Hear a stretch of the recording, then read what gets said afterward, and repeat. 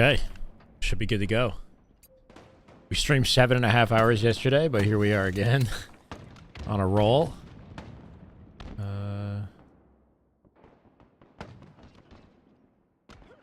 Active camo available.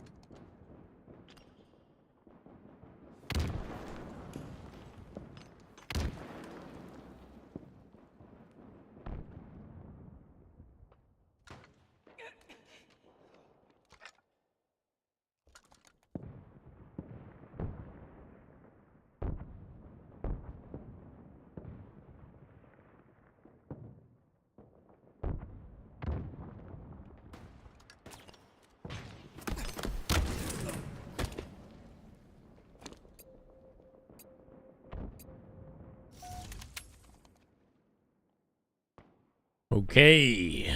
Wait. I got no chat.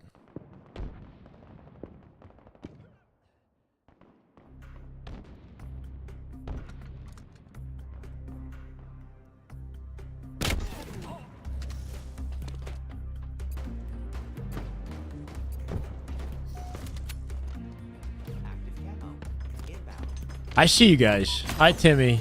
Plasma. Nasty. Max Cool. Lore. Viltrumite. Ethan. Christian. Holy shit, you guys want some coaching, huh? Marcus? What's up, guys? What's up? Welcome. Hello. Happy Monday. Let's start the week out right. Huh? Let's start the damn week out right. Let me just shoot some bots. And then, so today we're going to break down Last Shot's gameplay, and then I'm going to break down Twitch and YouTube viewers. Ricka, thank you for the follow. I'm thinking we do like 15 minutes each. But we start with a Last Shot breakdown. We've got it's 2 back-to-back Slayers where he went pretty wild. They're pretty entertaining games. How we doing, Reese? Getting all the coaching you need from Bandos? What's he coaching you on? All good, Rico. Welcome, brother.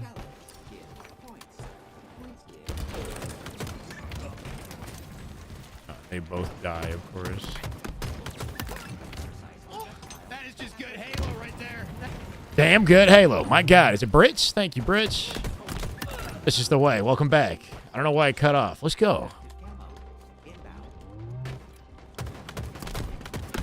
So as far as like getting to everybody, that's impossible, you know, but it's kind of going to be like a first come, first serve type thing. I might give some priority to subscribers, I guess. I have no expectation of like being paid anything by you guys. Obviously, I would love to be compensated for my efforts. If you want to compensate me, that's entirely up to you, basically. And then I offer coaching, one-on-one coaching separately that you guys can go ahead and sign up for. That is paid coaching.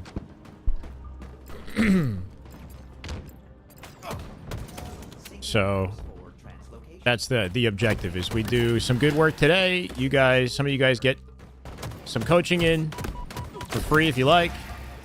And maybe also incentivize you guys come hang out with me with some one-on-one coaching where I can give you some dedicated time and energy. Anxiety coached him? Yeah. Oh, Jesus. And I think he was one of the first people to recognize how talented the guy was, that he was like, the man's different. You know what I mean?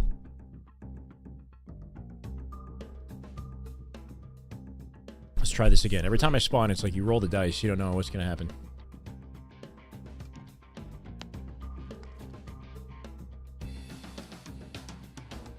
Describing a well-balanced lobby? What's the video?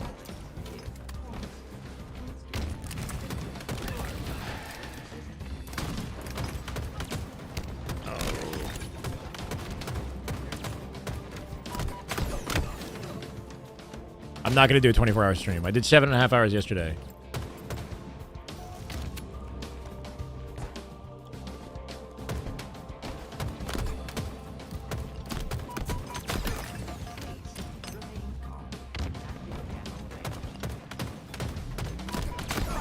Really?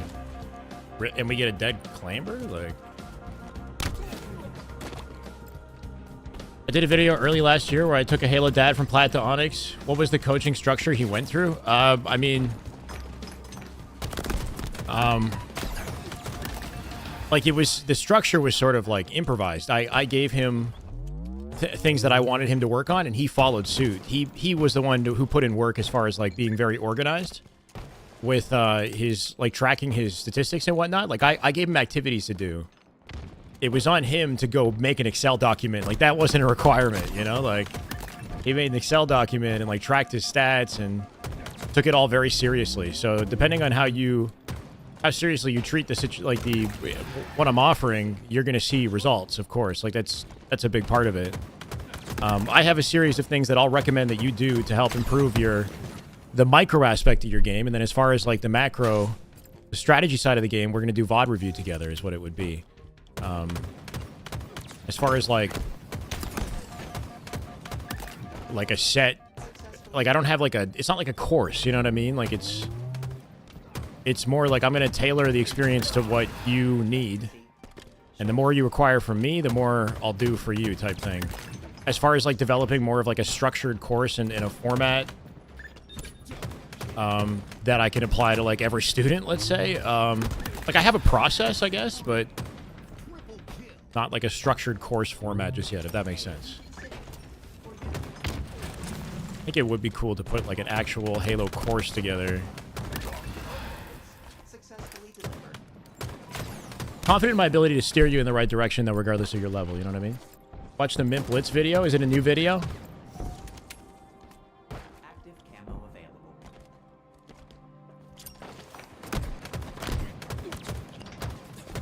Bro. I think he's dead, and then I give up.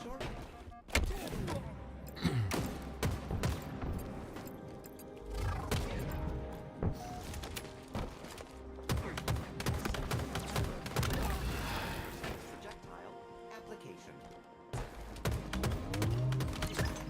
How does he steal that one? S7. Sniper available.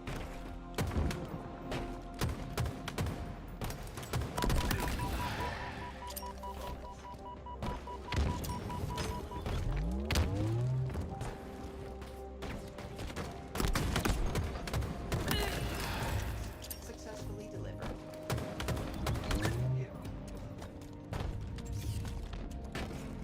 Watch him have... I thought he ran all the way to the back of tower.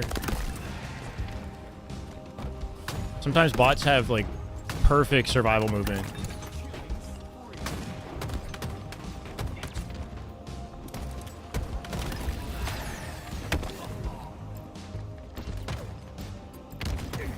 What kind of coaching? I was thinking I'd pick a viewer in chat, so you guys just be here and participate. And then I look at your gameplay via theater mode, whatever game you want me to look at, for 15 minutes each. I put like a timer on my phone or something. I'm gonna get blamed. And I'm kind of just shooting bots while you guys get in here. This is not like... We're gonna start today with a last shot breakdown, though. I'm doing good, Carrot. How you doing, brother? Life expectancy. Shorter. We're gonna break down Last Shot's gameplay. He's got a new YouTube video that I thought was pretty entertaining. Suited for high. And talk about things like damage efficiency, in-game awareness. All the little micro things that he does to be a step ahead of everybody else. The dude is nasty. So, it's entertaining gameplay, too. I think you guys will find it fun. Same process as the Renegade Breakdown. If you guys haven't seen the Renegade Breakdown, definitely watch that. It's the same thing. Doing good, Recon. How you doing, brother? Educational day. That is the objective, yes. Could I stand still for 5 seconds? I do have stick drift, yeah. On both sticks. Depending on, like, the direction I was moving them before I like let go of the controller, I'll get more or less drift. Like I can get no drift. I have no drift now because I centered my sticks before I let go of the controller. But if I don't center my sticks before I let go of the controller, then it'll drift off in a specific direction, yes.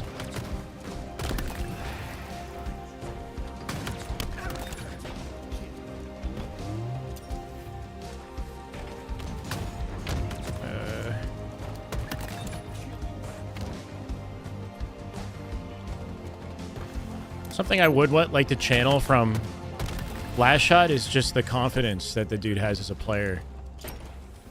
Mentality is so freaking important in Halo. It's so important. And the best players are, like, rewarded, like, in a way that allows them to cement their mentality, right? Like, it's a self-fulfilling prophecy. When you're good at the game, obviously your mentality is going to, you know, improve with that. But if you have, like, a relentlessly positive and confident mentality, I believe that that will guide you to being an incredible player, even if you didn't start out that way.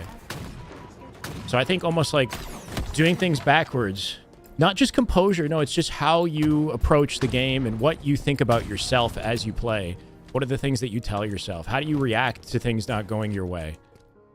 And how that shapes your ability to notice things that help you improve and become a better player. And this is like a life lesson.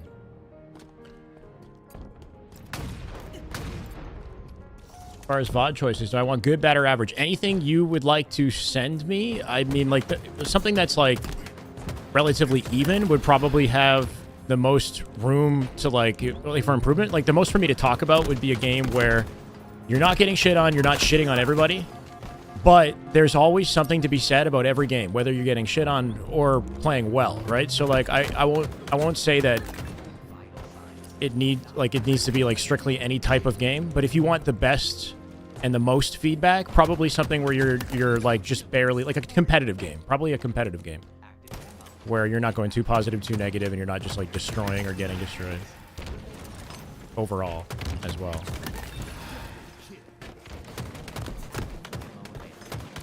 Gotta watch out for the commando bots. No, I can't even.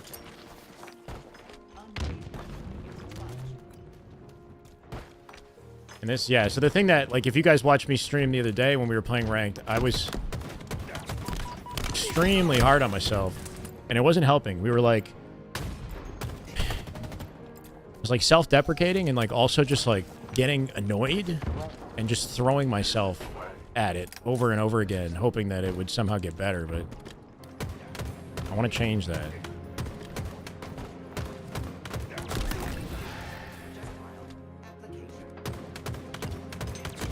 Change the self-concept, how we view ourselves, in and outside the game. Ready?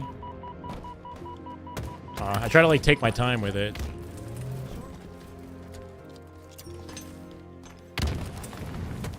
Hey.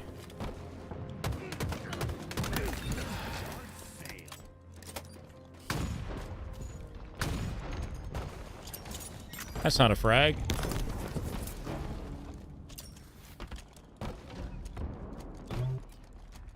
How do I play FFA training? This is not training. Fuck. It's just HCS FFA game type with bots on. HCS FFA on live fire with bottomless clip and infinite ammo. Spartan bots. I put 7 Spartan bots in the lobby. And then I just shoot things as like a source of warming up, as an alternative to the aimbot map. Source of warm up and practice, because you can work on how you navigate the map and how you take gunfights and whatnot, how your angle awareness. This is really risky, but no. Build like confident muscle memory that you can carry. Oh, he died. Carry over to ranked, right? So scary. The command. No way.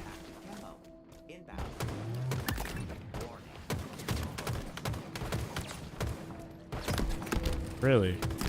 Really?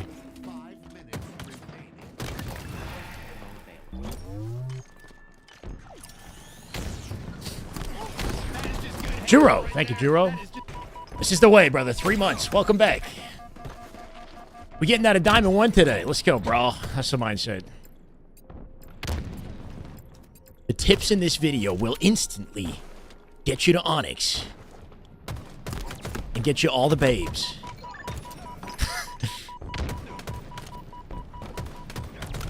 And it will grow 4 inches in height. Instantly.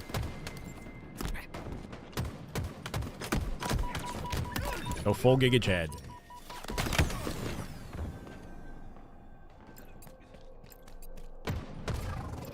What about the player that made a new account through all 5 ranked placement matches and still got Diamond 5? A new account and through the matches? If it's a brand new account, then that doesn't make sense. What do you mean? It's a brand new account. And so, okay, the reason why is because this person was likely shitting on everyone in social. If that happened, the only explanation would be that he was popping off in social. Because your social statistics affect your ranked MMR. So if you're like if you're playing real well in social gameplay, then it'll start matching you better players in social. And then you will by default be in the diamond ranks on your MMR grind, even if you're completely unranked. So technically speaking, yes. Like if I throw my matchmaking games, I'll end up in D5 probably too. Yeah.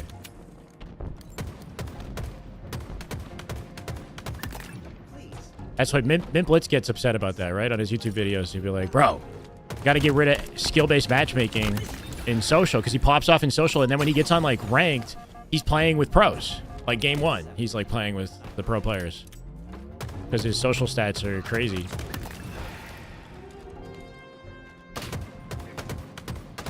And also, it's designed to like make him lose even if he is playing well. So he'll like carry the lobby, but he'll get teammates who are just going like super neg, which isn't really kind to those teammates. So much for my sliding. That is just good Halo right there. Damn good Halo. My God. Not very good Halo. My God.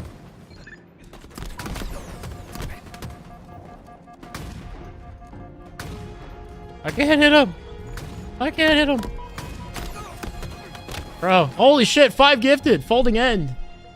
Revelation. I'm Ted. Billy Bishop. Hiccup. Welcome to the way. Thank you. Folding end for the goated 5 gifted subs. Appreciate you, brother.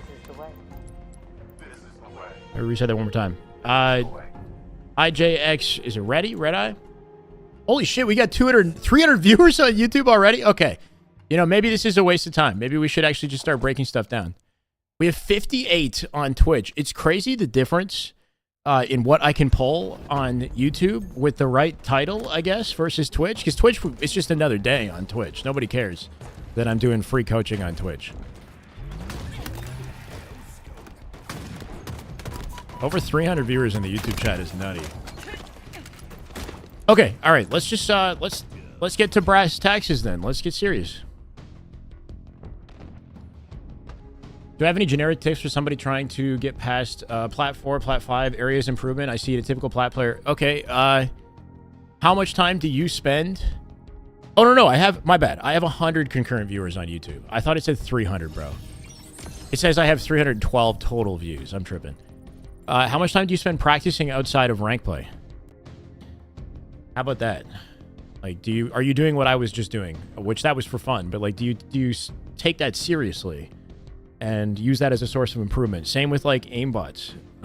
You know, every time you get on and play, how much time are you spending like actively thinking about the micro aspect of your game and building good muscle memory and figuring out what your mistakes are?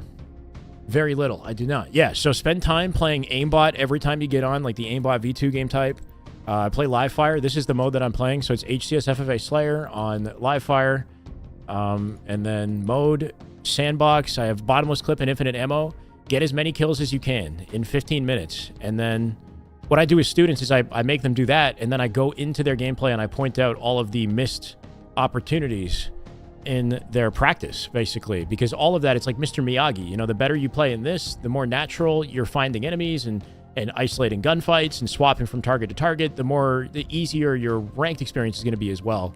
Ranked is a different beast, so you can't just exclusively play this, but a lot of people neglect this, so that's why it's like the first thing I'll say.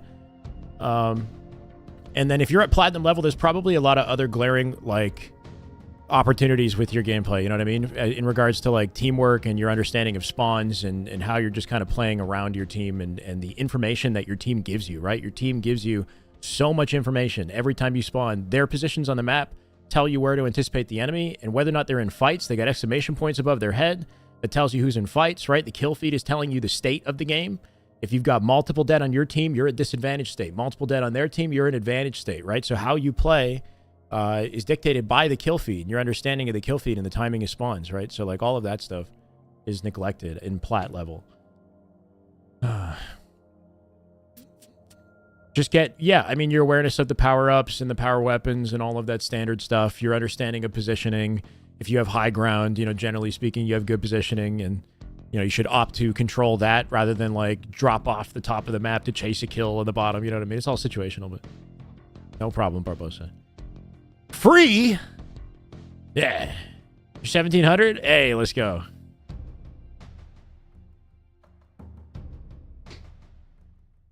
On the Twitch side of things, if you're currently tuning in on the YouTube, on Twitch, we are 54 followers away from 20,000. So if you follow me on YouTube and not on Twitch, I would recommend just jumping over there real quick and give me a Twitch follow so we can hit 20K. It'd be cool if we hit 20K today, honestly. That'd be pretty dope.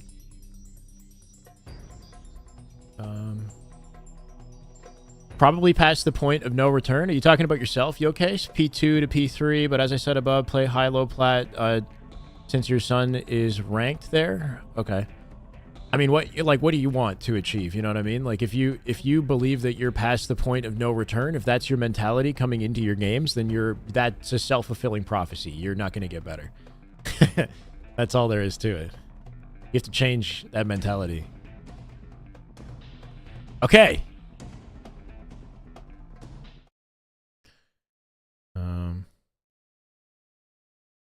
I'm gonna cover the subs for now. Bro, I'm all sweaty. I'm not sweaty, I'm just like the lights, bro. The lights are like you follow them both. Sounds good, Viltrumine. As you should. In my mind, I'm still a level 50 from back in the day. Yeah, that's a classic, right? I was a level 50 in Halo 3, bro. Level 50 in Halo 2, I had multiple 50 accounts. And then you get on Infinite expecting to dominate, and you realize it's like fundamentally a different game. Caveman, thank you for the follow, brother. Though the skills will carry. The skills will definitely carry, you know. But there's a lot of differences to Infinite and how you take advantage of opportunities, and the movement especially is very different, right? How do I cope with descoping? I end up playing with a few friends that are high diamonds. There's an obvious skill gap being plat 4, plat 5. Biggest kill, biggest is that they kill me when you're descoped. So, I mean, I think the big thing with descoping is like knowing that you're going to be descoped and having like a lot of confidence in your reticle placement pre-fight and your understanding of like what kinds of movements you want to do with the right stick pre-fight. You know what I mean? So before the guys start descoping you, you already know in your mind what types of movements are acceptable and what isn't, right? Because when you get descoped, any small movement is going to take you far off target. So you should be already in your mind like limiting the type of movement that you're doing and also waiting and anticipating the damage coming to you, right? You know you're going to get descoped. So you're thinking more about like letting the enemy descope you and focusing more on the rescope following that so that you come in and you stay confident, if that makes sense. So like reticle stability, your understanding of like what movements you need to do depending on the distance, depending on the fight that you're in, and knowing to keep yourself limited, like keep those movements limited, while also expecting to get shot and not letting that throw you off, not letting that surprise you, letting it happen. You know what I mean? Is the best way that I feel like I could explain and think about it that like has helped me. Cool. I feel like you often don't get melees. Go for a 3-shot trade, but the melee doesn't come out. Yeah, I mean, it's tricky. That's definitely tricky. I mean, you really do want to make sure that you're quick as you can be, you know, getting the beatdown out. Then again, like I tend to spam my beatdown too early sometimes and it just like doesn't come out. Ping could be part of it as well, I guess. Make sure that your beatdown button is on a button that is easily accessible and where you feel like you can very quickly aim and react with that button press. So like if your melee is on, let's say, the B button, and you're taking your thumb off the right stick to hit melee, that's a big error, and that's going to limit the speed that you can beat down, right? So your beatdown should be on right stick click, or it should be on right bumper, or it should be on a paddle, something easily accessible so you can comfortably aim and beat down quickly. That's important. It's on RS. That's not so bad. That sounds okay. This is the way. The worry with RS is if you ever panic in a gunfight, you can accidentally beat down mid-gunfight. That's terrible. Thank you, brother, for the follow, Barbosa. If I want a little stick drift in both sticks, how much should I put the dead zones up by? It's specific to your controller. So depending on what, just basically lower the dead zones until you see the drift happening, and then increase I increase the axial and keep the center on 0. I just saw somebody in my comments say try keeping the axial on 0 and increasing the center. I haven't tried that. I don't know. I still don't fully understand axial, like how to, it's like the diagonals or basically, point being, raise one or maybe both until like 90% of that drift goes away. So like bring them down to 0, flick your sticks around, notice the drift that's happening, and then raise it up and flick your sticks around, and then do it until like you get like the tiniest bit of drift, not a lot of drift, if that makes sense. You don't want too much drift because then it will actively start to take away from your ability to aim if you got like a ton of drift. Redid your controls for LT zoom, melees, and RB. Bumper jumper, yeah. I mean, bumper jumper's good. It does have its own limitations though, right? Like right stick click aim is not bad. But if you're on bumper jumper and you're trying to sprint really quickly, then you might want to claw or have sprint on a paddle. Sprint is an important input that's like not super accessible.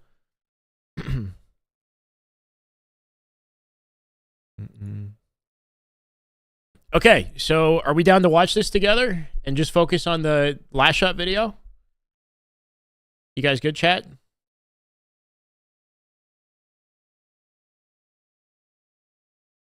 Give me an okay or something. Okay. Yeah?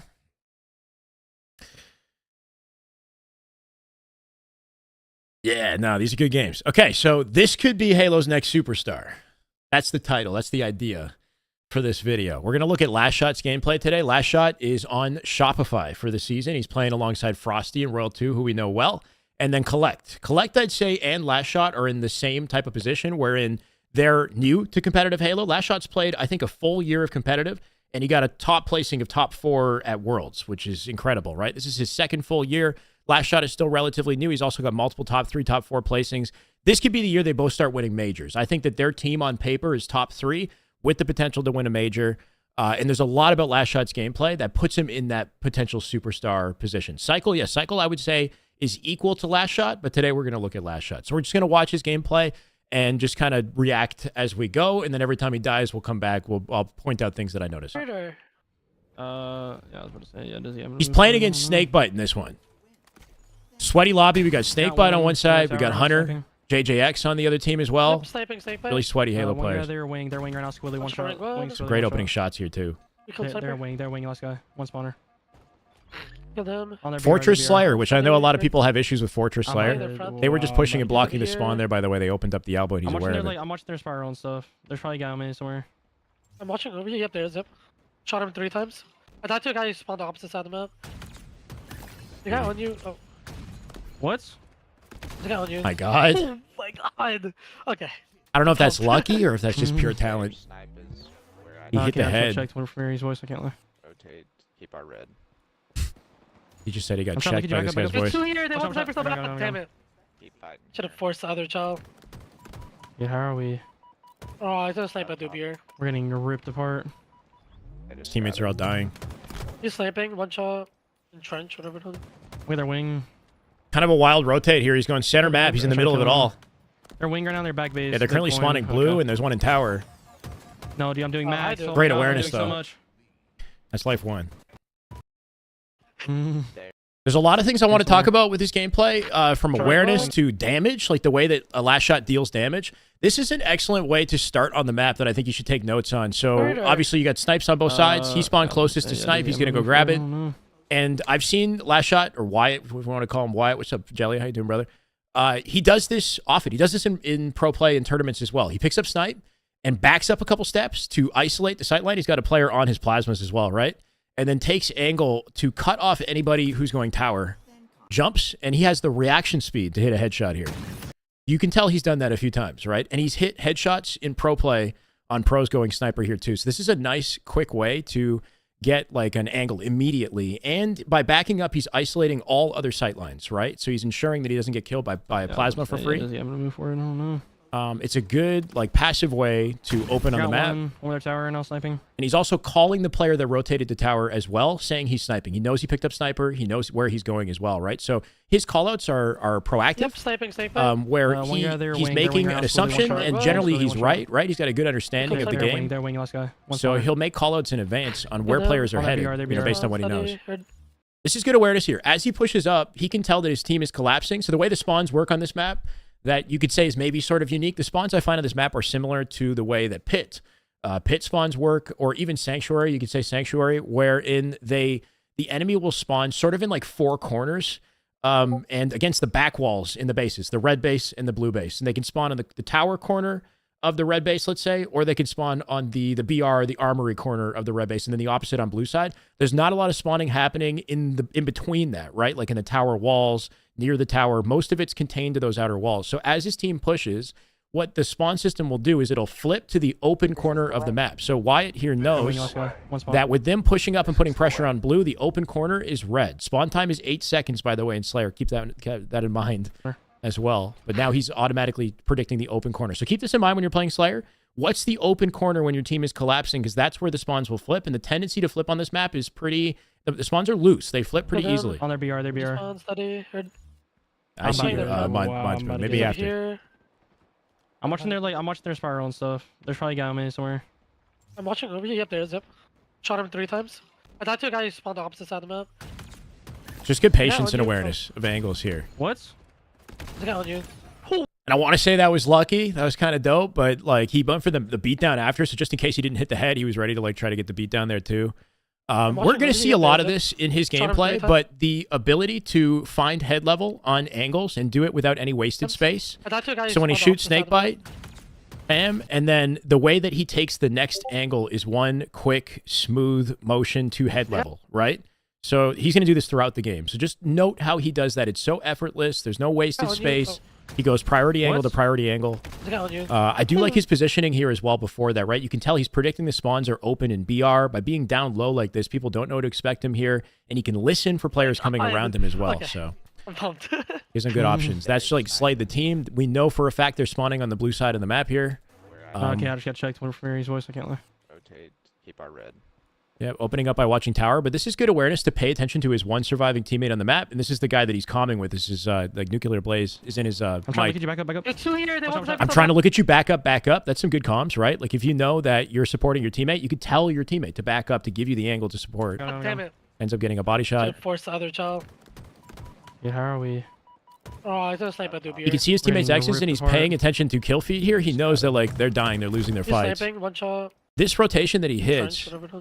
is interesting to me. I was trying to think of like why he's doing this. Where their wing. Right, he's flying center map right now, and they're at They're a trying to kill disadvantage. him. He's Their putting wing around their himself back base, into the Bitcoin. freaking gauntlet, Okay. you know? I'm trying to My kill him. assumption on this Apart. is right now, like Snakebite and their team is in advantage state because his team is dying. They're spawning in, I would assume team spawn influence is also what's allowing everybody to spawn near the tower corner. I think that his decision to slide He's out sniping. here 1 shot. was an attempt to give his team space on the map. Like he knows he's got Nuclear Blaze watching over his right-hand shoulder right now in Sniper. If everybody's contained within tower, then they don't have a lot of space to do damage, right? So Entrenched. he slides off, Where their knowing that he's got a teammate shooting over his shoulder to try to take advantage of this timing wing. and make things mixy by splitting Snakebite's focus 2 different directions, right? By being here now, Snakebite can't as comfortably cross his teammates in tower, right? So I think that's like his intention is to create space for the team and to give his team more I'm trying to kill options. him. Their wing right now, their back base, Bitcoin. Okay. The way that he chows this, you got to like keep in mind how loose he is with his understanding of things. As he caught a player on tower as he came through, he puts damage in study. The moment he backs him off, thank you, brother, for the $5 dono. Appreciate you, yup. Thank you for the super chat. Welcome. And then no hesitation, he'll jump cut the angle and snap back to tower, looking for his teammate, looking for more Trying to kill damage. him. So just a lot of like Their wing right efficiency now, their things that back he's base, doing, Bitcoin. that Okay. he will be doing throughout the game. No, dude, I'm doing And I- ensure oh that my he just God, does thank as you so much much. damage as possible before he dies. Like you got to be so flexible at leaving one fight, but also keeping in mind the one that you Bro, were stop just my emblem. This is previously not in. your, yo, this is not your emblem. Who are you, bro? What do you want? Imagine. Beauty. One shot, nice. Two there, there. Oh my god. I kept him on. There's two. How's the Nice, shot? nice, I do There's pick one one. sniping on my booty hole. What, bro? What the fuck? You said somebody Oh, sniping he on did his the repost booty sticky hole. thing, bro. As the call. He's one shot. Oh no.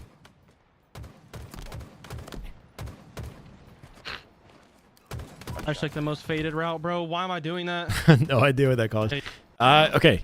I kept him on. There's two. Kind of an There's interesting one sniping on my life Oh my God. here. Imagine. Bro, stole Trying to my thought our emblem. teammate This is would not stay, your please. this is not your emblem. Who are you, bro? Wait, what? Comes out right side, grabs the BR, immediately checks tower, good reticle Imagine. placement, spots Hunter, and beautiful shots. I mean, the reaction speed on that last shot, your like emblem. Who these are are the you, bro? little Wait, things. what? Imagine. It's like the 19-year-old reactions, you know. He's got perfect head level placement, and he knows to expect the guy to go there. What a flawless reaction, right? One shot, nice. Two there. Oh my god. I kept him on. He's sitting in a position that avoids the obvious pre-nades. Like if anybody pre-nades the stairs, if he walks up the stairs and somebody throws an egg, because they know that he can go there, right? Like this position makes him flexible. He can do anything he wants here. Avoid any potential pre-nades while also watching his team and picking up off their damage. Get There's two. How's the Nice, shot? nice, I do There's pick one one. sniping on my booty hole. What, bro? Bruh. Oh, he did the repost sticky thing, bro. Damn it. He's one shot. Oh no. He said this rotation was faded. He's got like a couple different options here. I think his decision to go out front wasn't bad like this.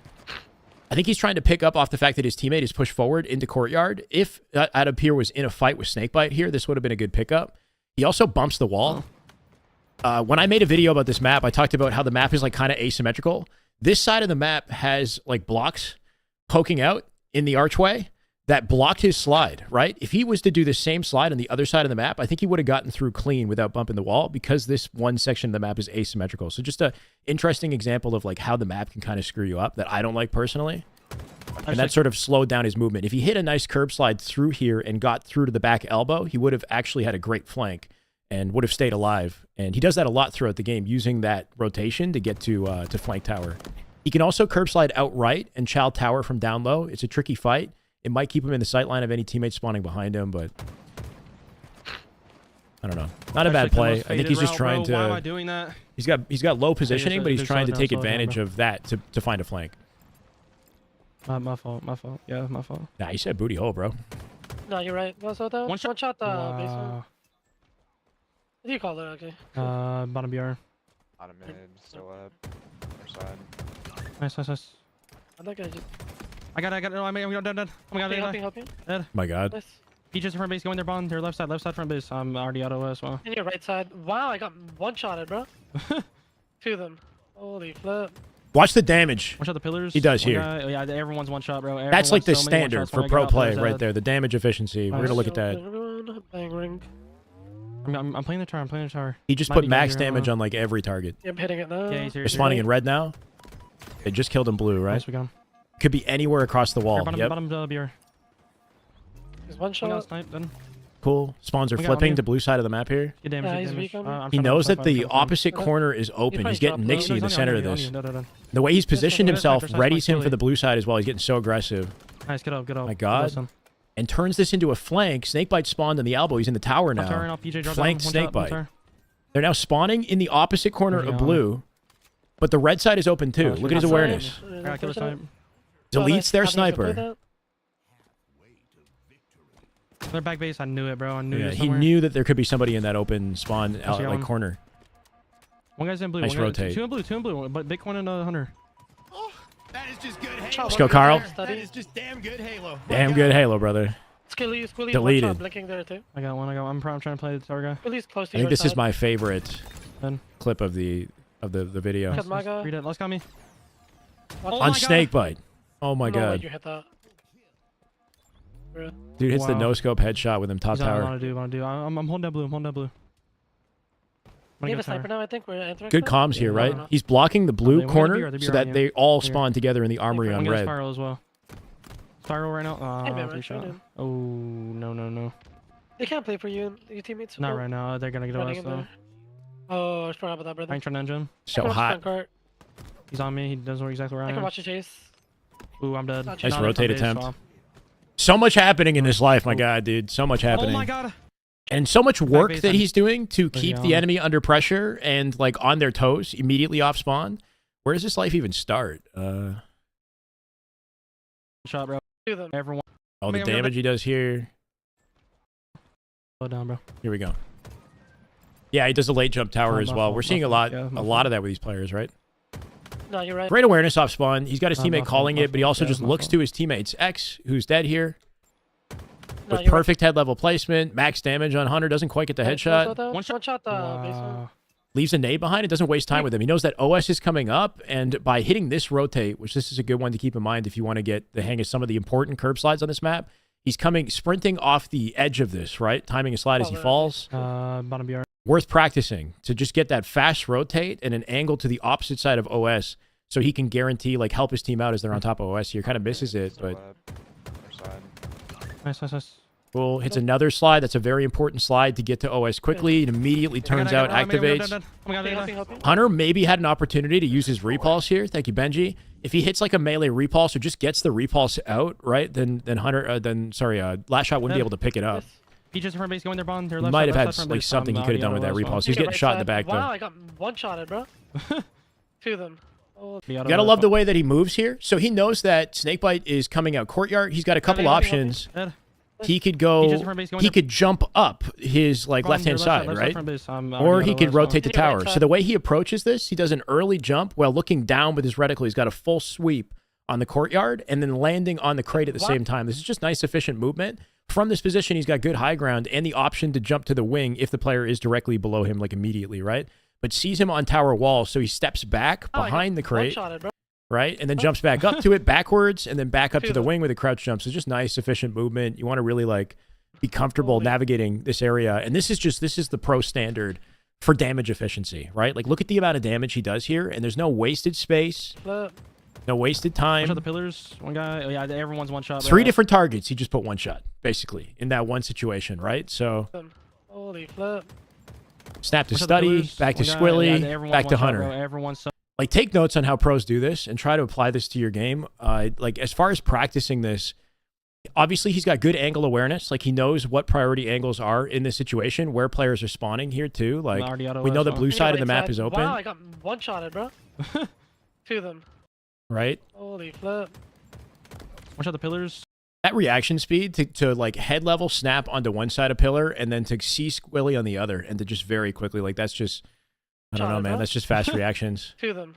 Holy flip. And then to have the awareness to get to Hunter with no Shot the wasted pillars, space. one guy. The moment Squilly backs down, there's no wasted space, no wasted time. Yeah. I find one good way to practice this would be aimbots. Like if you guys watch me play the aimbots to warm up, think about this when you're playing aimbots. Like between targets, no wasted space, right? Like you 5-shot one target, snap to the other. Something that Cycle does, he's one of the best when it comes to damage efficiency, is he will snap onto targets that aren't even on screen, right? So like his angle awareness, if he gets shot in the back, let's say he's like bottom mid on live fire and he's looking through pillars and he's got a guy behind him on dummy door that shoots him. He knows that player's dummy door. He'll turn and whip out a shot like off habit without any wasted. He doesn't take time to react to it. You know what I mean? Like he'll locate that player in his mind, have an understanding of where that player is, and just whip the reticle out and shoot on the earliest available frame.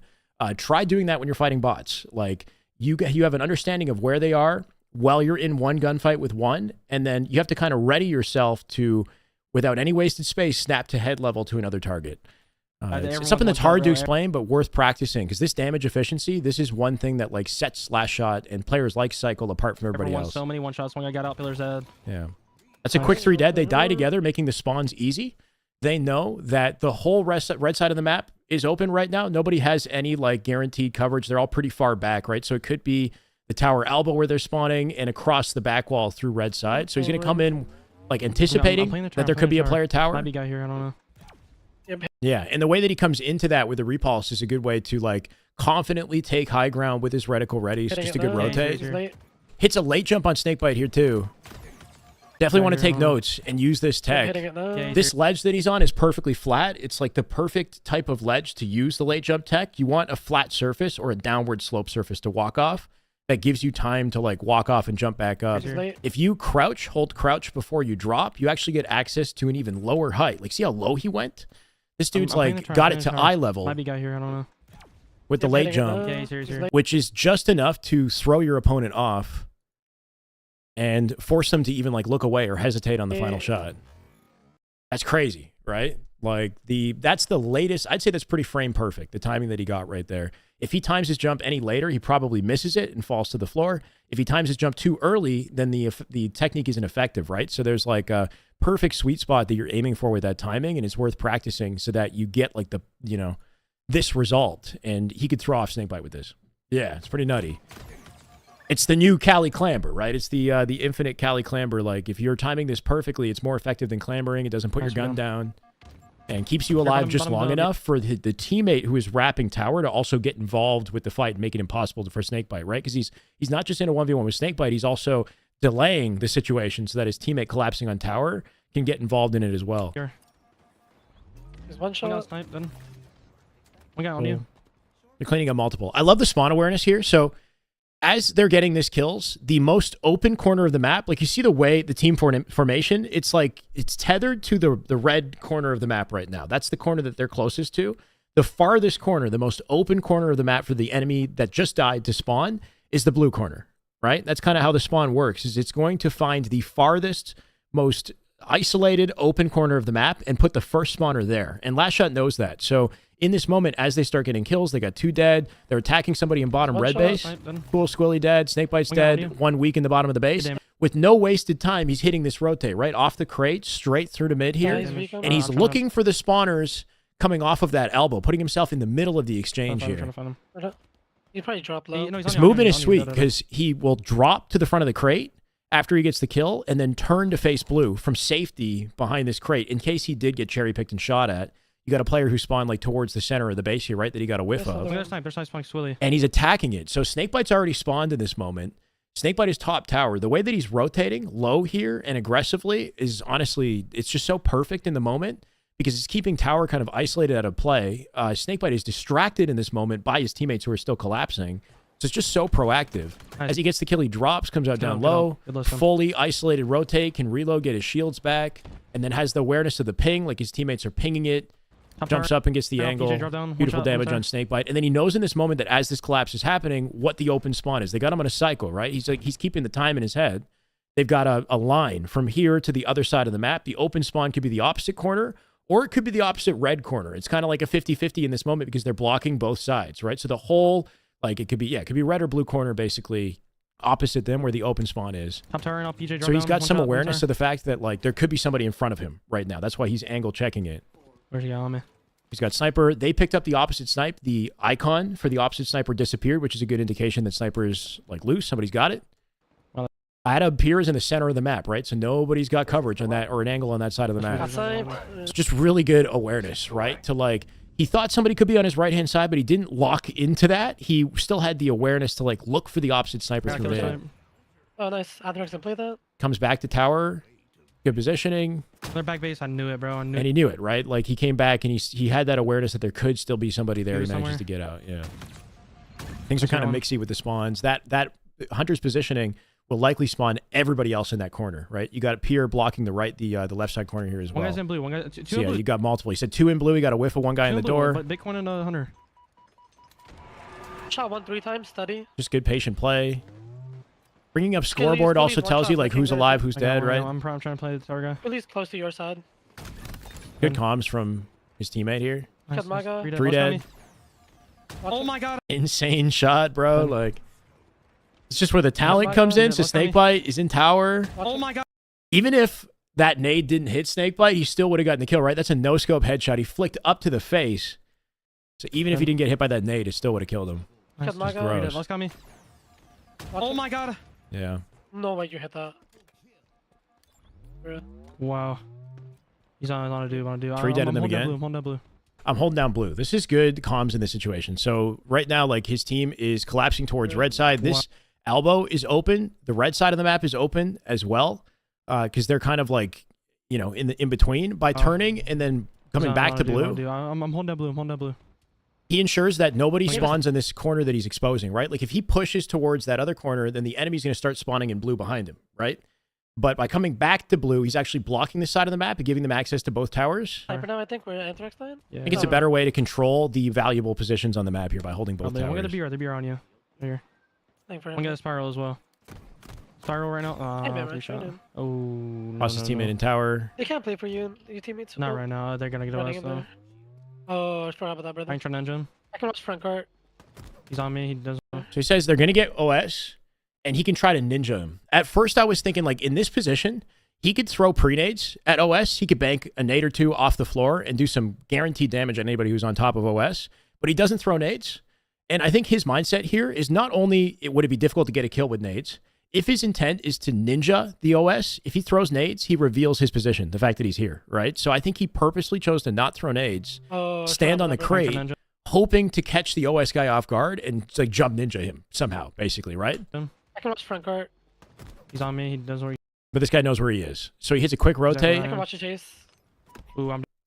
This rotate he does a couple times in the game. Watch Something to front keep in guard. mind. This is a nice fast He's on way to me, get he to the doesn't know plasma. exactly. He lines up a curb slide through the jump up, I can watch the chase. jumps, doesn't clamber because he sees an opponent. Instead of committing to the clamber, he sees an opponent, Ooh, I'm drops dead. to the floor, and From then, base, yeah, he's off. just overwhelmed. I am a Canadian. Yes, I'm not watching Oh, the don't child me. Steady. Oh, inauguration. child Is me that what steady. everybody's doing right now? Hmm. I guess that makes Keep living, sense. keep living.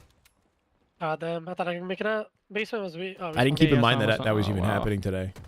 The teammate's actually struggling over there. What? One shots? Wow. Is it hype? I got you. Two dead. Holy fuck. One more on me. He's on their pillars. On my Snakebite body. just gets behind him Yeah, somehow. oh, Some crazy movement out of his opponent here. He could maybe have thrown a pre-nade Wow. bottom mid. The teammate's actually struggling over there. What? Somehow One not shots? a headshot. Yeah. He hears him step above, right? And then approaches this in a way that lets him see all the angles. Just an easy Wow. cleanup. I got you. Holy fuck. Not much to say One here, more though. on me. He's on their pillars on my body, going their front base, their bond. Any luck on the YouTube? I'm bottom, live on ring one, YouTube right ring now, one. brother. We got the YouTube back, Floso. Nice, good listen. Maybe I Thoughts on the don't monster side allegations. on I got a fire. YouTube video on the monster allegations. you're Go check out my wrong. channel. 3 shots there. I'm dead. Their wing as well. Their wing and their side. Okay, they're gonna Die right after that. pillars on my body, going their front base, their bond. Their bottom mid, ring one. Americans don't watch that. Nice, good listen. Maybe I It's a good rotate to get to mid-map quickly here. He's lining up a curb slide off this don't ledge, slide out and die. but angling it such that he can make it to the top of this ledge without, like, ideally skipping his clamber. He kind of misses it and is forced to clamber. He saw an enemy down low as well, right? So when he comes up here, he's coming in with his reticle placed low, but also with the awareness of him potentially being on the spiral here as well, right? So just nice discipline and a nice, quick, like, precise snap here as well. 3 shots there. Nothing he can do in this situation. He calls that he's dead as well. Their wing as well. Yeah. Their wing and their side. Okay, they're gonna bring Got us one back. wing, They're got winging one their tower. tower. God, I can't even be. He said they're bringing this back because he can tell his teammates have bad positioning here. We got their wing. Their wing right now on our top tower, maybe. Not our tower. We're good. I'm looking. Then We my got brother- our front base. Our bottom base, Squilly. Right, one's on you too. Your tower. Looking for bottom base. Oh, I thought I punched him. Big cones. I know, he does that too, yeah. No Basement? way, bro. Just say I'm dead. Teammate's gonna kill basement. Another one. Like on this right here. Court. No Gotta go way, right. I'm done, dude. No way, That I'm one. dead. GG. Finds the 5 On me, shot. on me. That's what I'm playing for you. Yep. I got him On Snakebite too, good, right? Listen, bro. Our bottom base, our top tower, maybe.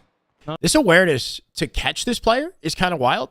So his team is like pushed up as he spawns. I like the decision making to wrap to the left and give his team the max possible space on the map, right? By taking a wide lane, like through the left perimeter lane, and making his way to tower, Our top tower, he maybe. gives his team a much wider coverage of the map. And once again, he's playing for tower. I mean, tower's, excellent positioning to play for if you have it accessible like this. Not our tower. We're good. But he sees this guy. Like, you see this in the peripheral? Hard to catch this, right? Like, if you're not aware of all the potential options where players could be in a Receiving. situation. We got their His wing, their teammate wing who's right now on our mid top tower, doesn't maybe. actually have a Not a direct tower, angle not a on tower. bottom mid. Like, this teammate who's mid, nobody can see somebody flanking out through down low. Yeah. But you got to be really aware to catch something like that in your peripheral and then call it. Look, We my got brother- our front base. Our bottom base, Squilly. Right, one's on you too. Your tower. Looking for bottom base. Oh, I thought I punched him. Good use of the Right, slide one's on off you, here your as he tower. chases him, Look for shoots bottom him, slides off to create space away from the nade instead of dropping directly down on top of these nades, right? By sliding off, he creates space here, can Oh, I thought I turn, punched him. shoot. Big ones- Instead of chasing this guy and eating nades, right? This is a nice, patient way to play the situation. He could fly through here. He could hit a curb slide off the wall and like try to like ego this guy. He does have Pier like in the courtyard who could cut him off as well, but just nice, patient, and aware like movement in this situation. Like he's very flexible by Big going ones, watch up out, our bond, no, instead, way, right? bro. Crouch jump, and also paying attention to the callouts at the same time. Not even like he's not tethering himself to chasing that one fight. He keeps in mind that there's another one happening in red here too, right? So there's so much going down. Another one on. This positioning gives him a much better advantage to take this fight. When he notices that Snakebite comes out, that's when he calls that he's dead, right? Because like he was trying to kill this one shot, all of a sudden there's a full shielded Snakebite. He just assumes like he's at a disadvantage. He's in a 2v1 here. No way, I'm done. GG. Got one. Kind of dunks on Snakebite.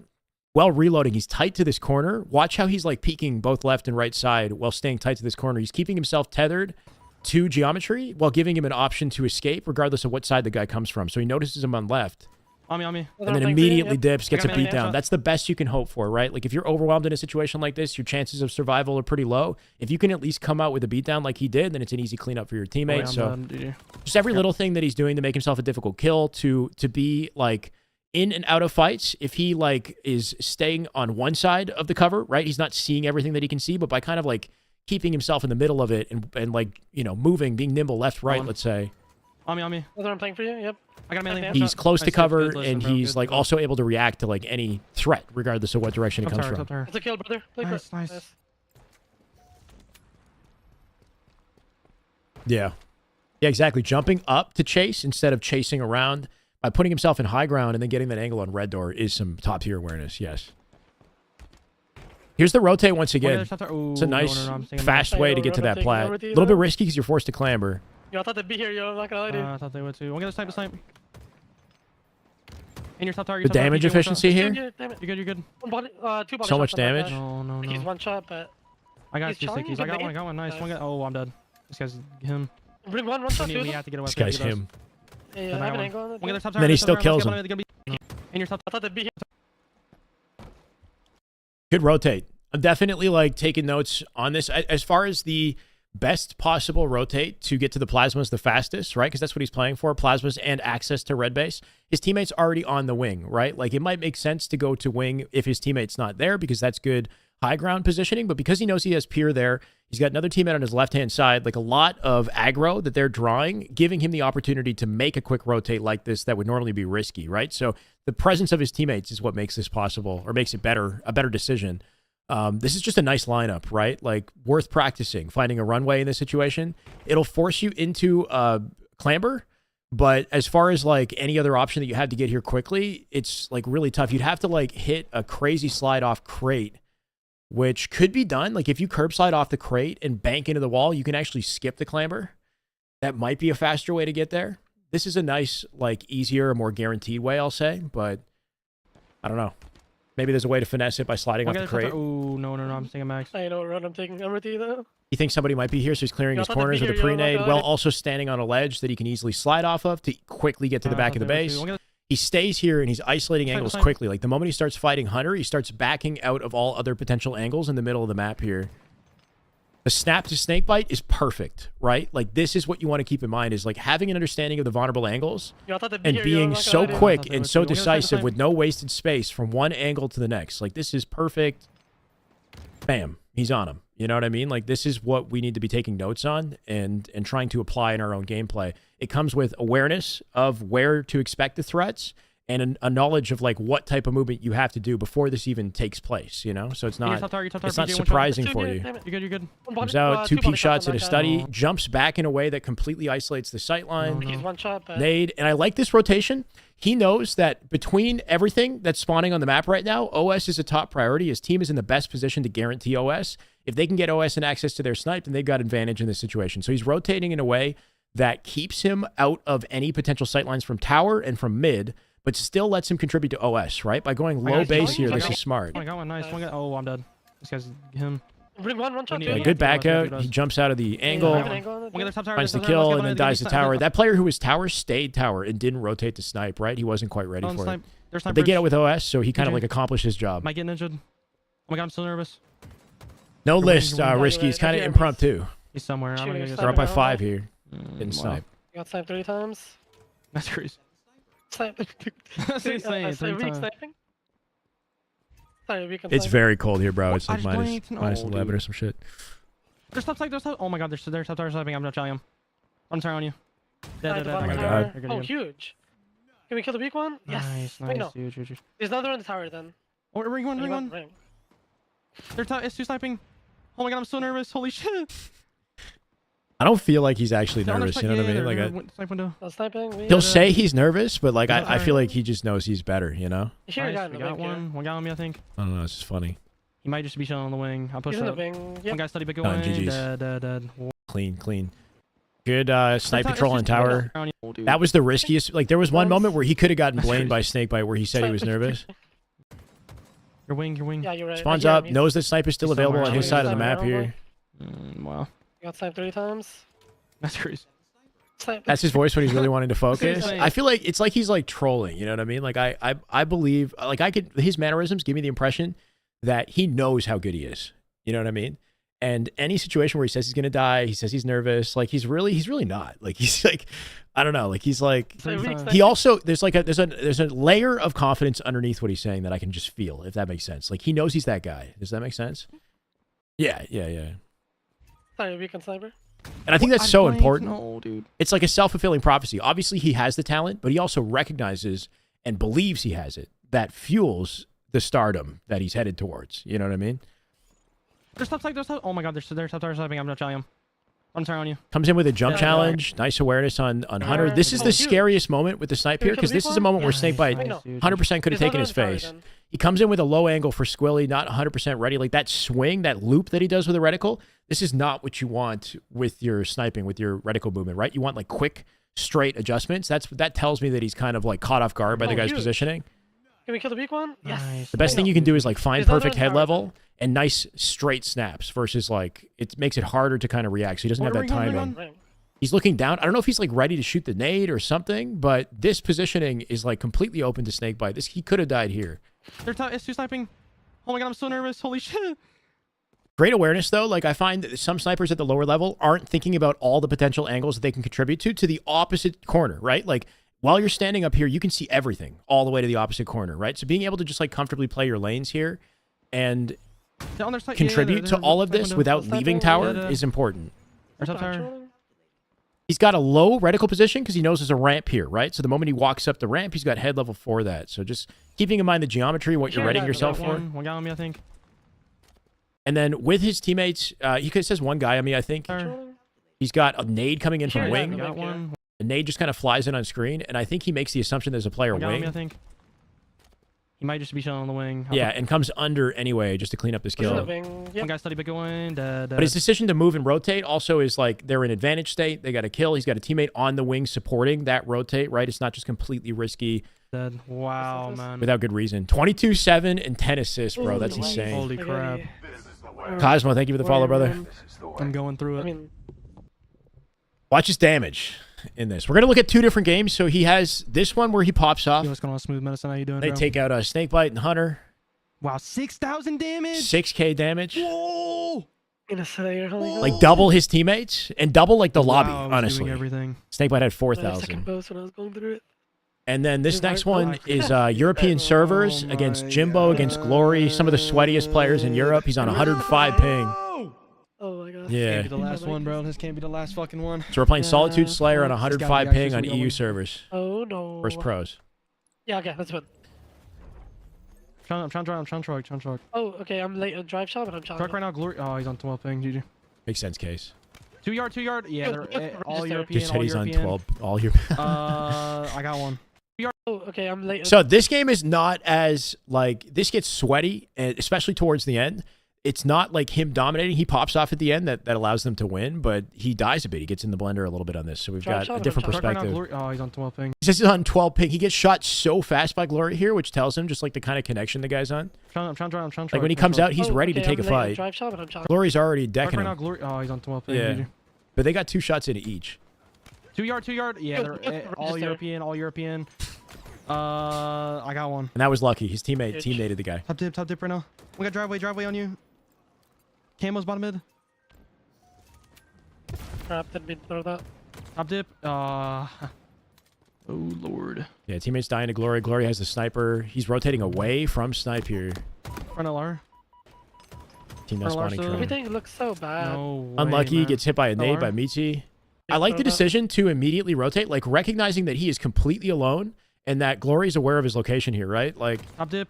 there's 3 guys. There's two in dip, 1 in cafe, and Glory has snipe. Like, this you don't want to deal with any of this, right? So without hesitation, he just starts moving through benches, moving closer to Blaze. He stays grounded off the curb slide so that he's not airborne. He's not a free target, right? You don't want to be jumping here. And then kind of carefully peeking his way out Front LR. with his reticle ready. Front But LR. by rotating, like, you can tell that the enemy was still thinking he might be sniped, right? So this was just a way to keep him, like, ambiguous, keep him away from Glory and Glory's assumptions in this moment. If he stayed S4, he might have gotten blamed. You can see they're nading the sniper beside him. Front LR still. Everything looks so bad. No way, man. Weak S4. There's a guy in my yard. There's 3 dead right now. They're guess spawning in it's alright. cafe. The enemy has them in a spawn trap. Yeah, This is the worst- I know you're in hell. Yeah, worst place to You spawn. were, On this map in Slayer, he gets blamed. Like, Oh wait, your game just been on the whole time? Oh. Can't do much. I thought you were just pretending to talk to him. just your typical meanest update. He called Piggy a cheater, and he's a scumbag. Oh, okay, bro. That guy needs to get help soon. I think Meanest might be notorious Oh, for you think it'll the be most weak in there? disliked I'm gonna pro jump to the max. level That's one more player. shot. That's Ah, one. Second. Jimbo's Jeez, back. bro. That's 4. Kind of in the blender for the start of the game, right? Things start picking up. It's 14-4. Oh my god, pissed on. Holy shit. One shot. One shot, ramp. One guy, LR, glass, 3 shot. Good damage. I can believe it. Winnable. He's loop. Good comms, too. Then one guy, LR, YRBR, driveway, aimbot. Nice, get shot, one more. You're full YRBR. shield and I get the kill. Yeah, you're BR weak. I just Oh my blanked on God. Nacho. Wow. Shit on. I spawned here. Snipe. They're blue for sure. LR dead. Good awareness. Yeah, how'd you just die? They're all coming from cafe No, dude, and yard. LR. Yeah. LR. One shot. That's 4. I do love these comms. When Hunter wins this fight, Oh my god, pissed on. that's just like, that's good gas for your teammate. You know what I mean? Like, I feel like comms like that are helpful in getting your team back into this, you know, like building up their confidence, because everybody's struggling right now. It's 15-5.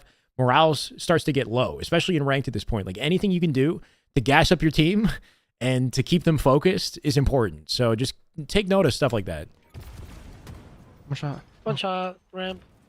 One guy, LR, glass, 3 shot. Cool. Nice rotate. He lands on the block as he jumps and deals damage. So he's getting a quick curb slide through while checking flowers. There's no wasted time or space, allowing him to like quickly like capitalize on the damage he's doing. Winnable. He's saying winnable, right? These are more like comms to build the confidence of your teammates that I think helps.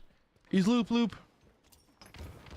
Then one guy, LR, YRBR, driveway, aimbot. Such great damage here. He's like dealing perfect damage while also moving in a way that isolates angles like on the fights that he wants to take here. So He's loop. like pre-nade on one, Then one guy, LR, snap on the glory, driveway- and then when he sees Mitzi, he's walking backwards and jumping to cut the angle up above. Driveway, aimbot. He can't get headshotted right now, right? Well, backing out of the exchange and Nice putting good shot, himself Omar. in peak shot position to chow glory as well. YRBR. You're full shield and I get the kill. Reloads, comes in confidently, Yeah, walks off the front of the rock here, and then You're late BRB. jumps to the right. I just blanked all my. Yeah, just good, confident I moving. get the kill. Yeah, you're BR weak. I just blanked all my god. Great use of the late Wow. jump. Excellent shots. I spawned And here. smart Snipe. They're rotate blue for here. He sure. hears Jimbo. As he rotates through the loop here, he can hear Jimbo drop, and there's a ping as well. But Wow. right there, you can hear him step.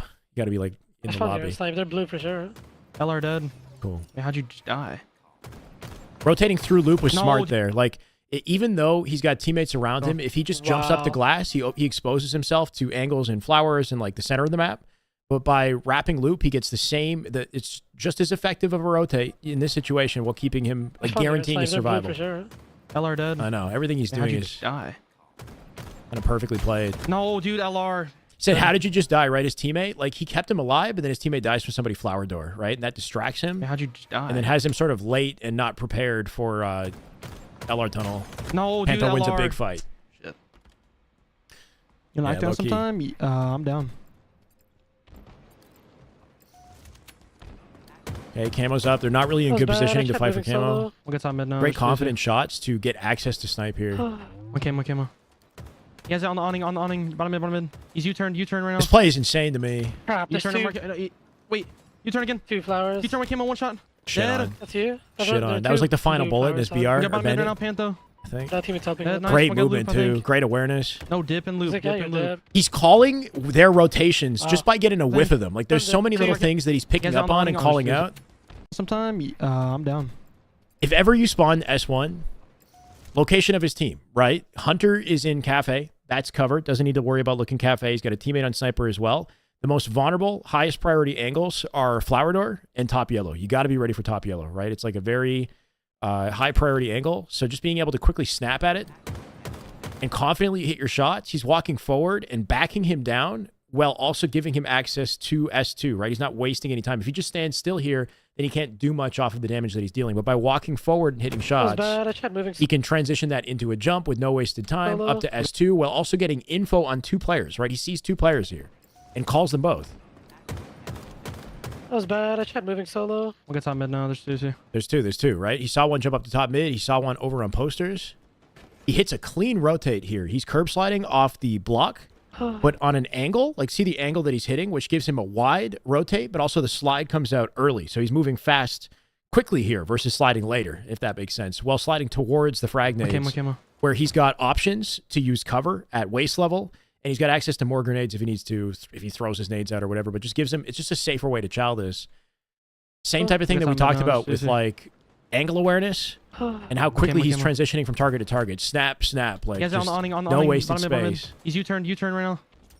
So Jimbo has camo. His positioning is smart here, right? He's sitting in a position where he can very quickly curb slide forward if he needs to. He's on the edge of this ledge. This ledge is tall. You want to be positioned as close to the edge of it as you can so that the ledge that you have to drop off and slide off is as short as possible so that you don't like mess up the slide. But he put himself in a position where he can curb slide to do any type of movement to chow if he needs to. Like he's playing in a way that would force a trade on camo. If at the very least he gets a trade on camo, this is a good play. But by killing Jimbo, what he did likely is, so he pre-nades both sides as well, which this is nice. U-turn One around. down, one left side. Jimbo is walking and jumping to the rock and then jumping off the rock to U-turn for a high angle challenge. Like that's a smart way to play camo. That's my assumption of what he's doing right here. Crap. There's turn two. him- And that's why he ends up on his left-hand side, right? But last shot still with the camo eyes gets a whiff of him. Wait. And then the moment he knows where he is, slides in his face because he knows he's playing for trades here at the He's very already least. 2 flowers. You turn with camo Beat one down. shot. Dead. Jimbo doesn't beat down quickly enough, and he gets the kill. There are 2. No wasted timing. Like, this is some very confident movement. He's exposed his positioning here, bottom mid. They know he's here.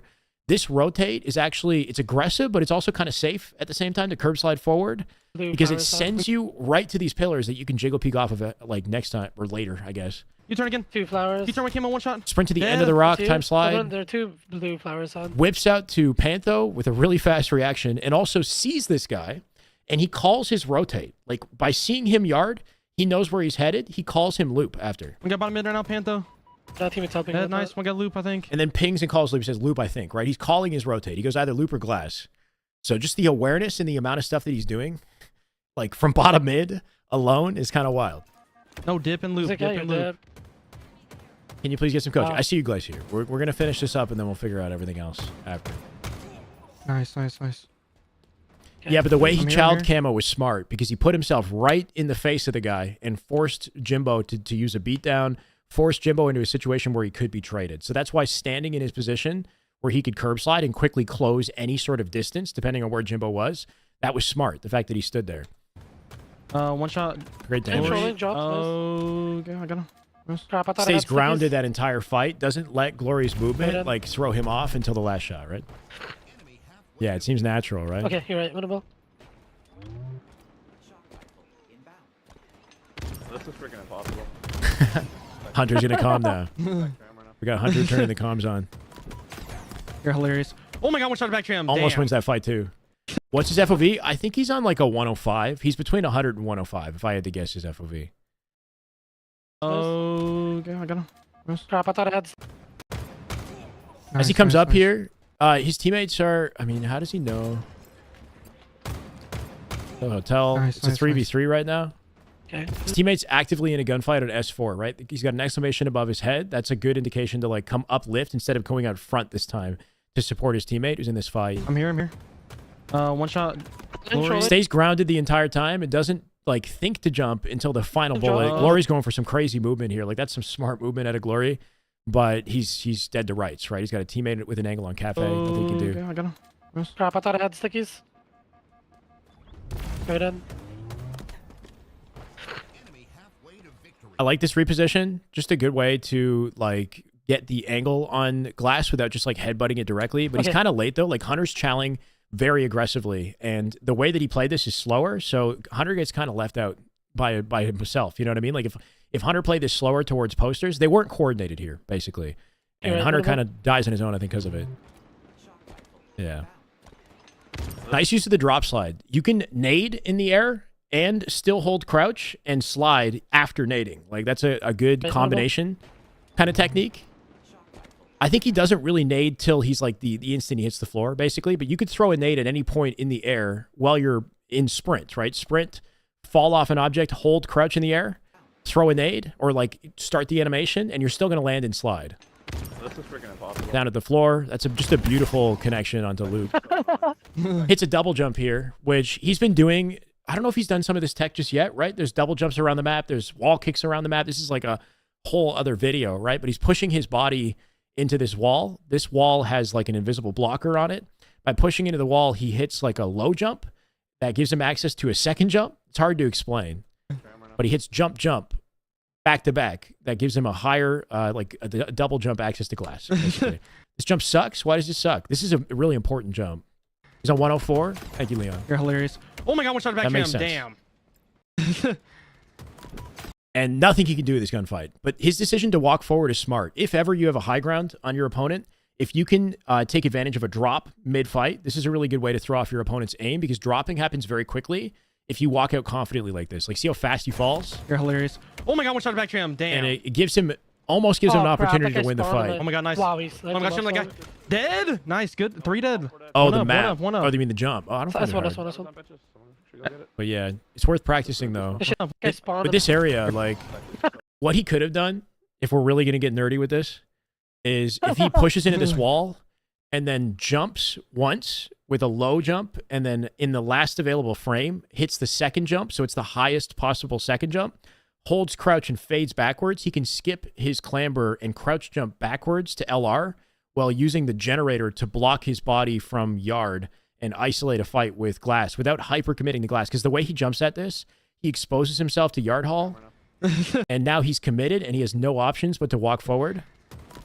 But if he technically did the double jump backward, this is super nerdy. He might have been able to give himself more options while still being aggressive with his gun ready. You're hilarious. Oh my god, one shot back jam. Damn. But I mean, Oh this is still crap, that guy effective. spawned him. Oh my god, nice. Wow, he's Oh my gosh, sniping that guy. us. What's up, Dead. Queso? Nice, good. 3 dead. One up, one up, one up. That's one, that's one, that's one. They should be there, they should be there. They're probably yarding us. They're all they're calling trying the They're S1 all spawn and wait. nobody's Bro, there. how is that possible? That's They all crazy. spawned, I guess. Nice, nice, One guy nice. spawned out on them. Wall kick right here. You're good, you're good. Nading LR. You got one guy. Yard, Watch yard, the yard, damage. Glass now, LR. He has taken no damage. You're good, you're good. I got him. He takes Okay, 2 LR, I bullets in that whole exchange. That's LR insane. loop, LR loop. God, my nades are coming out 40 seconds late. One guy, S2 one shot, S2 one shot. This, you have to mute me, shot. Still S1 never died. Everybody's That's one. cafe to Okay, hotel high right window. now. Yeah, I guess one's still S1. That's one full Cafe shot. spawn is open, though. Yeah, he is that one. Good trade. One guy LR, I think. Got probably yarding us. 3 dead. Oh crap, that guy spawned So they're keeping track of kills right here and trying to predict spawns. him. Oh my god, nice. Like a Wow, he's 2. sniping Oh my gosh, us that guy. all. 3. Dead. Last guy alive was over at Glass. He's here somewhere, right? And Last Shot is assuming, because Sniper is open, that the first spawner, like, I think he thinks that there was 4 dead. Like, 1 is currently alive right Nice, now. good. 3 dead. One up, one up, one Yeah, up. 3 dead, 1 up. 1 is currently live, and he just backed down from Glass. I don't know if Last Shot saw it, but I think he assumes that Snipe, because it's open, is going to be their spawn. That's one, that's one, that's one. Invader Doom, thank you for the follow, brother. Which normally he would be correct. Normally this would be S1. What happened was that one player who's alive is like hiding back tram, and he's far enough away from any gunfights that the game team spawn the rest of the team on top of that guy hiding back tram, basically. So normally S1 would be open and there would be a split spawner or something here, but they're not putting enough pressure on tram for the team spawn influence to not overtake with that one surviving player, basically. They should be there, they should be there. Trippy's Twitch chat? I can't right now, probably J-Rex. yarding Oh, That the sounds train? Now fun. they're all yard. Wait. Okay, Bro, how is that bro. possible? They all squad spawned, I guess. Nice, nice. One guy I'm here, spawned I'm here. out on them. This is a good spot to wall kick. He's going to do it a couple times in this video. He pushes into the wall, sprint, jump, slide. Jump, You're slide. good. He doesn't jump, though. He stays tight. The movement here is so, like, clean and so precise, right? Like, he's coming up and shooting this Leading player LR. and landing with the pillar body blocking him from the LR hall so he can peek out LR hall with some cover to work with, but also in position to curb slide forward to get through here quickly, right? So, like, everything is very intentional here. I'm pretty confident that he's crouching before he jumps as well. Fun, I guess. So he gets a Okay. low altitude jump, right? Hold You're crouch, leading LR. or he didn't do it, but you could jump from a crouch position to do this You got one guy, faster. yard. And then a perfect snap, like from one angle to the You're in next. glass now, Damage LR. on Jimbo. They don't even shoot him at all, right? Like he's a machine, right? He's a bullet repellent. Yeah, the way that he's approaching the gunfight is smart and giving him options to back down, but also the speed at which he's doing You're Leading damage. LR. And the fact that he's got a teammate with him, by the way, he's challenging with Hunter. They're playing yard together, right? So that's a distraction as well. The fact that he takes no damage here, though, is just like wild to me, right? Like he's in the center of it all. Yard, Full glass shields. now, LR. Jumps from crouch position, lands on the block, and hits a nice, like, sharp angle slide straight through You're good. to Ego Mitzi. One guy LR, I think. LR loop. God, my nades are coming out 40 seconds late. One guy, S2 one shot. S2 one Perfect shot. damage on a Glory. Safe rotate through loop, right? Because he's weak, looking for Yes, you have Cafe. You can tell by the position of the team, the open spawn area right now is from Cafe. Hotel is open. But if they're still surviving S1, then you're still going to have to deal with that one player who backed down to S1, right? But this whole hemisphere. Maybe shot. He jumps up to the soda Uh, with the intention of challenging S1, but then noticing Cafe, and then pivots to curb slide to the ledge instead of curb sliding down low, right? Like the flexibility that you have by standing on soda, you can either jet to U-turn forward with a curb slide to chow S1 to cut the guy off, or you can jet to Cafe. Last one never died. One guy, high blue window. Like that, goes down low, looking That's for fine, the full fourth. The way he's rotating through here, like, take notes, man. Yeah, Practice here's this that one. stuff. He's not failing anything, no, because he put the time in, right? Like you gotta like be comfortable with the way the objects are shaped and the timing for every single object, you know, despite the heights and the environment. LR. Yeah. Well, also hitting his shots, right? So like that's the thing too, is like I can confidently slide around the environment, but then nailing every single bullet, that's another Here's one story. We got Camo coming up here. Yep, I'm ready. 32-30, close game. Jion's on the Camo. He's playing Drop with down Blaze. weak. That's the wall kick. LR, no two shot. 2 LR. Beautiful then 3 shots on rotate. one. Beautiful Everyone jump rotate. down. Made it all the way through to back tram yard can BR, drive. right? Check your tram. One guy, front LR. Driveway now, 3 shots. His positioning and spot checking here, like his angle. One guy, awareness. tram now. He just saw somebody Dropping tram. dropping front I'm seeing LR. it. Tram on me. Jimbo, one Nice try. shot. One shot tram. Yard Nice BR try. now. Yard BR. Nice. Good game. Everyone jump Driveway down weak. I'm ready.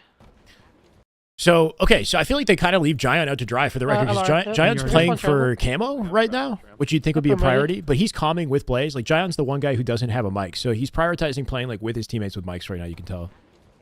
But, like, Blaze is getting aggressive. He's going to follow him up with a quick wall kick, so sprinting into the wall, jump slide really fast. Like, the frame, the faster that slide comes out of jump, the better this works. It's got to be, like, one frame. Jump slide, jump, Jump. like that. Comes Up that through, weak. snaps 2 shots into Lauren. Glory, while jumping to the left edge of this and then hits another angled slide. Like, everything is shot. very intentional. 2 LR. And that gives him a full rotate through the entirety of yard, right? To cut off Glory's exit Then 3 shots on in tram. Like, perfect, right? Like, the guy's got no options unless he was to run and give up his space on the map, right? Like, either he gives up space on the map or he dies. one. Everyone jump down. So just taking space so quickly. I'm gonna drive. Check your tram. I had to, like, pause this and play this frame by frame to see how he checked this angle. So he's playing super tight to yard BR, knowing that, like, if, like, you know, there's 2 angles of approach. His teammate's calling that somebody dropped down low. There could be somebody driveway. They were just fighting on LR. And he's open to his left-hand side. Somebody could wrap through loop. Drop down. And they're 2 dead as well, right? They're 2 dead. He's got Hunter with him. So he's not, like, in advantage state. So it doesn't really make... It might not be safe for him to just keep flying up the perimeter alone, right? Like, and isolate himself. So playing off of Hunter here and playing slow. I'm gonna drive. Check your tram. One guy, front LR. Pantho pre-nating the Driveway now, 3 loop. shot. 3 shot. Got you. Cool. And then watch this, like, by frame here. Or, like, Pantho's going to die. Nice. Watch this check. Like, I think you just saw his leg there.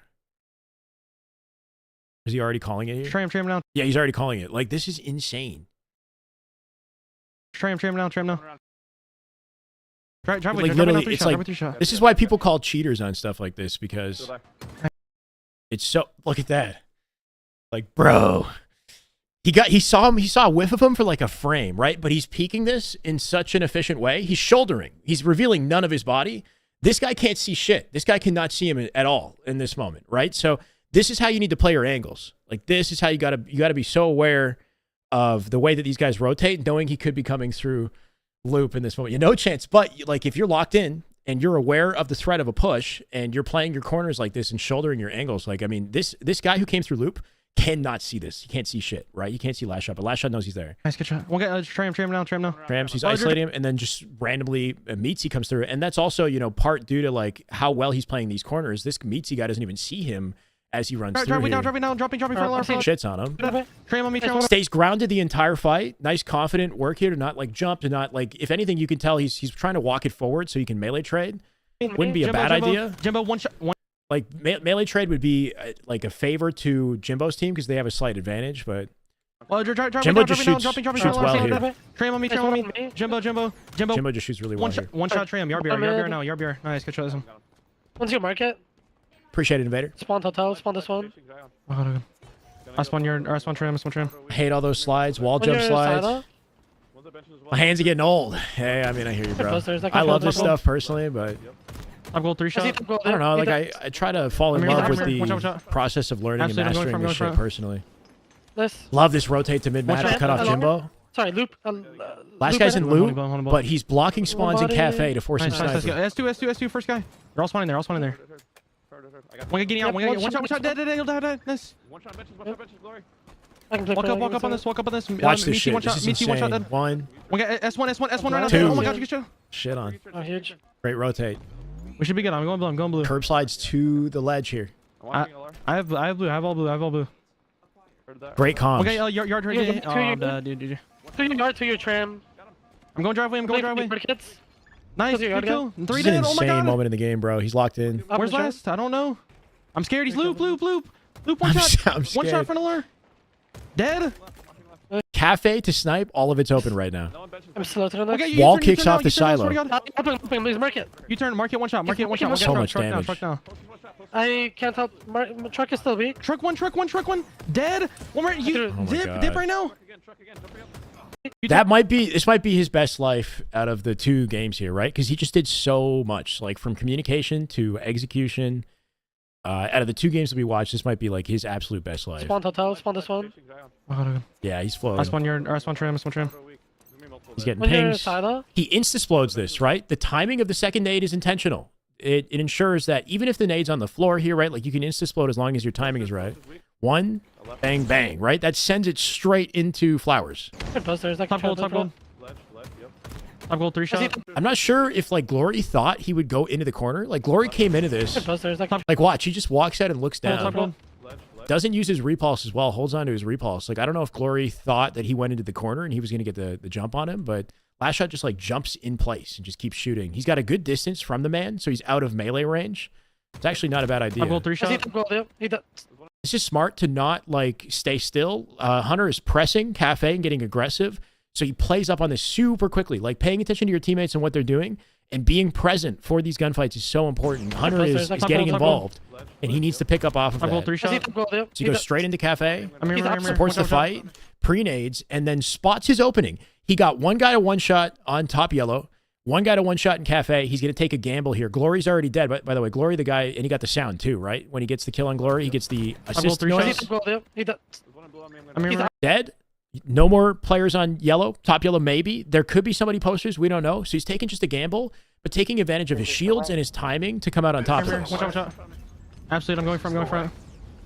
Teammates on his left-hand side have that covered as well, but this is just a great way to guarantee the collapse and take advantage of the commotion here while they are in advantage state, right? Like they're all 4 up right now. Jimbo is forced to back down with few options, and his teammates got that left-hand side covered, so nobody ends up shooting him in this moment.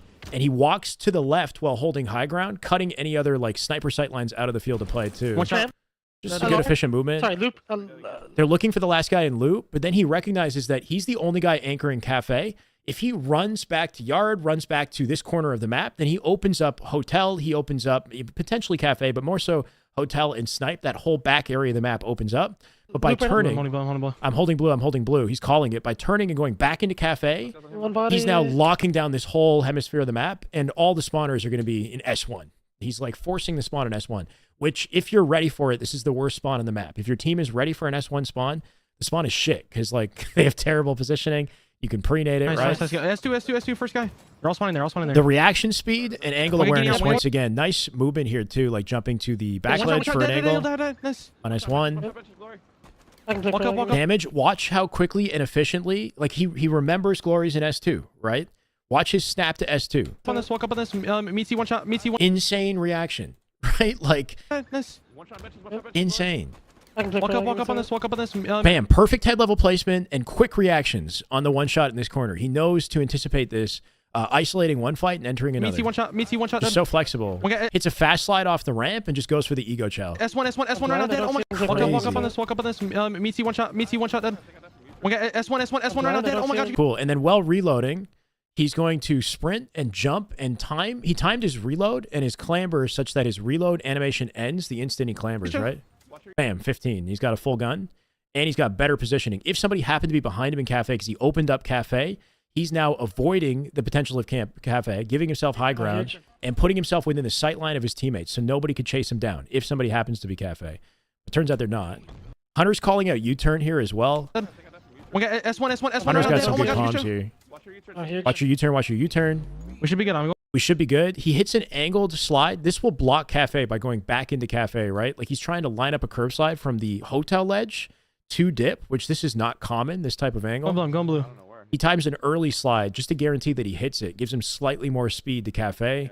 Clamber, sprint, curb slide again through the nades. Checking back Cafe just in case somebody split spawn. But because he sees nobody, he knows that he is now blocking, effectively blocking the side of the map. So he's calling this too. They've got We should right be good. I'm side. going blue. I'm going blue. I don't know where. Yeah. Okay. I'm watching LR. I have blue. I have all blue. I have all. I have all of blue. He's got the nobody's blue. So they have to be in yard and tram. He's contained them basically. And they're going to push quickly, right? Because as they collapse on yard, they start opening up snipers. So whatever he does, he's going to do it fast. All of his team, he's solo here on the left-hand perimeter. All of his team is heavily skewed to the right side. Nobody's got his top yard ledge, right? Like if somebody has his yard ledge, then going through this doorway is not a bad idea. But because nobody has his top yellow ledge, like he's a one-shot as well. Or maybe somebody jumps in after. No. So yeah, nobody has that angle.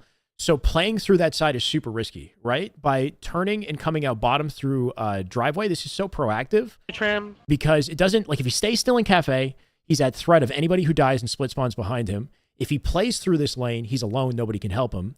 If while getting his shields back, he plays within his teammates' sight lines down low, wasting no time, collapsing. By the time he gets here, he's full shields and he's Nice, aggressive, right? So this is a nice, efficient way to stay in your team sight lines, to take advantage of the fact that you're a one-shot, right? Like, while still pressing the enemy and not stagnating, not leaving yourself vulnerable to the open snipe spawn. So there's 3 dead right now. There's 1 more. 3 dead. Oh my god.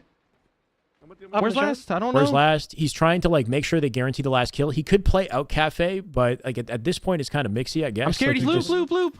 Loop, one shot front alert. Cool. Dead. The whole Cafe to snipe to hotel, it's like all open, right? He's got no info on where specifically those first spawners could be. They're probably like any of those 3 locations. But this is a really smart way to play fast. He's playing low map once again. Nice. Sprints and pushes his body into silo, hits a wall kick off the silo for a fast slide. Gets 2 inside on 2 players doing that, right? That's pretty nerdy. Slow to the Okay, next. you turn now. Because that silo is also a wall kick ledge. You turn now. Swear to God. Open, please mark it. Cool. You turn. Mark it. Glory, while keeping in mind, like Tether, he's not going to hyper commit 1. He knows that the second player is hotel, so he's ready Okay, to you back turn himself now. You turn now. out. Swear to God. Open, please mark Damage, it. You back turn, mark- out, ready for this angle, right? Angle Okay, awareness. one shot. Mark it. One shot. One shot. Truck now. Damage, playing towards his teammate's sight line. Truck is still weak. He's got Nuclear Blaze behind him, backing him up as he walks forward One here. truck. One. And then Dead. thrust forward here. One more. If you got a beatdown out, that would have been flawless, right? If he gets a beatdown out before he dies, that's shields off another player. So, Dip right now. like, literally just doing Truck is still weak. everything Truck in one. this Truck moment. one. Dead. One more. You Yeah, dip. he Dip tried right to do now. everything he could. Oh my god. Yeah, One he shot, plays on mark the it. the Razor, I believe. He's challenging Keep bottom living. mid. Keep living. No, don't die. Holy fuck. One shot bottom mid. Playing side. Truck. Dead. Shit on. I found that. Time on camo. 3 shots. 48, 46. We're good. Keep living. Just getting sweaty. You can fight yard, Loki. Top dip. Shoot. That. I'm gonna get pushed. Bottom mid now. Push, Hunter's push alone. down. He's ISO on S4. Dip one shot. Big Dead. kill. I live. The other one, 49, 48. Oh my god. Oh shit. I got the drive. One shot, market. Nice, Got him. good, nice, Appreciate it. nice. Oh my god. Literally impossible. Oh my god. Yeah, Wow. their whole team is I French. mean, How I you mean. losing that?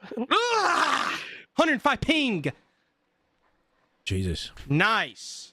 Low key, Nuke. they did just win an impossible lobby. nice. Like this is one of those lobbies where you're winning too many times, you know, when you're winning too many times in matchmaking.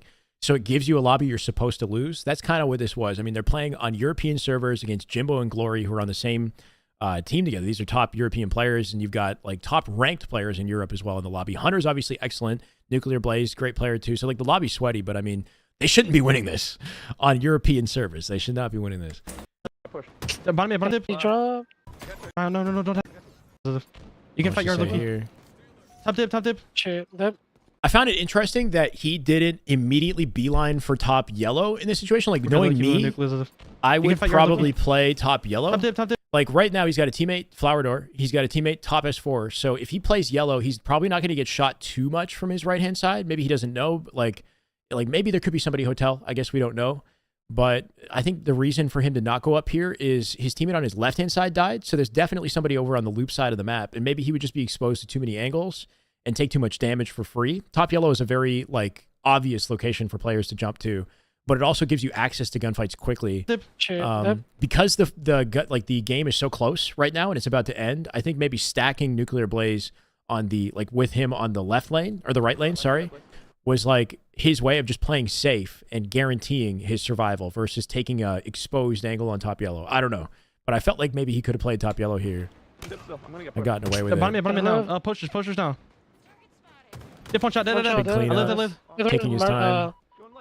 And then how much to say here? His teammates get the kills. I got the drive.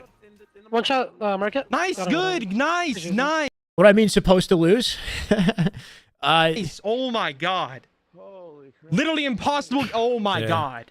Wow. Yeah, their whole team is Nasty set of games right there at a last shot. As far as like what we'll do for YouTube, I am not sure. Like obviously we're live on YouTube right now, but I would probably pick one of the games and try to break it down like with edits and everything to upload to YouTube. What do you guys think between the two games? Which one's like more exciting? I feel like there's both like good insights between the two. Yeah, Nasty. Basically the game, the Halo Infinite will attempt to keep you at a 50 win-loss, right? That's what it's trying to do. It wants to keep you in the same rank that you're at. That's how the game works, right? So the objective of the matchmaking system is to have you win as much as you're losing so that every game that you play is competitive. And if you're getting better, it's because you're beating the system's assumption of like how well you're going to play in any given game, if that makes sense. So like if you're like hard stuck D5, that's like where you belong because you're at a 50 win loss, basically, or something like around there. If you win a lot, the game will get increasingly more difficult to like counteract the fact that you're breaking 50%, if that makes sense. So eventually you can end up in a lobby where your chances of winning are low. And this, you could see this as a test. If you get in a lobby where the game is predicting that you'll lose, like it's not going to give you an impossible, like completely impossible lobby, but if you win in the games where the game is predicting you to lose, that's how you rank up, if that makes sense. So like what it'll do is it'll give you a game where it expects you to lose. And if you lose, you stay where you are, which is the intent of the system. But if you keep winning, even in the games where the system expects you to lose based on your MMR, then you'll gradually improve. You'll gradually rank up, basically. So it's kind of like, it feels punishing and it is annoying, but it does kind of make sense. Like the best players will continually win, even if the game is trying to give them regardless of the lobby the last shot gets, he can win. You know what I mean? Like he's got the ability, and that's why he's Onyx 2000 plus whatever. Like these guys will keep winning. You got a move for it or? Any indication when you're in a lost probable lobby, you can see it after the fact. So if you go to Halo what is it? Halo Data Hive or whatever. Like there's a website for Halo Tracker or something that will show you the matches that you played, and it'll show you your skill rating from your team versus your opponents. You can also see the skill rating of your team versus your opponent team in the menus after the game finishes. That's one indication of your chance of like winning if the enemy team has a higher skill rating than you. And then once you go to the website, the Halo Tracker website, it'll actually tell you the percentage chance that you'll win. Something like that, I think. Like you can get games where it's like 80-20, like you're going to lose, 80% chance you're going to lose. Those lobbies exist, basically. They're pretty punishing. According to the system's like guess, basically.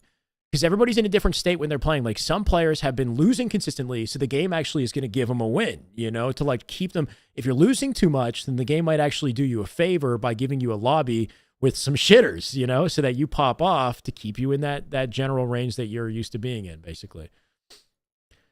Why not just make balanced games? I mean, that's its attempt at balancing things. I don't know. I think that there's definitely flaws with the ranked matchmaking system. There's plenty, you know, and it would be a longer discussion to try to like talk through it all and what would be the best, you know, answer for all of this. But generally speaking, I think the system is not like terrible. Most games are relatively balanced, but yeah, it also is kind of shitty though. I hear you. What the thing about ranked right now though is there's another thing about it that's kind of like broken, I guess. Because so once you get to 1700, you get +7, -7, regardless of whether or not you win or lose, right? Like that system is nice in that like you don't have the threat of like getting a huge CSR loss when you lose, right? Like sometimes you'll feel like you're getting +5 or you will be getting +5 and you're getting like -11, which sucks. But if you get a static +7 and static -7, regardless of your performance, it sort of breaks the game in a different way. Like if you play in the pro lobbies, once you get to 1700, if you're a low MMR player, so you don't usually play very well, they'll throw you with the pros to balance the lobbies, and then you'll probably still win because the pros will carry you. So you can get carried to like 1900, 2000, etc. Because and there's maybe even a higher chance that you get carried because the pros need balancing players, right? Like the pro players are so good that they need players with low MMR who sort of don't deserve to be a high rank to balance the lobby so that, you know, that it's like supposed to be even. But anyway, yeah, you can call out Bopsville. You can call out like some of the players who are really high rank because they play a ton of Halo. And as long as they keep playing and they get 51% win-loss, then they will be a higher rank than they are. They'll just keep ranking up over time, right? Because they're getting +7, -7, regardless of performance. So that's kind of broken too, right? Like that, if they did that for the entire matchmaking system, you would have a lot of people with inflated ranks and it wouldn't be a true test or it wouldn't be a great test of like who's actually deserving of a diamond or deserving of a plat. So it's tricky, you know, to find a perfect sweet spot that works. So yeah, free coaching now. Okay. I guess. That was the last shot game or games. Can't get out of 1500 because I'm consistently getting matched against the same people or the same 4-stack all the time. I mean, maybe that's part of it. Like, if you can't get out of your rank, then you are like, technically, it also means you're not improving though, because you're playing in the same types of lobbies and not playing better in those lobbies, if that makes sense. I don't know. I mean, generally speaking, when somebody's hard stuck in a rank, then I'm able to expose like flaws in their gameplay that they can work on. And if you just focus on that, like, look, don't worry about your rank, okay? Just focus on your gameplay and doing what it takes to win and not being hard on yourself throughout the process. You know what I mean? Just focus on what you can do, what you need to improve on, and doing what it takes to win, basically, is the mindset. You know what I mean? And as long as you're doing that, then you will gradually see improvements. The rank will come.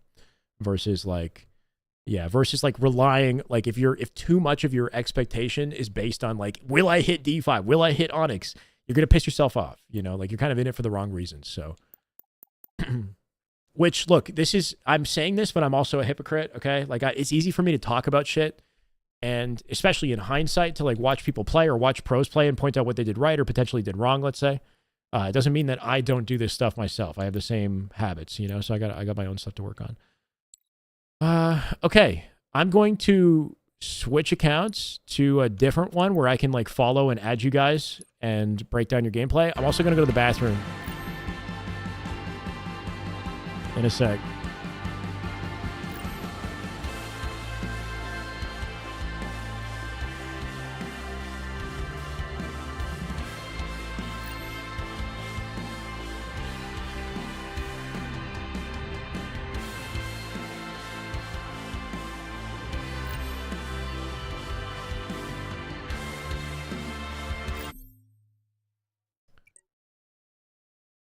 Okay.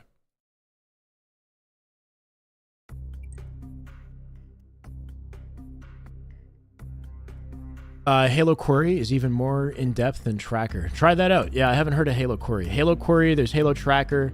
You can look back at your previous match stats and then see the chances that you were supposed to win or lose that one, basically. I got a queue, no queue. I'd be down to give... how do we do this? Maybe we can start a queue through Stream Elements or something like that.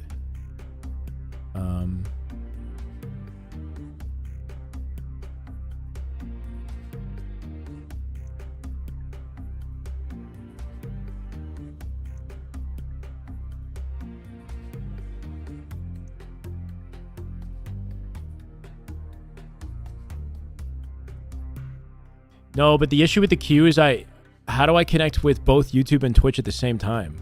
If the queue works on Twitch, doesn't mean it's going to work on YouTube. Makes it tricky. I'm gonna go to the washroom.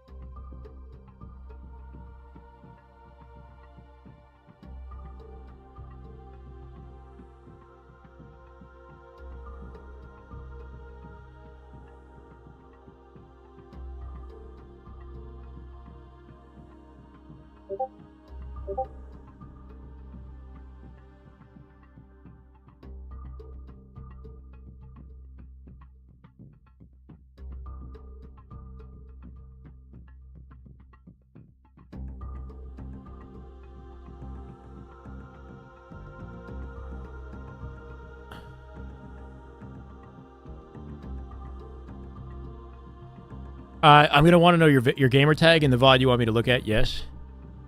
Okay, if you want a breakdown, this is going to be super random and probably, I don't know if it's a smart way to do this. Listen up if you want a breakdown. Both chats, guys.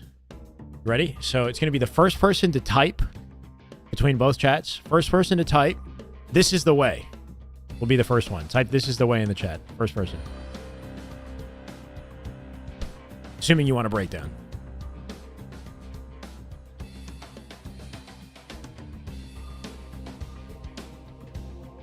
Okay, Twitch did it first. It was King Titan, bro. How is King Titan the first one to do it? King, I've broken down your gameplay how many times now, bro? I owe you? Okay. All right, King, fine. Let's look at something. 15 minutes each. I'm going to put a timer on my phone, and then we'll see what we can do in 15 minutes, I guess. I don't know. I owe you 3. Hey. What, with channel point rewards, you're saying? Yeah. That's because my channel points are too cheap, though.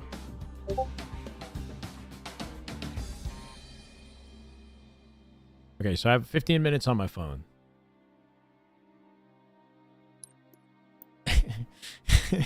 You're like top of the list, like ready to go, bro. It's fucking... All right. You got to play ranked, man. What are you doing? He plays the bot challenge and social games, but he's not playing ranked.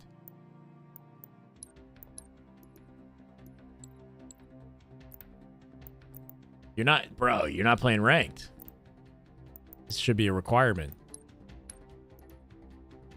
Well, that's not the one. Which game do you want me to break down? Direct. Listen, I've been busy playing social is what you're saying, my guy. What game do you want? Help direct me to a game. Coach you to break 2K in 2s? I mean, I might be able to point out a couple things, but it sounds like you're well on your way if you're breaking 2K.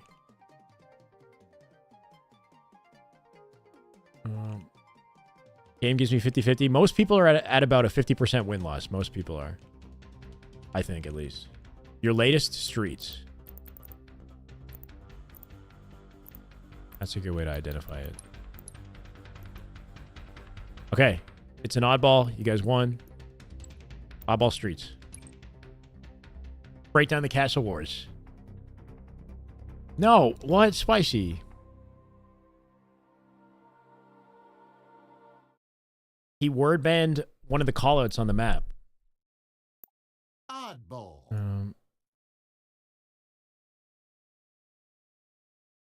There we go.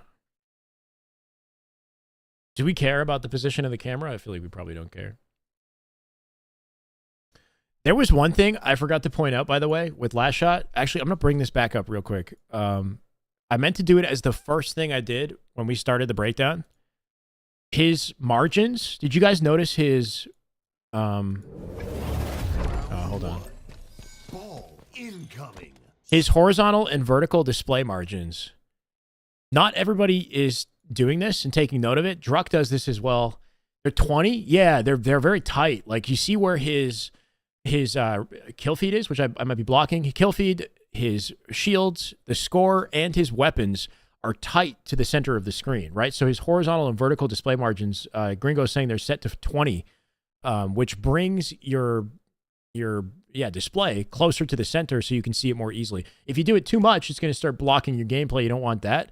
But there might be an advantage to having your shields, having your kill feed a little bit closer to the center so you can see it more easily. So, take notes, right? Go to your settings, change your horizontal and vertical display margins, and see if you like it. You can get, you won't have to move your eyes as much to get all of that valuable information, basically. What we breaking down? So we're looking at King Titans, Oddball on Streets. I am going to start the timer, 15-minute timer, and then we'll just do somebody else. So 50 minutes, let's go. Oddball Streets, opening strat. Ball incoming. I just set the timer. Possession of this body part. Oh, you had it. Nice attempt. I would, at the very least, like, walk yourself into cover when you do that, though. Instead of staying, like, in the center. You could take, like, multiple fights here, right? The chances of you fighting tires is pretty high. Having somebody heaven ledge is pretty high. So this is kind of scary. Like, I like that you come in with confidence and you first shot the guy. He's already 2 shots down. Walk yourself to the right and isolate this fight and then guarantee the kill that way at the very least. But good try. Pace yourself on the last shot. Yeah, and just walk yourself to the right. So at the very least, if you get the kill or don't get the kill, you don't get picked off by somebody else for free. We have the ball. Otherwise, 50-50. He dies. Pay attention to your kill feed and your teammates. Nice, big pick. Teammates getting swarmed. You probably spawned PD, yeah. Active camo. Inbound. Enemy has the ball.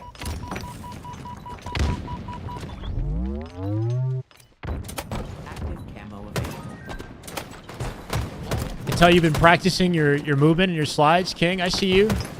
Are you diamond now? I feel like last time we watched, you were like a gold player, so I feel like you definitely improving a little bit here.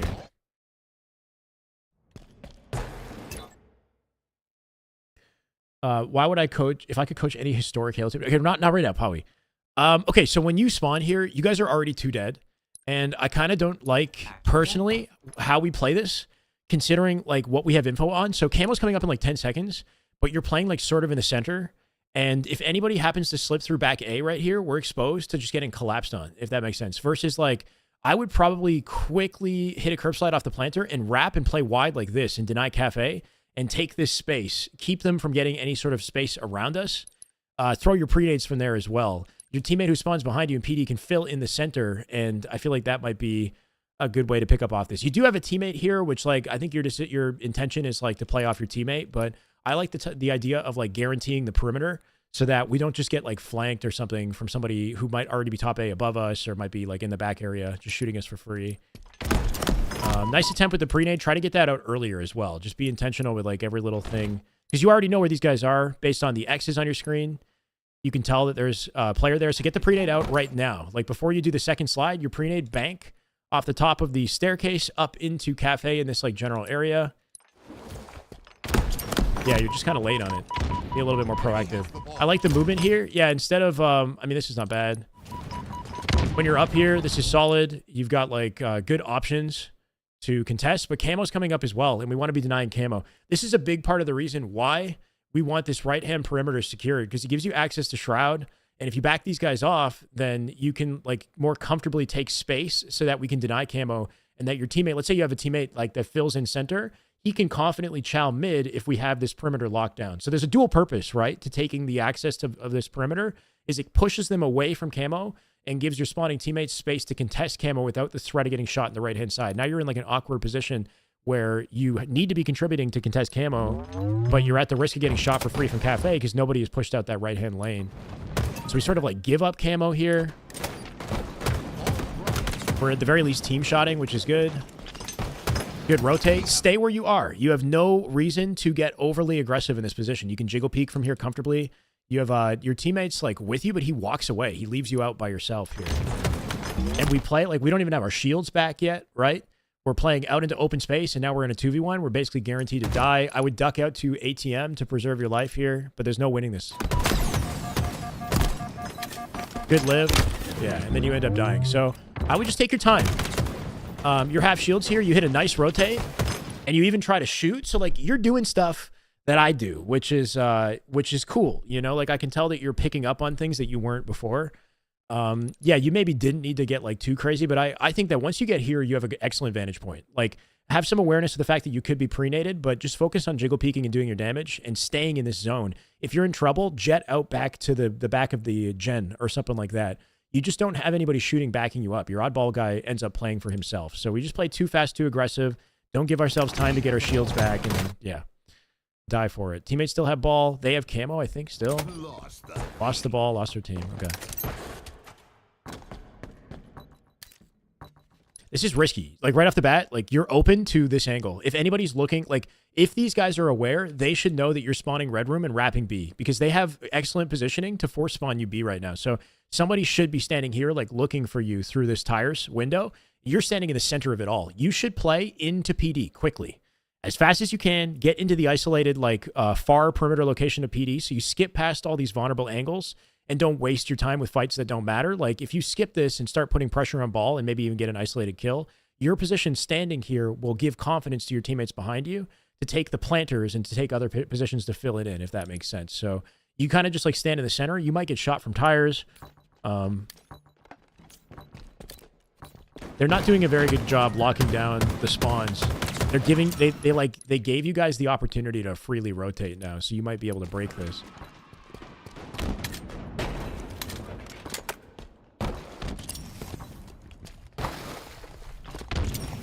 Getting milked. Getting milked. Nice. Good kill. Well done. Very confident. Very confident. What the hell? Who is this guy? Is this King Titan? Perfect. All dropped. We have the ball. Okay, thankfully your teammate has the oddball. They're spawning C, and we've got Cafe. Well, before you get too far ahead of yourself here, like the things are... Where's the oddball right now? Why is it... What the hell? The oddball's on B stairs. So, like, big mistakes happening from a macro perspective here. You just did work. All dropped. We have the ball. We'll just watch to the end of this. All dropped. Whether you're on YouTube or Twitch shouldn't impact it too much. Ball dropped. I don't know. I think YouTube chat is just as quick. Nice shots. You're shooting nicely here. 5 shots.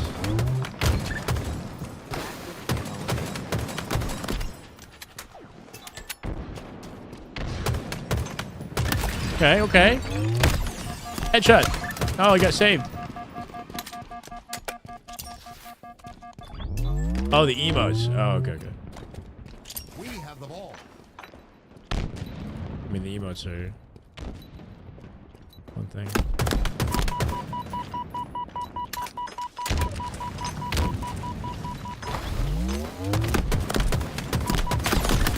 Wow.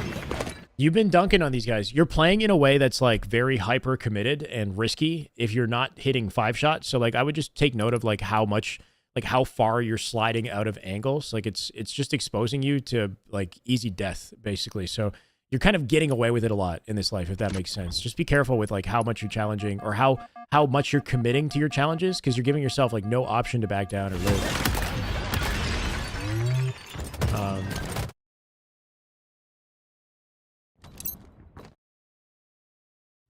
So yeah, I feel like we could be more proactive here to get into PD to put pressure on the oddball guy quicker. And this whole thing could be more efficient. Like, so we could have been PD to put pressure on him. And then like, when you recognize that he goes up here, you should just be jumping up here and shooting him in the face. Like, you know what I mean? Like there's things that we can do that are faster and more efficient than like wrap the whole map. Your teammate's already back A. He already has position to collapse on the guy. So just jump up to this position, like beside the heaven ledge, and just start shooting him. Force him to throw the ball, and then hopefully your teammate gets the collapse and gets the kill.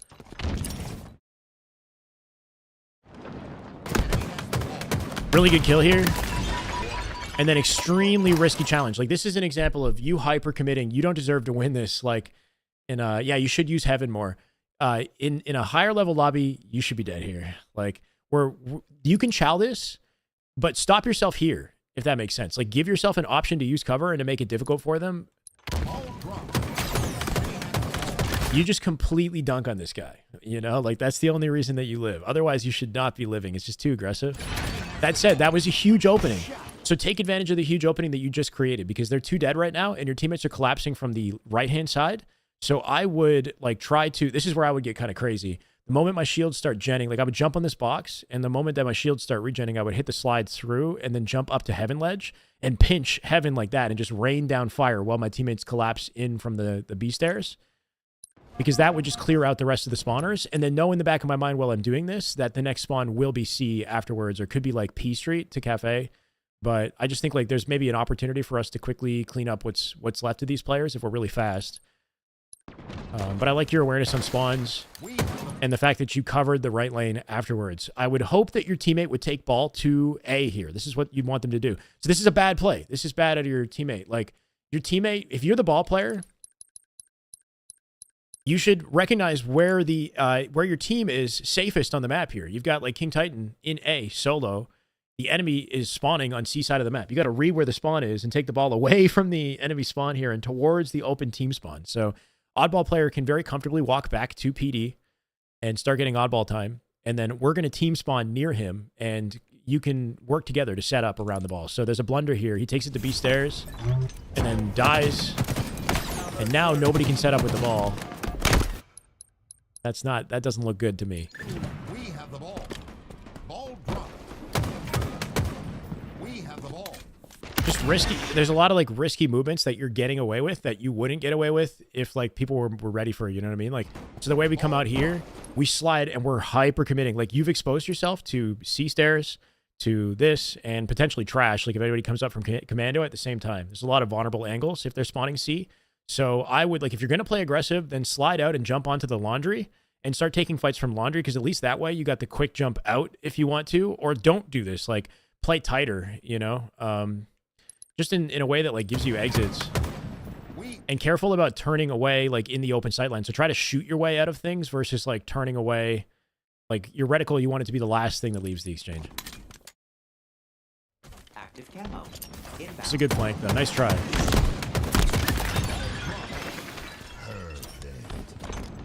I would, like, low-key, you might as well just pick up his shotgun. Wrap, curb slide, grab his shotgun, play through wide. If we're breaking GA, we're breaking GA. You know, like, I wouldn't just leave that shit on the ground.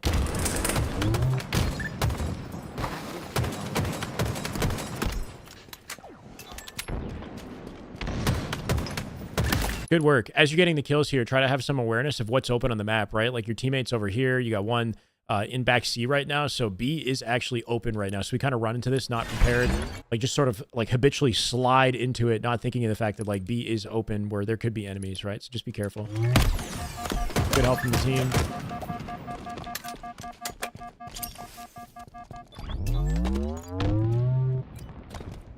We have the ball.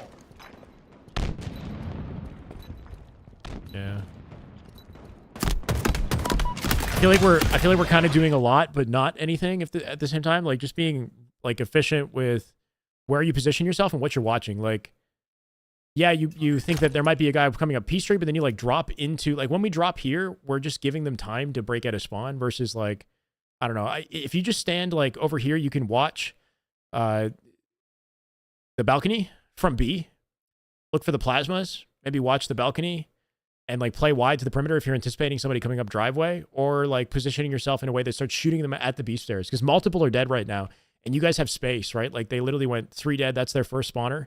So instead of like, I don't know, if we're more in tune with the kill feed and the timing that we have, I feel like you actually do have timing to just sit at the top of B rail. Don't go any farther than this, and be like aware of the fact that they could be your driveway, versus like backing up as much as we are. But anyway.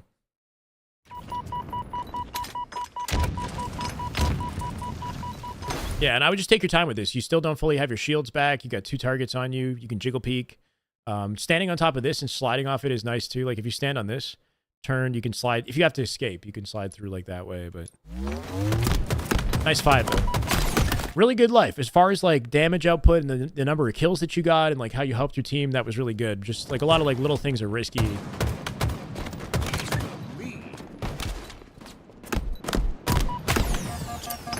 Whoa.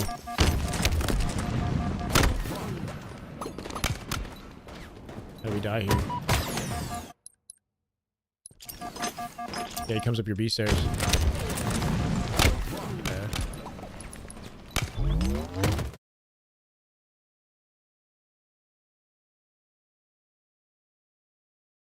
Spawn. When we spawn, your teammate is dead on your right-hand side the moment you spawn, which gives you like immediate info that there's players coming up your P street. So I would, instead of like doing this like wrap, you're pretty healthy on the left-hand side. Your ball's here. This guy's in a gunfight, but like I would play the back of A and watch Cafe off spawn to pick up off your teammate's X and like play this lane versus like coming forward. Like I'd be trying to pick up off the info that we have immediately. I guess you're like, you put yourself in a position where you can help this guy. Oops. That's 15 minutes, by the way.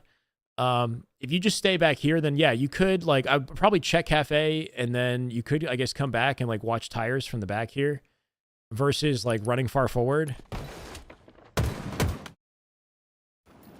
And then you should be like kind of aware of the fact that they're coming up your right-hand side. Like we're moving in a way that's not considerate of them wrapping up our Cafe. And the moment we spawned, we got info that told you they were coming Cafe because our teammate's X was there. So that's like, I think the biggest thing that we should have in the back of our mind. Like we should be playing in such a way that doesn't just like expose us to Cafe for free. And if we are going to help our teammate on the left-hand side, then we're doing it with the understanding that we're giving the guys on the right-hand side time to come and collapse so we can put ourselves in a position to like address it, if that makes sense. Teammate should be throwing the ball out to the courtyard or something like that. I don't know. I guess he's like baiting. This is because we're 2 dead right now. So he should be thinking of like tossing the ball and slaying more than just like getting, you know, a couple extra seconds. Or like earlier, what he should have done is rotate. So like while his teammates started dying and we got a kill on B side, he probably could have like rotated the ball maybe towards B to keep it away from Cafe. That could have been an option. Yeah, jiggle peeking would be effective here. We just take a lot of damage that we don't need to and throw the nade in a way that's like, yeah, exposes us. Just kind of scary. What you could do is like this would be finesse, I guess, but like quickly get through tires and try to like skip past them or something like that to finesse them. You're kind of like overwhelmed. It's a tricky situation. Play up on top of planners though. Maybe that'll give you more options and something to slide off of, but yeah. All right, I'm going to watch one more life and then we're going to do somebody else. Practicing jiggle peeking is super valuable. Try playing training, put the enemy outlines on, and work on like perfectly peeking around walls because you can see the enemies through walls. It's a valuable skill.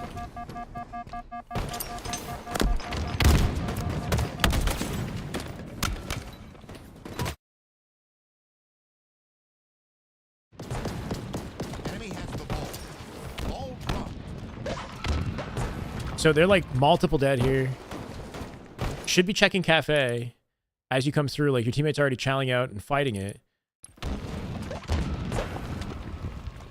I would definitely like pay attention to your kill feed to give you some insight on where to anticipate enemies in this moment. I guess you're worried about like clearing out PD, that somebody could be PD, but they're like in Cafe at this moment. Multiple died. So if we're watching kill feed, like we should know that we're coming in here with an advantage. Cool, big kill. Not found. Yeah, and then I guess you play for ball. This might be another good situation to wrap and go wide once again. Play for the shroud, play for the coverage on the backside of A, so that once again, like when your teammates spawn, we're only 2 up right now. Like I guess we got traded as we made our way through A here, and you know to anticipate them coming up cafe. If we like run out here, you're open to the open C spawn, anybody who's in mid, and you're open to cafe. In a situation like this, when it's like even, and we don't have our full 4, instead of playing for ball, just play for the perimeter, right? If you secure this side of the map and our teammates play through the center of that, then I think you'll have a better chance of like coming out of here with the oddball. But yeah, this is like really risky. We're kind of diving in for oddball when we don't have an advantage state to grab ball. And then we're running at this without like being, like you saw the nade trajectory that told you that there's a guy on your driveway. Like you got to notice these little indications of where players are. Grenade. There's a guy on driveway right now. So you need to transition to jiggle peek like efficiently here. Yeah, there's not a lot you can do. Even if you're jiggle peeking, if somebody's behind you, he can shoot you in the back, right? So this is just like, it's going to be hard to live almost regardless of what you do, but kind of playing this in a way that gives you like the maximum amount of damage, getting that nade out earlier. So like throwing a left-hand nade off the floor that blows up on the pillar while you're still like here before you come out into the open pillars, if that makes sense. If you get like, if somebody tries to shoot you from behind, if you walk and push your body into the back wall, you cut the tires lane. Like simple movement, if you just hug the back wall, might be best in situations like this. The bigger, bolder slides that you're doing are exposing you to a lot and also keeping your gun down. So like having your gun up, playing tight to your walls, walking yourself into here, and then just staying tight to the back wall and just hugging your corners so that you can force a melee, get maximum damage out, you know, while doing the minimum, if that makes sense, is kind of like what you'd want to hope for in this kind of crazy situation. Okay, hopefully some decent insights. There's not a lot of time to do much. We're kind of like speed running, right? But I want to be able to like help or, you know, contribute to like multiple people's POVs in an efficient amount of time. Thank you for the follow. I can't see that through. Oh, thank you for the YouTube follow. I missed the name there. Appreciate it, brother. This is the way. This is the way. Is it Geo, sir? Okay. No. I'm going to think of something else. So first person in the chat to type, I am the best. First person in the chat to type, I am the best.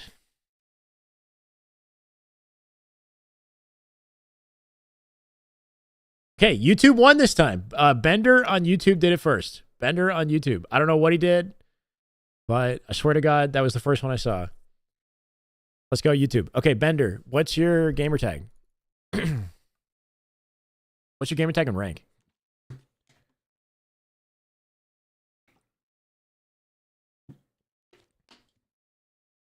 All quick with it. You got to make sure your broadcast is like refreshed. Start putting like a delay on this shit. P6. Okay, cool.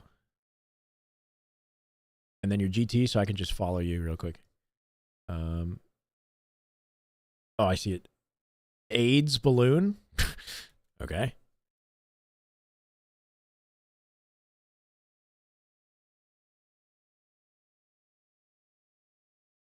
Wait, it says, okay, fair enough. I don't know if this is this your GT? It says you have 0 friends, 0 followers. Not to call you out, bro. Just making sure. Hold on, let's see. AIDS balloon. Yeah, I guess so. Okay. Is there it's got to be ranked though. I want to watch ranked gameplay if that's okay. Is there a ranked game that you played recently that you're cool with watching? Because these don't look like ranked gameplay. Or I guess if you really don't have anything. Streets Oddball on page 3. More Streets Oddball. Okay, perfect. What's up, Aries? Yeah, I don't know why I didn't mean to do that. That's not nice. It's probably a bug. Or who knows? Oddball.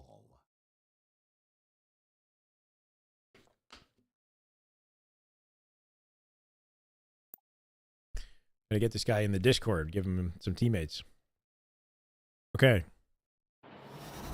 Opening strat. Ball incoming. The longer you hold the skull, the more you suffer. Playing for Shoddy.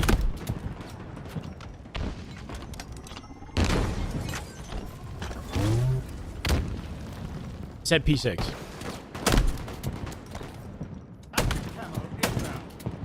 Oh my god. Oh, and he got a beat down on you? Wow. Oh. It's an interesting opening. It's like very passive, you know. People, they're not doing a lot off their opening. The more you score. Picked up Shroud.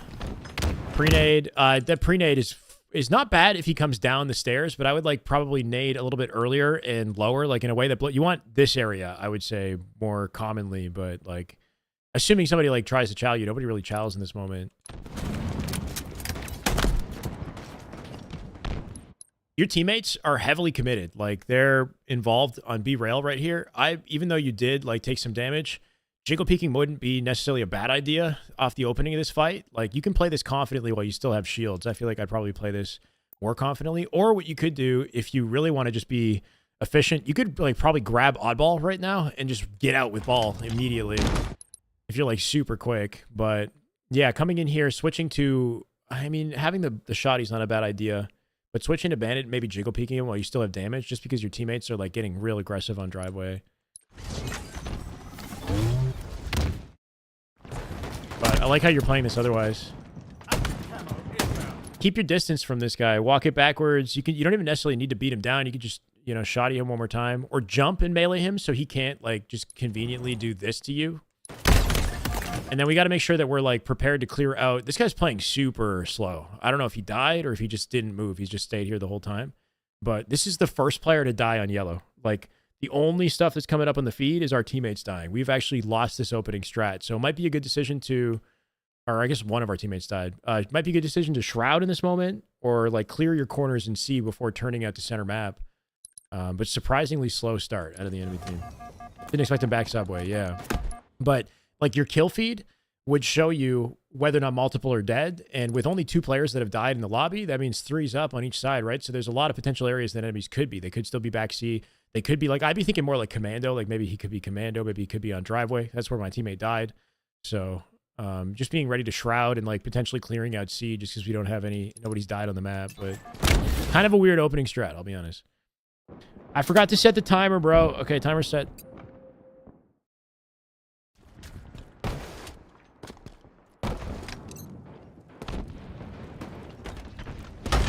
It's yours. Keep it that way to score. Cool. Teammate spawning A here. This is good. Good efficiency. Nobody's covering our P side. Yeah, they're starting to come through P side. I like that you rotate. I would just go all the way back into PD and turn and watch back A because this is completely open. This guy's probably going to come your back A in a second. Or your top A. Oops.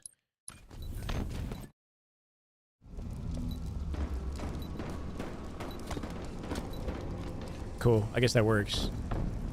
But you should be more aware of back A right now. You should definitely be thinking about the fact that, like, this side is open and that they're going to be flanking me because my team is not blocking that, right? So when you see all your team rotating like this, follow them. Yes, go through PD, but also have some awareness, like get ready for the threat of somebody coming through your cafe side. So you just at least be checking it, seeing it in your peripheral. You could quickly, like, juggle the ball through the open caution corner.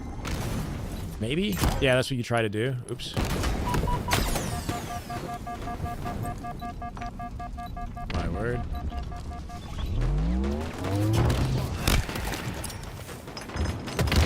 Nice.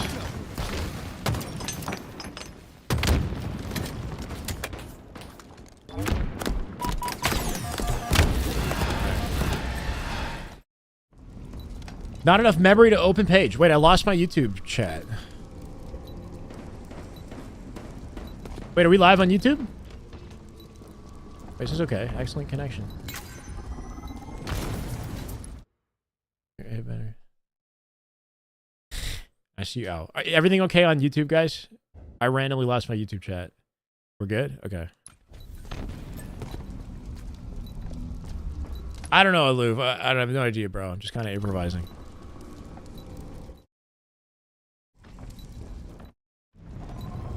Before you just dive out, like your teammate died here, you have teammates that like just they're not paying attention to you. You know what I mean? Like It's just kind of scary to me that we run through this in the way that we do. I would just throw ball and bait it for a second and start jiggle peeking the guy because we know he's throwing nades at us. We know he's there. Personally, like I feel like because you should die at a high level right now. You know what I mean? Like, and the way that we rotate is not super efficient. You're jumping out with the ball. Like you want to throw it and sprint, slide, grab it, jump, strong side. If you want to come through here really fast, so like throw forward, sprint, slide, grab, jump, strong side at the same time. Versus like you jump out, you should be dead. Before you even throw it, you jump out, right? Like you're getting shot by this guy and by this guy if he's good at the game. So like we're lucky that we get through here. I would like probably bait ball. I don't like how our team is playing though, to be honest. They're playing so far ahead of you and not like playing in a way that's actually setting up with the oddball. But all you can do is try to like navigate around that by having your own kind of coverage and awareness on your own. So just baiting ball might be a good idea here. Because now that we've taken all this damage, it gives them the room to like collapse on us. But you're doing a pretty good job like just staying alive. We're definitely coming from C, like cafe side of the map in a second. Probably could have just headshot executed the guy, but that's okay. Cool. And it might not be a bad idea to just get into B here versus like getting mixy in tires. Like unless you're like really quick and confident, you step on top of planters and activate like off this info. At least if you're like in the perimeter of the map, you won't have to worry about the threat of anybody coming up like your B stairs. Because earlier in this, I'm worried. Like in this moment right here, we're all contained within B. The whole area of the map is open. So like anybody at any time, like this guy, for example, could come and wrap and flank up your B stairs. So it's just scary to be like hanging out here too much without making it like a confident decision. This is going good. Don't jump here. Stay grounded. Stay confident in your movement, right? Like when we jump, we give him space. We give him opportunities, just like jiggle peek on this guy. Sprint, if anything, after the nade blows up, sprint, slide forward, jump on top of the planter, and just stand up here and put pressure on him. You have a teammate in B that's kind of like backing you up. And by playing tighter to tires, it gives you options to escape and get out of this. Yeah, so when you're under pressure, it's good that you're noticing this. This jump backwards isn't doing you favors. It's delaying you, taking advantage of this, and also like threatening, giving you like the threat of getting flanked from behind. The longer we, the linger here, the harder it's going to be. And there you go. You want to kind of notice that like all of your team is starting to converge like in front of you. You've got one on your right hand side, he pushed out front. Others, like you got one through mid. We've now left that back C driveway side completely open. So you want to kind of like feel it. There should be like a I don't know, just a feeling of like, I'm leaving these areas open. Eventually somebody could come for me from this side of the map. So you got to play in a way that's very proactive. So yeah, stay grounded and confident like in your peaks and just play up on the guy because you got 2 kills in that moment. You guys actually had a good advantage to 2v1 that guy. We have the ball. Ball dropped. Should be aware of that angle as you come in so you're quicker to snap on him. Risky jump.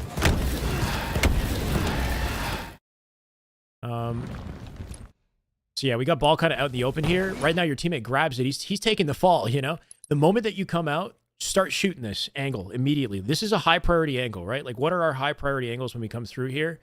C stairs, balcony, and then as we step out, anybody coming out through the P street. There could be somebody like through commando as well. Like we can shoot this and then slide down here, isolate the angle with commando and shoot for commando technically too. But like the first thing you should be doing and thinking is just jiggle peek and shooting top like C stairs immediately. This shouldn't catch you off guard. Ball dropped.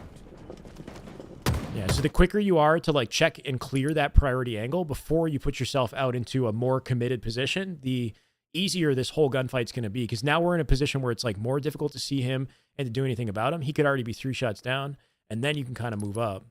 You don't need to die here. You just need to keep them back so your ball carrier can get to PD. He should be like wrapping to the safer area of the map with a teammate like ideally helping him get to somewhere like PD. Or if anything, just hiding in the back of B, which I think he might do.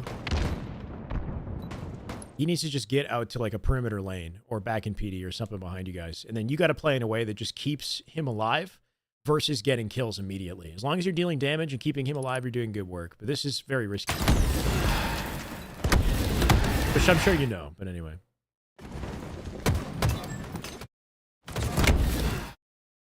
Yeah. But like the idea would be like deal your damage and hold your positioning until they start dying and then do the crazy shit. You know what I mean? Like save the jump, save the aggressive movement once they're staggered.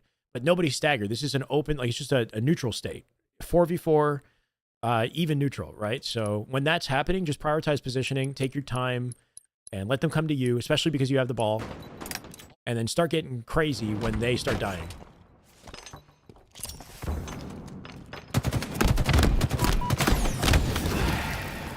We died a driveway, yeah. Off spawn here, a teammate is grabbing camo, great. Enemy has the We can, like, try to acknowledge the fact that your teammate just grabbed camo. That's valuable. If he gets out with it, which he does, try to make a play off what he's doing. Like, pay attention to him and work, like, with him. A safe way to play this, because when you spawn, it's only you two. Like, your teammate with camo and tires, and you alone. The teammate died here on B-Rail. Playing Heaven Ledge wouldn't be a bad idea in this situation, but you need to be just, like, ready for all the potential angles and the fact that you were at a disadvantage state when you play this, and try to bait a little bit. Like, play off your camo guy and let him get involved in the fight before you go crazy here. So yeah, we're walking into here not considerate of the fact that, like, somebody could be B-stairs, somebody could come up driveway. We're only 2 up in this situation, so we need to kind of play slow and play in a way that, like, deals some guaranteed damage so that our teammates can kind of confidently play off of it. Heaven Ledge wouldn't be a bad idea. And they don't have a lot of ball time. They just started getting ball time, right? So it's not a, you can take your time, you know what I mean? Like, you can get away with them getting a little bit of ball time in this situation. Yeah.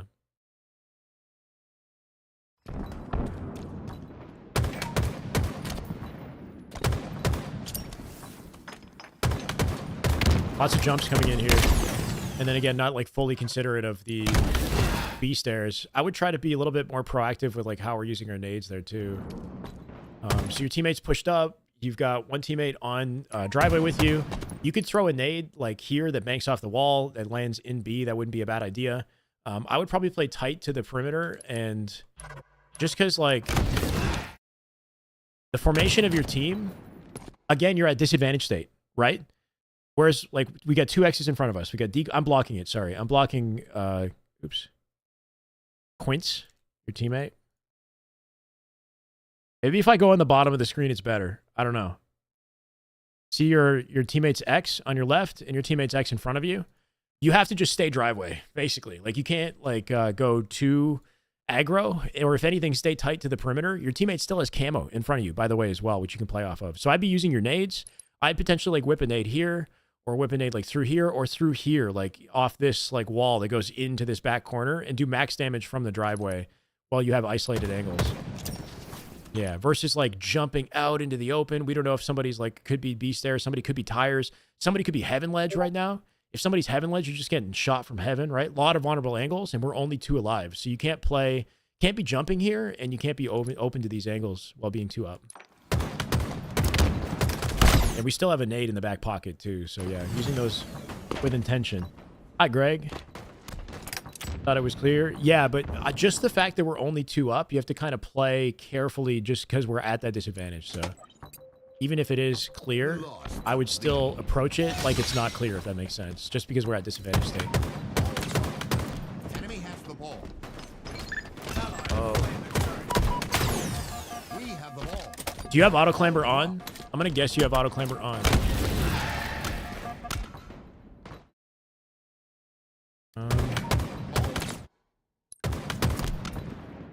It's a good rotate that you hit here, but your rotate actually makes it harder for you to hit your shots on ball. Like, yeah, I thought so. Okay. When you do that, this is my gameplay in a nutshell, right? Like, I hit the curb slide, and then, like, I struggle to hit all of these important shots. Like, if you just shoot him 3 times, he dies. So, like, if you were to, like, be walking out and just, like, standing in this area, you'd probably hit all 3 of your shots. But because you hit this, like, crazy G-slide forward, you, like, miss that final headshot. So just keep it simple here. Like, you've got good insight right off your spawn on where the enemy is with ball, and you know where he's rotating. So, like, you can, if you want to cut this angle and not get cherry-picked by P Street, I understand. Just, like, stop yourself in this general area and hit every bullet so that you have options and you don't, yeah, the ball dies. Now we're, like, in the open to front C. So you got to be, if you're going to do this, you got to be very quick with how you're rotating through here. Yeah, you're taking shots from C. Cool.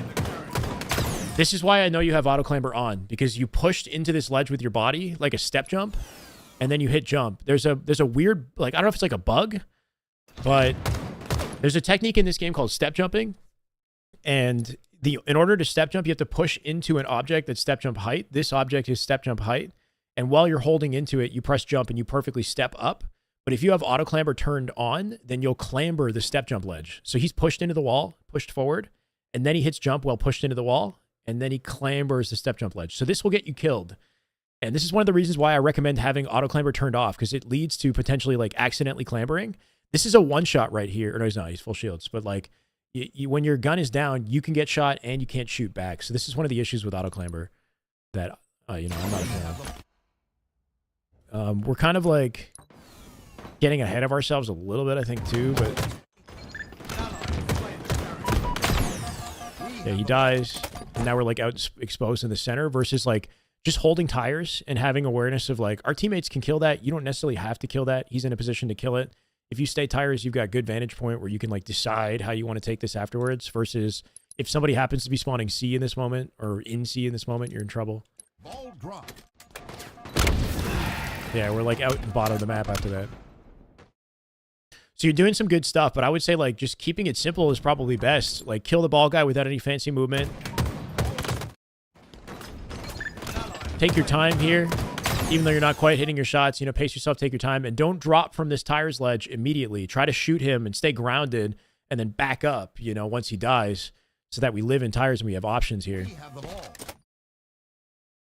Curb sliding off laundry would have helped him get to ATM quicker to navigate. Yeah, he kind of fell like accidentally or something, maybe carrot, right? That helps him get through there quickly, but it's kind of like not necessary with the position of his teammate. Okay. Risky jump, but good team help. Enemy has the ball. Ball drop. Wow, we spawned like in the center of it.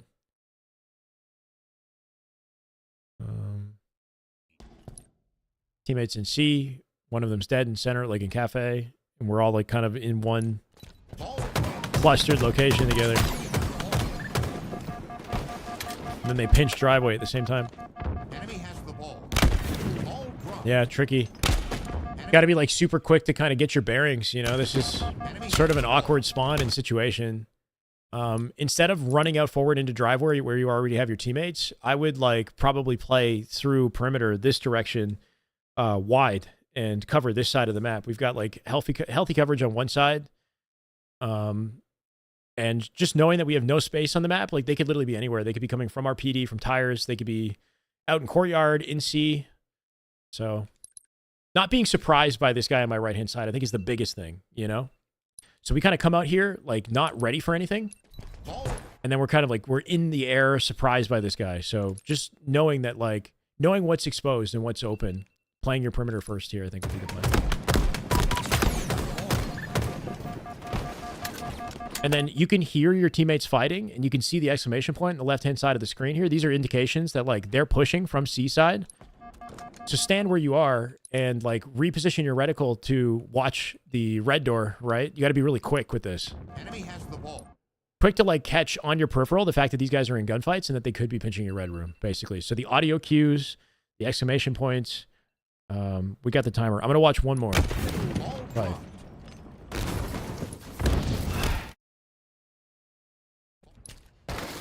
Enemy has the ball. Aim true, Spartan. Lost the lead.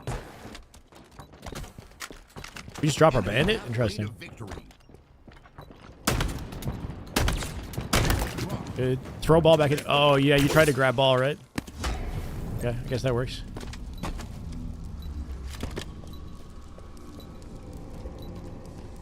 Yeah, like they're going to be on our C stairs immediately. The way that we're playing this. If we keep rotating out through B to the direction of our spawning teammates, that might not be bad. Camo's coming up, though.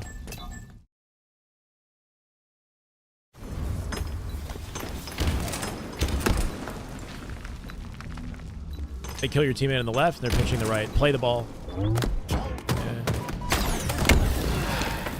P6. So I like this collapse. Yeah, and just get ready to like quickly. This happens to me a lot where you pick up a weapon instead of the oddball, but just like grabbing and tossing the ball forward and cleaning up this kill. Paying attention to kill feed here, like we wiped out all 4 players, right? They literally just like all died. So what I would want to do in this situation is have my teammate behind me hold ball like throw the ball to him and then ping the ball or tell him to hold the ball because he's a one shot right now. And I would want to like play up on the map a little bit and take like, or like hold C like in this doorway at the very least while my teammates spawn like behind me in C. So at least we can catch them as they're rotating through the perimeter earlier. Because the way that we're playing this, we're all like just kind of walking away. When we have full space to like do things, they're all dead right now, right? So I'd want to be like in vantage points where we could crossfire them and like make them think twice about getting aggressive on us. Instead, we run back into C and give space to the new spawners to just walk up our C stairs without getting shot at all, right? Like this guy's just coming into C and here he goes breaking our setup, you know? So this is on your teammate as well. Your teammate's like running away. Like somebody needs to recognize that we're just like giving up this valuable vantage point when everybody's dead on the map. So it could be like you throwing the ball to your teammate saying, hey, hold this for me. You're a one shot, or pinging the ball and then taking position. And then we have like more of a setup opportunity. If we do that, we can throw denial nades. We can, you know, get more ball time here. But if you notice that your teammate's like not following that up, then try to be quicker to like rotate ball and bring it like this way. Maybe if you're really fast, maybe you can like come back around in time to contest camo. It's tough to say, but like the best play would have been to hold C so that we have good coverage for the camo, right? Like now it's like harder for us to get the camo. Active camo inbound. The trajectory of those nades is what's giving you like insight on where the player is coming from as well. This is an awkward miss though. Like these nades are telling you that there could be somebody like out mid map and this guy jumps over his head and doesn't see him at all. But in a moment like this, with my team committed with the camo like about to spawn, I feel like I would just prioritize throwing the ball into C and playing for kills so that we can secure the camo safely and like, yeah, just reset up once again, you know, and make sure that we got kill feed in the kind of the back of our mind here because my teammate does die on my left-hand side. So I've lost that left-hand perimeter. Having good awareness of that even could allow you to execute this guy too. So there's a lot of like little things that we can do, I guess, right? Like you can throw the ball out and prioritize getting kills because your teammate's already in the middle of the gunfights. And so just like assisting this and making sure we get camo, thinking about the fact that your teammate died on that left-hand perimeter. Yeah, it'd probably be hard to know that this guy's a one-shot unless you hear a call out, you know what I mean? Like if we're playing this corner, we could like drop ball, kill, and secure C. But anyway, I just think things are like mixy right now and camo's coming up. So it'd be a good situation to like have your gun in the fight and have the ball in a baitable position versus like giving up the camo for time. At the very least, we play ball when we die, which is good. Our team seemed to be getting camo, so they like neglect that. And we could still come out on top of this thing. So it's good that you at least play ball.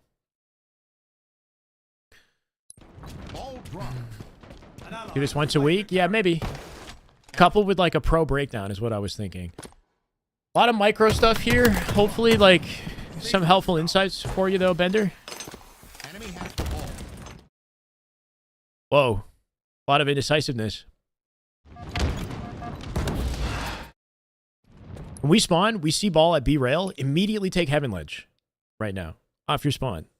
Like that's where ball is. So I would just take a position that gives you like a sight line to assist your teammate on the left and just melt this guy. Bam. Ball carrier dead. Stay Heaven and play through the side of the map. This is where your one surviving teammate is, right? So like when we spawn, where's our team? You only got one teammate alive. Play off the one guy who's alive. This guy's dead here. You know, hard to play off of that dead body. Get up here on Heaven Ledge, play off your one surviving teammate. And then we would be killing ball here, and we'd have a vantage point. Like these guys would just be dying for free. If you're putting max damage in from Heaven. Seize the skull. Teammates spawning behind you. Coming up here, you can jump to here, and then jump to here is a good efficient way to get damage onto ball while avoiding the predictable nades, right? Because they like to nade B stairs. If you're very quick to jump to this railing and stand on the railing and then back off if you take damage, you can avoid the nades as you come in and also do damage of your own, like play really proactively. It's worth it to practice jumping around these railings and being really confident with your reticle ready to shoot so that you can like take very non-committal fights while avoiding these like predictable, because people love to nade the staircase, right? It keeps you out of that nade. Okay. Cool. Thanks, Bender.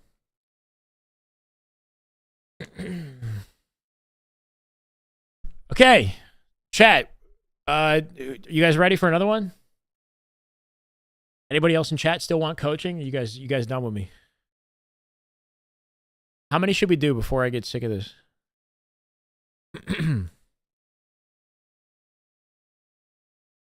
Okay.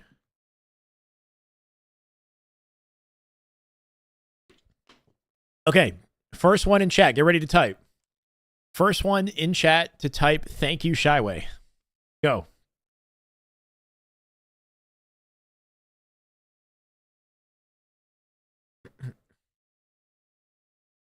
Aw, you're welcome. Okay, first one is Leon, right? Leon on the Twitch is the first one. Leon wins it. Wait, we got message deleted from James. Wait, he deleted his own message, James? What are you saying? Or you typed it wrong, maybe. You're welcome, guys. I know I'm so great, aren't I? Leon, gamer tag, rank. Drop it. Okay.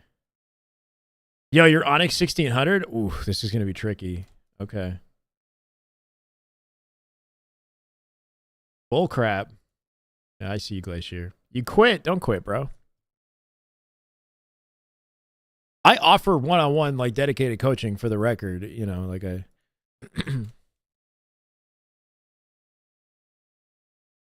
Onyx 1600, Leon. Okay. Do you got a game for me?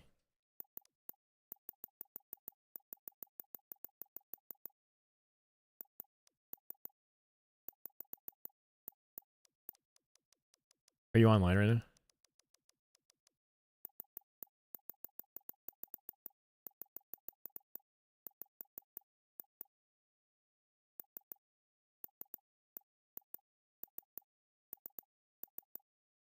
Why am I not seeing it?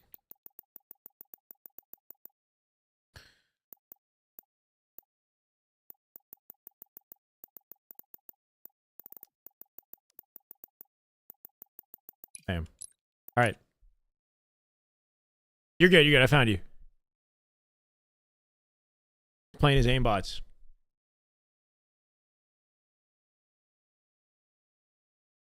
Wish you could tack an affiliate link on the end of it. Oh, I appreciate that. Y'all are welcome to, you know, sub and things like that for my time, but, you know, all good.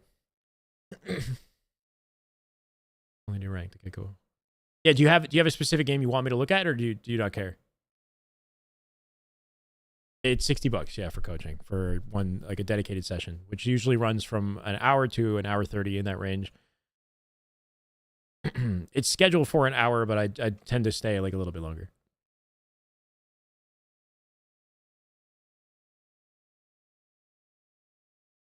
No, please not Streets Oddball. You don't really care. Okay.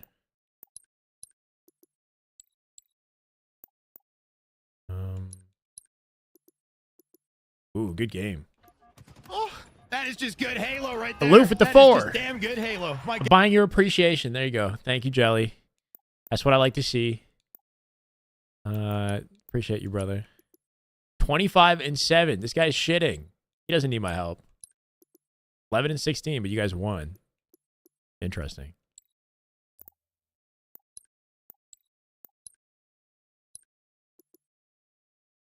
Ooh. This looks like a sweaty one.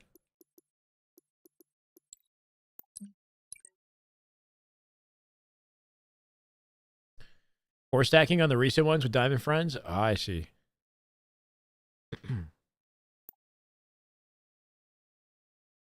Strongholds. How do you sign up? I got a link for it.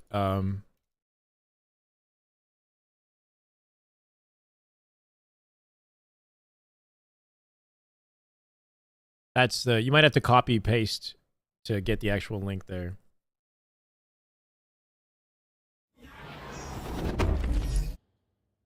Okay. Hold more zones to achieve success. Throws 2 nades and grabs the extra ones. He's got spikes.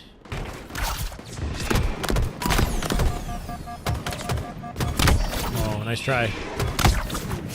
I mean, pretty solid looking opening strat. Like, you're intentional. Seem to know what you're doing. It is a little bit interesting because, like, if you want to play right lane, if that's your ultimate objective, then, like, we're kind of late to the right lane. You know what I mean? Versus if you like, if I want to play mid, I just play mid and I go aggressive for the sniper, you know? If I play right lane, I play it as fast as possible. Like I hit the slides and I come through and I just like angle check the tower. And then if I see nothing, I pre-nade the cuts and I curb slide through and I wrap as fast as possible to get all the insight on where these guys could be. And then that would tell me like, yeah, they're all they all went B side, which is random. But this way you'd kind of be like late for it, I guess. But you got like a lot of good nades here. Normally somebody's going to go C. So it is kind of like a weird opening strat that all 4 guys play B and they're all behind you now. Instead of jump challenging, it might be a good idea to jiggle peek this angle right here. He could be checking it, but this is just like a good jiggle peek spot. But nice try. Kind of just like went for the 50-50 and lost it at the end of that. Team nade at the end? Cool.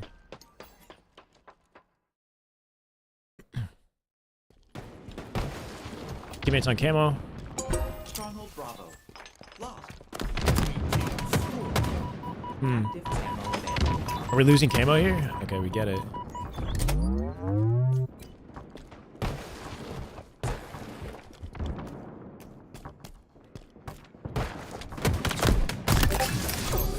Successfully delivered.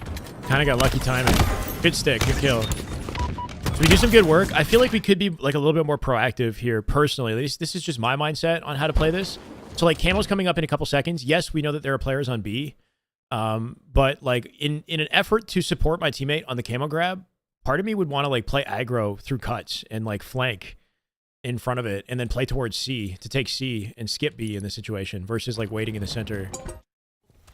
In this situation, nobody's mid. You didn't get nobody shot you from tower, nobody shot you from mid. Like if I'm here on this box and nobody shot me yet, I would literally just like G slide through this whole lane and play for a flank on the camo just to guarantee it and then take C immediately. It's kind of like how I would think about it. Like if I'm not getting chowed from mid when I'm here, then that tells me that like they're not playing that angle efficiently, right? That they might be more skewed towards B and I have a flank opportunity. So, because what ends up happening is like this camo guy almost dies in the process of fighting for camo. I guess we're backing it up with the sniper here as well. But yeah, just sitting here, we're not like accomplishing a lot because our teammates aren't in position to pick up off of the damage that we're doing. Nobody's like ready to collapse with you on B. And we're not like, yeah, I don't know. It's just tough. If that makes sense. Active camo available. Expose the weak lane, yeah. And it would also put me in a position to very quickly start collecting time after we collect the camo as well, versus like giving them this opportunity to collect all of this time and like kind of work off the space. Like we didn't really accomplish a lot in the position that we're in. So I would very quickly like kind of get that info and recognize, okay, we can ice this lane out of the field to play and just support my camo guy.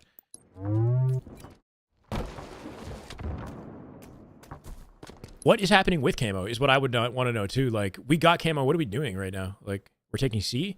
So we're kind of like split on our decision making here, right? Like you're playing into B right now, but your teammate with camo is playing into C. Like I would want to be playing off my teammate and just guaranteeing one side of the map versus like, I mean, you know, it's not that it can't work, but this just seems risky versus like if we play into C off our camo teammate, I feel like this would be easy, but maybe what we could also be doing is like, right now, I'd be worried about just getting shot for free from Ness, but it ends up being like a good source of distraction, I guess, that your teammate's here on camo and gives you that timing. Because we're solo chat, like this is so risky. In any other situation, this just seems so risky to me. There's 3 alive in B, nobody's in position to help you immediately, and we're just in the center of the lane here. You play this about as well as you could. You clean up a one-shot, and then you stick from the grave. Successfully delivered. So, good efficiency. But I don't know. I'm wondering if maybe we could have played off our camo teammate, and that would have been a safer option. Yeah, that's my 2 cents, I guess. Somehow we spawn on QT. Love it. Stronghold Bravo is ours. Okay, we have A, B, and C. C is half capped. This is a good flank. Stronghold Charlie.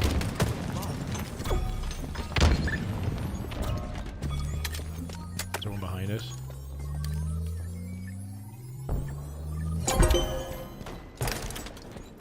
Might be a good situation. Yeah, QT. Nice.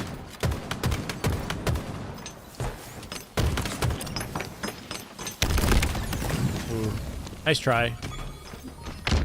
Mostly good life. Like, I don't really have anything negative to say. Convenient that we have QT here.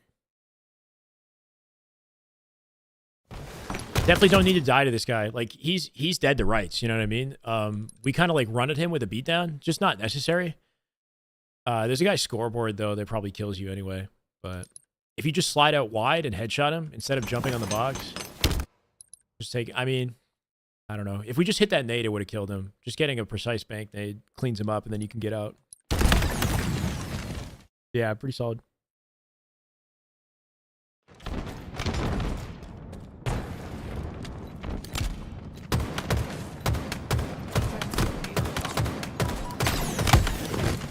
Good damage. Nobody in a position to help you with what you're doing here.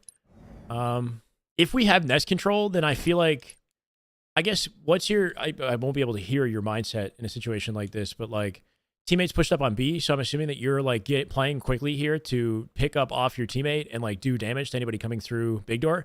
The issue with playing pillars is the moment that you're outnumbered, you can't do anything from pillars, versus like if instead of going low, you just hit like a quick G slide off this railing and then hit another one to nest and back up your teammate from nest, you can do so much more to like anchor spawns on this side of the map and hit all of those vulnerable lanes without like dying for free. You can still back out, right? So, I mean, while I can understand taking this routing, I feel like this might be a good opportunity for you to just like hit a couple slides and play for the high ground, play for the nest, and lock that down. You have timing to do it, and it would still work, you know? Because this is like just about unwinnable once we get here. You do some good damage here, and unfortunately nobody comes back to nest bridge. Your teammates are busy in a fight. You could play it farther back on the pillar door so that you at least have an exit. If you're overwhelmed, like start backing it up the moment that your teammate dies, right? Like knowing that you're probably not going to be able to, he's dead, just stay where you are, you know what I mean? And do like max damage from here. But this is the issue with taking this routing, is like, it's just hard to do much in this situation. Versus like, if this teammate wasn't, this teammate should stay nest or be back B in this moment. Like he's like far forward, right? This teammate should be playing this in a way that like isolates his fight so that you can pick up off of him, and for this play to make more sense, you know what I mean? So it's also the fact that he's playing in like, he's too exposed considering he's isolated. He should be playing back B, he should be playing like nest in this general area.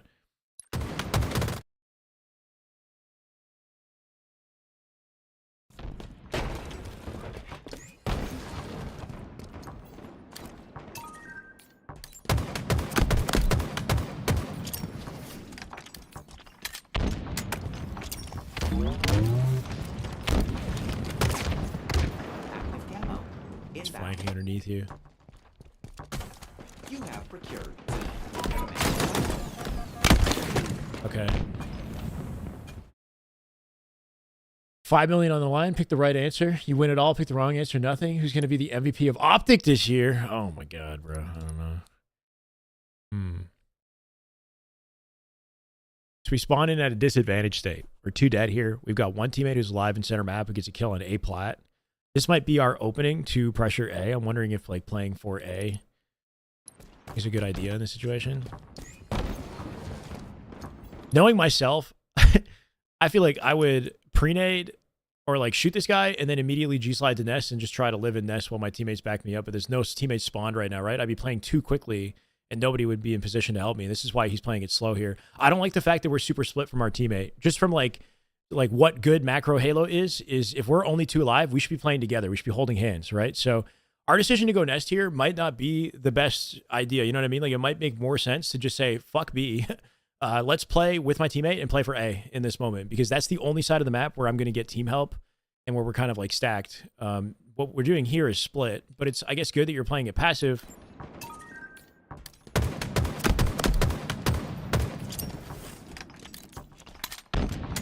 And then I want like our team to be fast and proactive off this. So teammate dies in B. And then we're all kind of coming here together. This guy makes... Oh, and then they leave you. Well, that doesn't help. We're not... Yeah, so we're not on the same page. I don't know if you're calming with your team here, but like that's the issue, is we're not on the same page. Like if somebody's with you, you're not just like dying for free here. If we're all going to go play nest together, we should just be playing nest, playing towards B together. But everybody seems to turn away except you. And then this is a good way to play this. Like what this guy's doing, if the enemy's like up on top nest bridge, is to walk it back like this and look up at the bridge. You can walk up like that, like he's doing, or you can hit the C jump to get a flank as well. Like this guy on the enemy team is doing good work, but just no like decisiveness from the team here. You're playing out solo on Nest, and now you have no help. You haven't opened a mic. Okay, okay.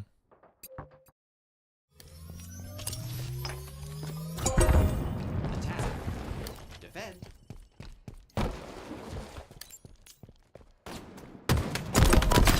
Enemy has captured Charlie.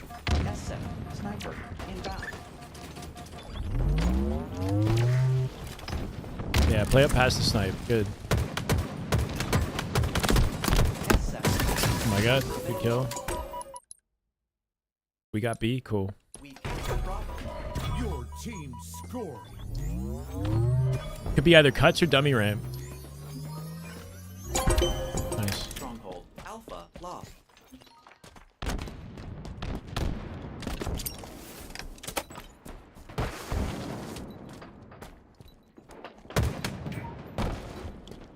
Oh my god. He stick you? Damn, yeah.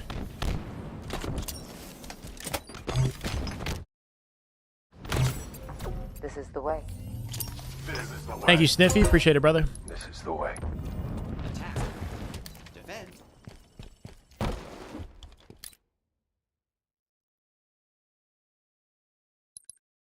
This is a camo teammate. So we ended up picking up camo like while we were dead here. This camo guy should be playing into back B. Cool. Enemy has captured Charlie. S7. Sniper. Inbound. I like the fact that you play past sniper here. Your teammate can grab it behind you.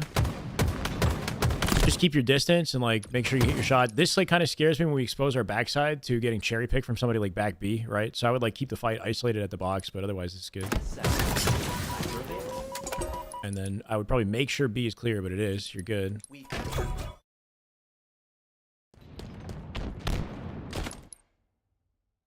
We're only 2 alive right now, and we're splitting again from our one surviving teammate, right? Like, I think your intention is you want to, like, collapse on the spawners coming off of A. But, like, if somebody, let's say somebody rotates big door, this is just, something about this just seems, like, really vulnerable and scary to me. Because, like, maybe you're thinking, like, I can pinch off my teammate who's top mid. But if you start fighting big door, then you're stopped in your tracks.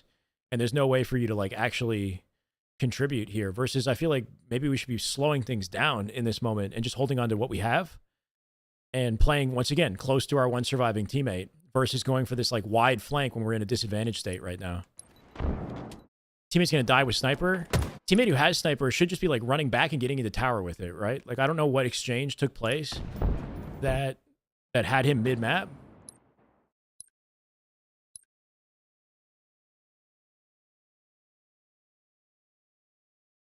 S7.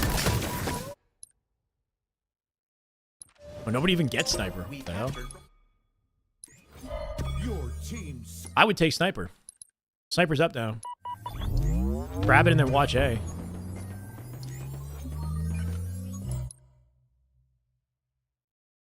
Like bait it. You can also stand like here instead. Teammates back tower and like just watch through to A for the sniper here. Grab it. And then we're 2 dead. Yeah. Play up and just support your teammate with sniper, I think, in this situation. We have B capped. Like making sure that we get out with snipe safely, I think would be the play versus splitting off.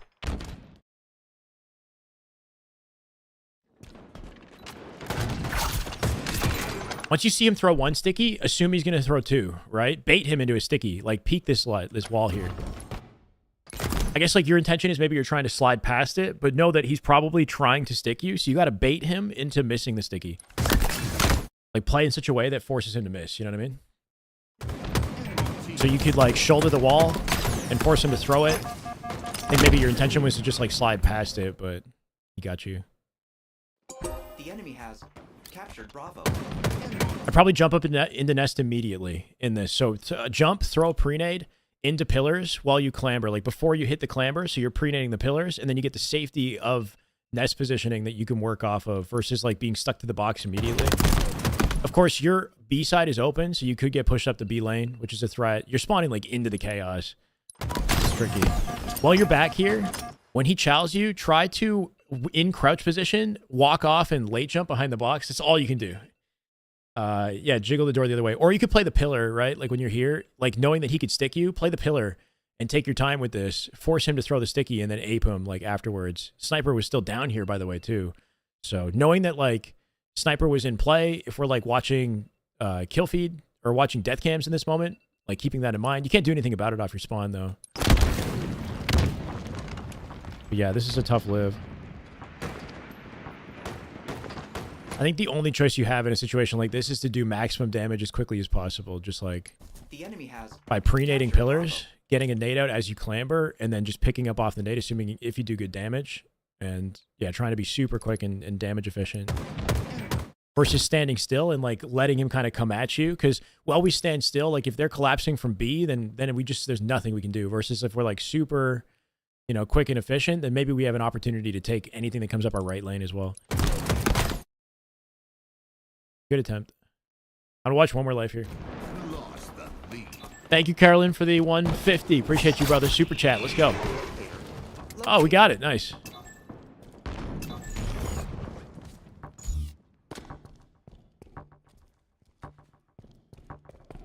Oh, that timing? That's like some COD timing right there.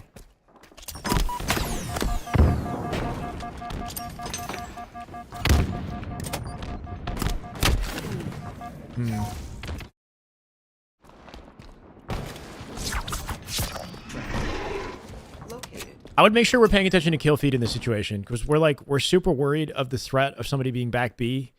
One player does die. We have a teammate that's like covering us on nest, and we're not in like an amazing spot on the map. Like, I want the sniper to be like, you know, in a position where you can like stay alive and set up. Like tower is ideally where you want to be with the sniper, but maybe we had an opportunity to walk through here and reposition like that versus, you know, waiting it out.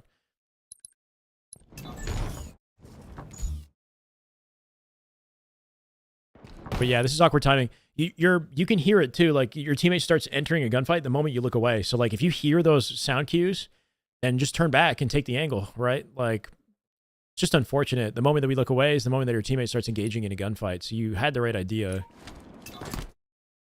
And then not much we can do at this point. Pre-nade it. Teammates in front of you. You can try to follow him up and G-slide out with him, but you're probably still going to die.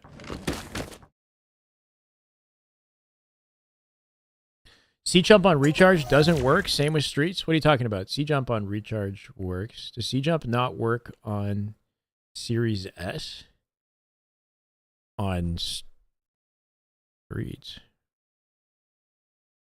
No, the jumps work. All the jumps work.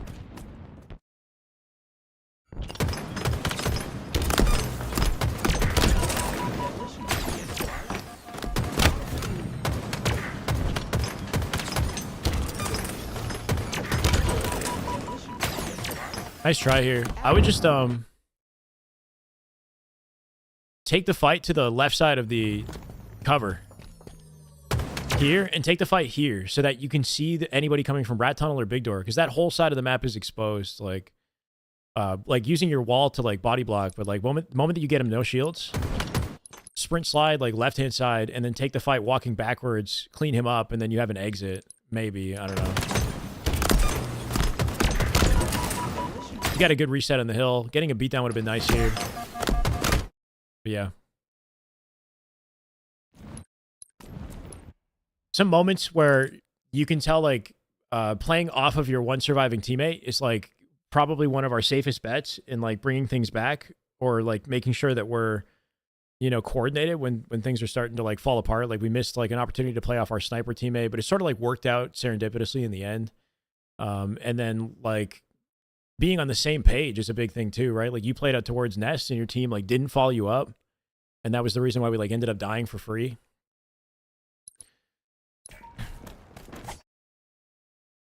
It's tough with Onyx though, right? Because it's like very minor things that are separating you from coming out and winning engagements and games and whatnot. Generally speaking, you're doing like a lot of things right. So, but hopefully there's some good insight in there. Yeah, I would, Glacier. I'm down.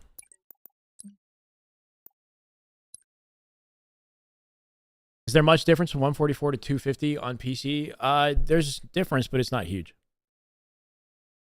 Okay, hope so, Leon. GG's.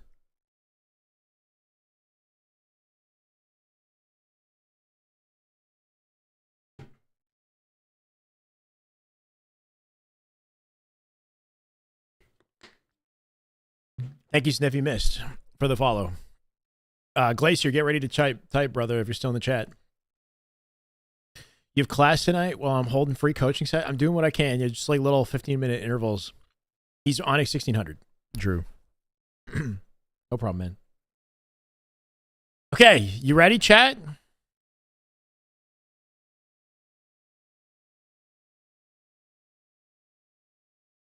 Is chat ready?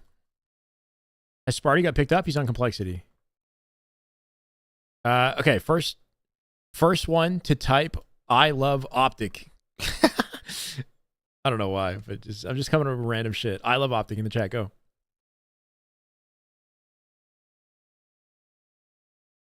Rika.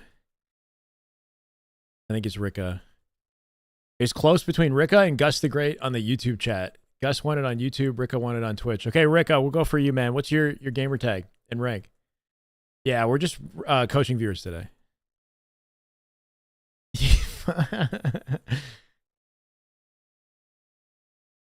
Nah.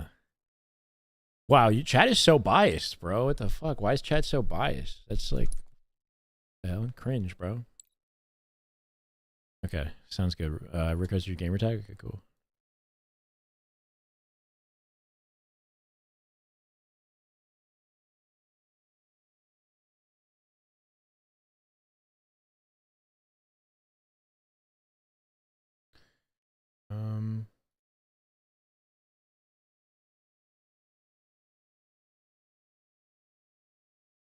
We're at 270 out of 275, by the way, chat, on subs. Getting pretty close to today's sub goal. Just letting you know.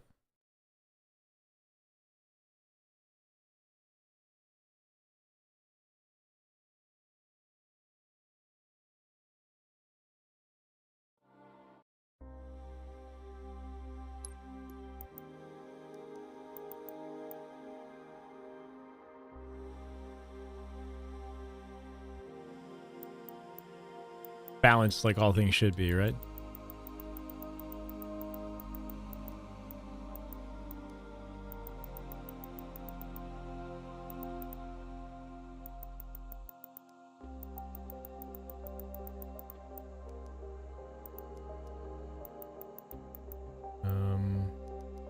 Is he online?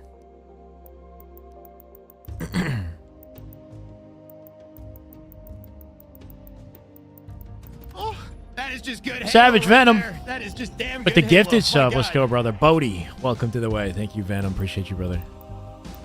Welcome, Bodie. Am I missing this guy? Rika.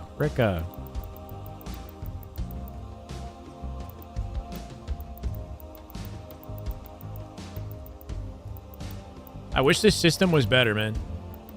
Wait, I gotta be following him, right?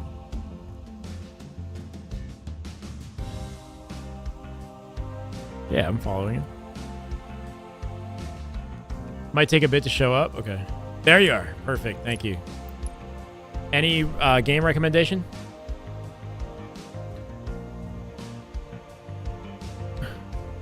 Optic ain't the same. Boo. Yes, I would coach a duo, Glacier. Yes, I can coach a duo. I'll work with you guys.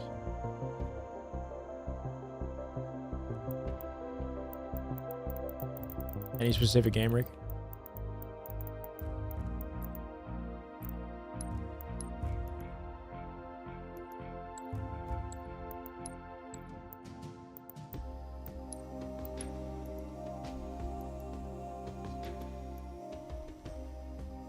Your most recent map?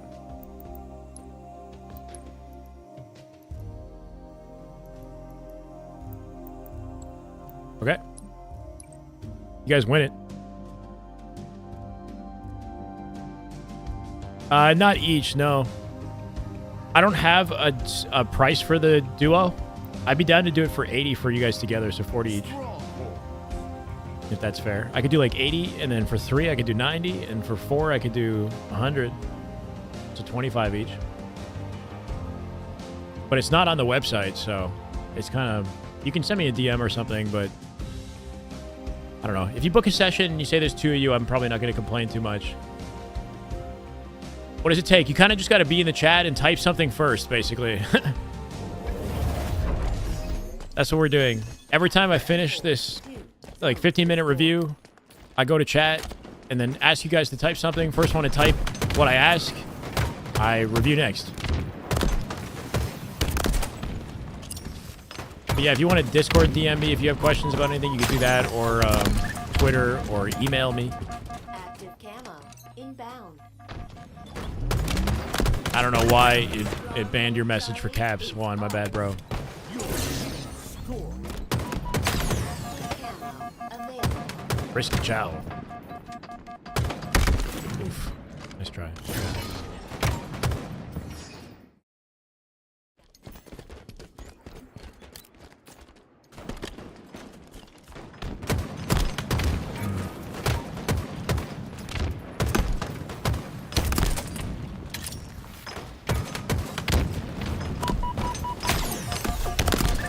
Kind of a chaotic opening. We do good job like staying alive when we're in trouble, but I would try to just be like quick and proactive here. Throw a pre-nade to top mid and like play for the sniper if you want to play this direction, or support him with a pre-nade. When you walk out here, Nest is a vulnerable angle, B pillars is a vulnerable angle. We're like walking it out wide, so you're exposing yourself to both at the same time, which is kind of tricky. Like you can, I don't know, play tighter to your wall maybe, but this is pretty nitpicky.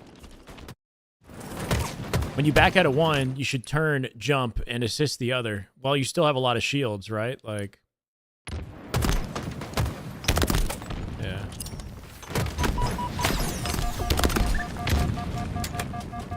Active camo inbound. Nice. Stronghold Camo coming up in less than charge 10 is seconds. Just making sure that we got that guaranteed. Teammates on top of it. Perfect. Your team scoring. Active camo. You have teammates backing you up here. Oh, he died. Yeah. Like if you're able to ping it, throw a nade out the left-hand side, like a bank nade at the floor to deny him, and jiggle peek out like the right, something like that, just to keep you alive and finesse. Stay tight to the box. Careful with jumping. This should have you dead, right? This type of jump is like, this is too easy to clean up because you're just like a floating target versus like staying grounded and like peeking around the walls and like doing things that you know, force him forward and like force him into like a melee position where you could potentially trade him. You need 3 shots of damage and 1 beatdown to force a trade here. You still have a nade in the back pocket, so you shouldn't be dying with that nade. Anything you can do to like get that out behind the wall safely to do some damage on him, Scoring. it's kind of all you can hope for.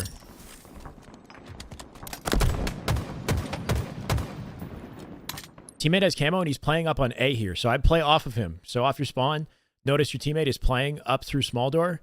Hit a slide, sprint, time a slide off the turbine, and look at sandbags the whole way through and crouch jump up, ready for fights to cut this off as your teammate takes A.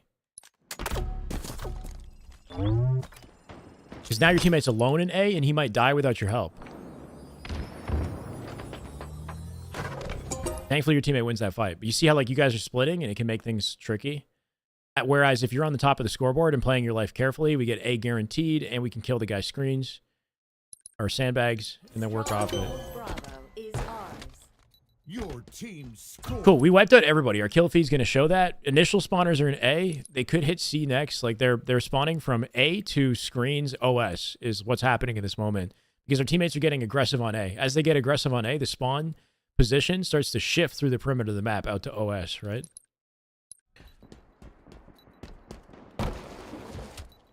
Or flips if we get aggressive enough on both sides. He might flip somewhere. It looks like he's spawning OS now. Here he is, right? Bam. He's going to flip after that to tower. There you go. Yeah. The bot is sensitive, I know. So make sure that we're watching kill feed here. This is a pretty big moment in the game to just like hold control. Your team scoring.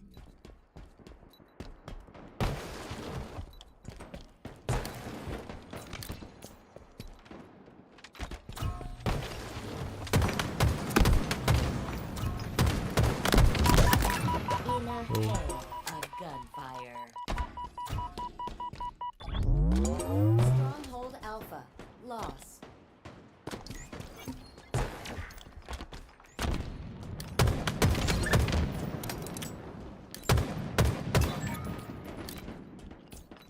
You dead? Guy's doing a pretty good job locking him down. Lead alley. Cool. Spawns are going to flip to like dummies probably, depending on where your team is. Triple kill. Nice triple. They're in C now. Yep. Back tower, and it could be dummies spawning as well. Back tower mud. So just understanding like how the spawns work, I think is because like right now you guys are winning. There's not too much that needs to be said, but like understanding that they will be spawning OS when your team pushes up on A and you're sitting C. And you can like get a peek and early damage on that versus like coming back. When we're here and your team is in A, like you could maybe, I don't know, like take tower or start putting damage on OS and just holding down C so that they continue to spawn in that area. What you'll do is you can flip them to B instead of letting them have tower. Like I feel like it'd be better to flip them to B than it would be to let them have tower positioning. So then you can just throw nades and kill them in B from nest or from top C plat. It's all working out though, but as long as you like understand what's happening. Wanted the over. If you want the over, you should be thinking about them spawning and entering C though afterwards. So you get 2, or 1, 2, 3. Bam, teammate steps into A, and then I'd be super ready for C behind you. Especially if we have, it's hard to know like the staggered spawn like timing right now because one guy died earlier basically. But that would be your fastest way to get the over, is to have awareness of the fact that we're leaving C open as we're attacking A, so you're not surprised. You're like quick to snap and fight C.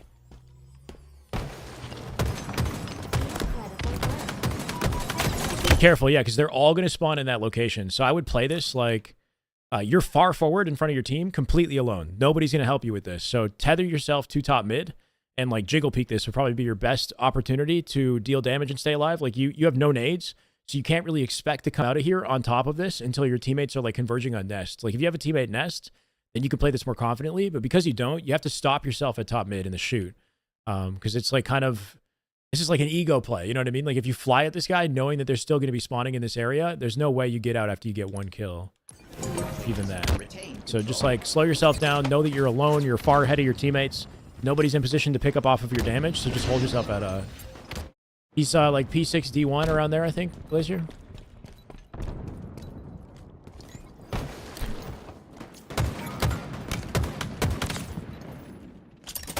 Active camo. Good damage. Oh, and they wrapped. He probably wrapped rat tunnel through to the hill from bottom mid.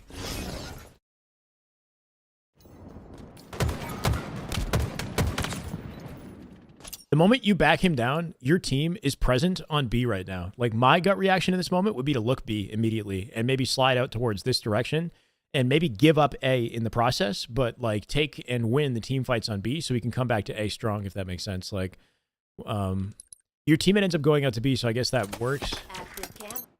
But yeah, there's just like, it feels like to me that there's a missed opportunity for us to just team fight and kill the guys on B. And while he wraps into A, then we come back and we kill him afterwards versus like taking this completely isolated fight. You do really good damage here though. When you do this and back him down, walk out here and throw a bank nade at the floor. It should sail in the air and land behind this pillar, right? Like this is a good bank nade. The nades are up here, which is scary. Like you want to be far enough away that he can't just nade shot it for free. If he's down here and he's a good player, he would probably take advantage of this to like stand in this area and get ready to like nade shot you. If you can whip your nade out, your one remaining nade, I think you have one. Yeah, bank it at the floor while keeping your distance, or maybe like bank it and then slide and grab the other two. Point being, like you should be using a bank nade here to destroy this guy without even having to look at him, because this is just a good bank nade lineup spot. The faster you kill him, the more of an opportunity you have to react to the guy flanking. But yeah, this bottom mid guy went through bottom mid, grabbed the repulse, I told you.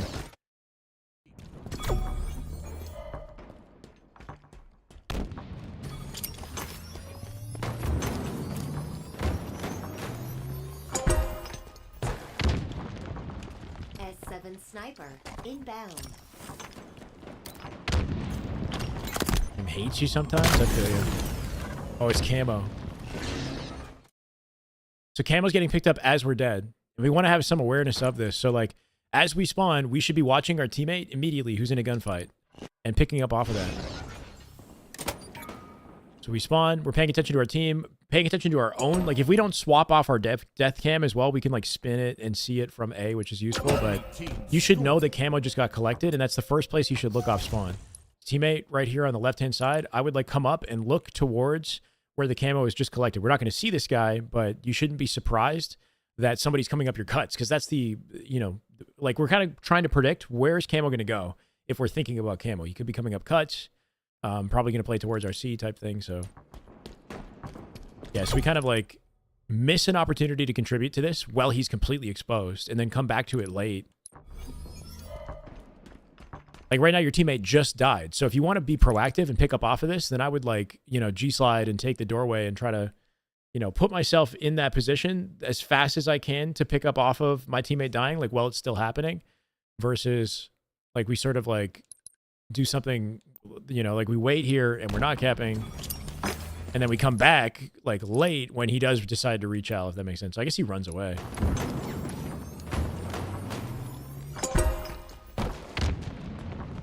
S7 sniper inbound.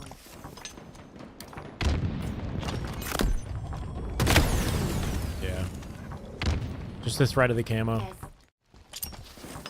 Want to like kind of play in a way that baits him out. Your teammate just got backsmacked like right beside you as well. So we really got to be like actively thinking about camo, I think is what's going on. Like we didn't watch it off of our spawn. We weren't paying attention to it here. Missed our opportunity. And then later we're like playing up towards mid-map.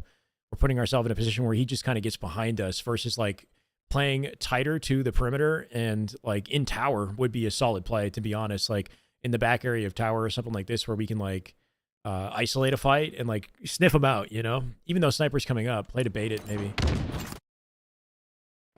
Until we've identified where camo is.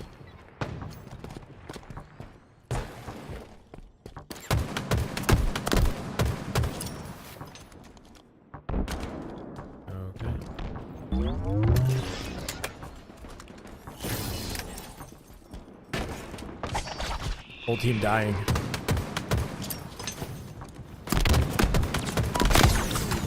Okay. Off spawn here, you have a teammate that's like was just previously, or he's playing towards B from Nest. You have one who's like pushed up on A. You kind of play out through center. Teammate just gets like overwhelmed and dies.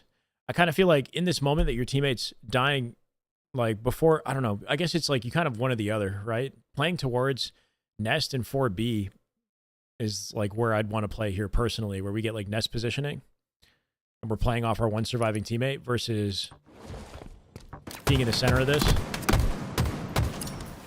You still have half shields here and you still have good like high ground. You kind of just like give it up and run versus holding down this lane.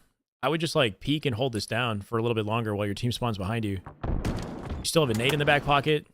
We're just kind of like, we're giving them space, right? Like while you're standing here, you could be denying their access, but they're coming through A plat, right? All of them kind of get through and you don't see any of this happen. They killed your teammate on B, killed your teammate on Nest. So I don't know. The way that we play here is like a little bit too passive when we still have options. Like make them force you into dropping, if that makes sense. You do good damage here. Try to keep them contained in A so that like they're not just like getting through the map for free, you know? If we are going to play up on this spot. If you're one shot and you're forced to back down, you back down. But if you're not, I would just like play this lane confidently, deal max damage, throw your nades while jiggle peeking that lane.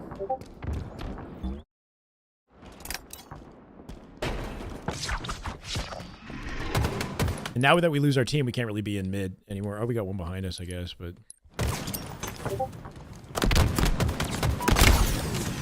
let's try. Teammates are playing A. Cool. Yeah, they could be B. translocator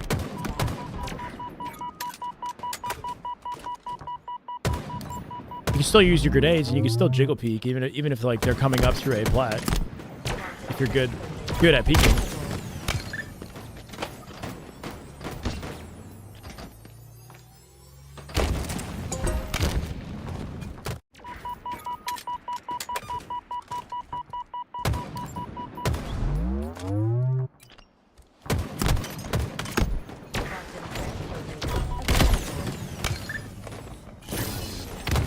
Kind of like an indecisive situation where we assume that our team has A locked down because there's 2 of them there. So I kind of get it.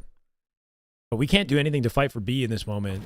It's like we're trying to like slow them down, deny them. There's no way we can get to B. We want to make sure we're like guaranteeing A. It might make sense for you to just like stand on the block and G slide and commit and guarantee collapse on A and then come back for anything else later. Or back yourself up into A. Like don't waste too much time. Like if nobody's like immediately challenging you kind of playing out towards this side versus like making sure we're guaranteeing A.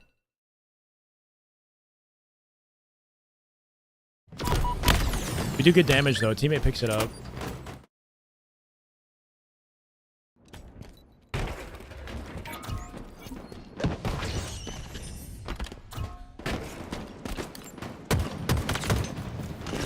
Nice. Make sure we're checking A plat here. Yeah. The enemy has captured Alpha.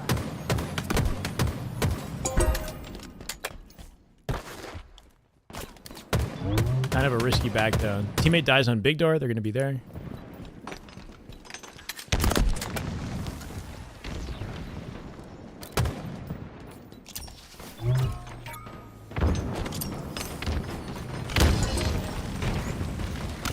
Gain the lead. Inbound. Inner kill. Gunfire. Should be ready to watch Nest Bridge here. Yep. They're going to get camo again though. Captured Charlie. Active camo available. Nice kill.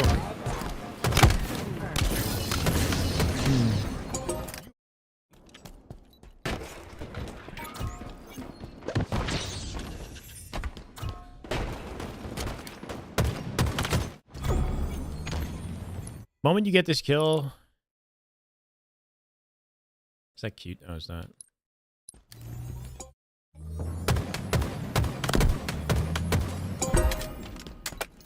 I feel like we're like playing passively in moments where we don't need to be, and then playing aggressively like when we're alone, if that makes sense. Sort of like somehow we want to get access to A or like get access to a vantage point over the camo when it spawns here. That's like a big miss. Spawning in 30 seconds. Might make sense to just like dip out through Nest Bridge and start wrapping towards C side of the map, or what you're doing is like playing up. Jeez, man. Through back B and like playing into A that way.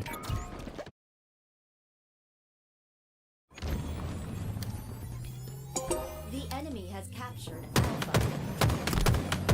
When you back this guy down though, you should be aware of the fact that like your teammate's holding big door and he's in a gunfight, right? Like you can hear this. We're like keeping track of the fact that he's playing here. He's like, he's gonna need your help next. So moment we back this down, like this is the first thing we should be thinking about. Helping this teammate out or picking up off of his damage is one shot.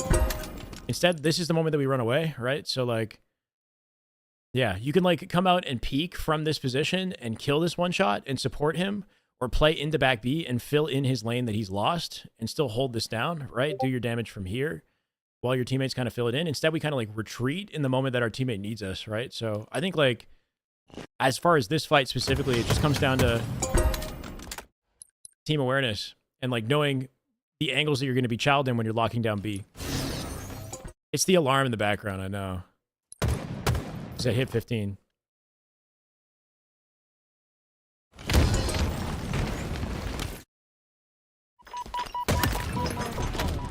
This is good. This is your moment to get out and to get up to A plat. Camo's coming up soon. You want to like jet. You got a big kill right there. Even though you're weak, you have a teammate out in mid or in front B pillars. You guys have an advantage state in numbers. If you hit a curb slide here and then come up through A plat and play like confidently while you get your shields, you guys can still contest camo. Hopefully your teammates do that. No, not quite. Active camo available. Good try though.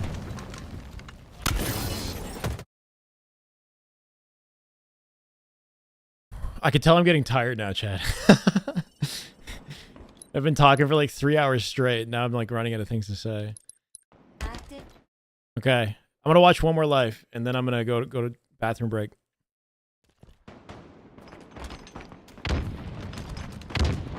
Stronghold Bravo. Lost. Enemy team score. Risky jump. Spawn up an A plat. Wait, do we only have A controlled? Yeah, we're losing B here. Teammates playing up through mid, and you're like kind of jumping in. I would play off your teammate and just wrap to C in this moment. If this is the lane that you play, instead of making like this indecisive route, right? Like if we're playing this way, then commit and play through with your teammate through to Kutch for C. If we're not going to do that, if we're going to play for B, then you should be playing this way through A to Big Door to support the collapse this way. You know what I mean? Versus like this kind of mixy route that we took. So like off spawn, what do we want to play for here?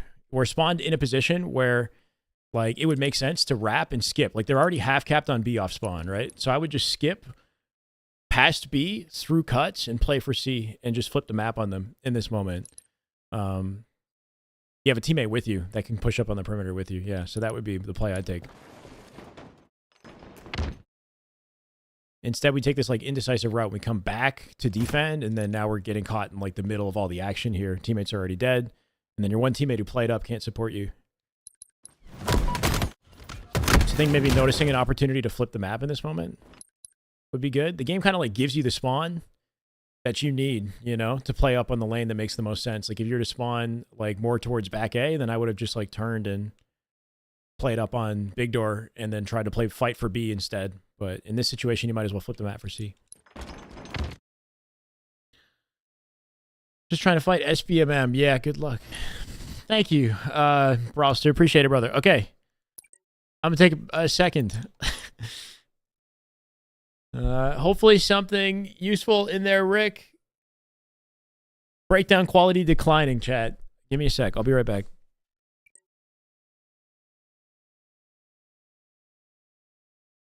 No problem, man.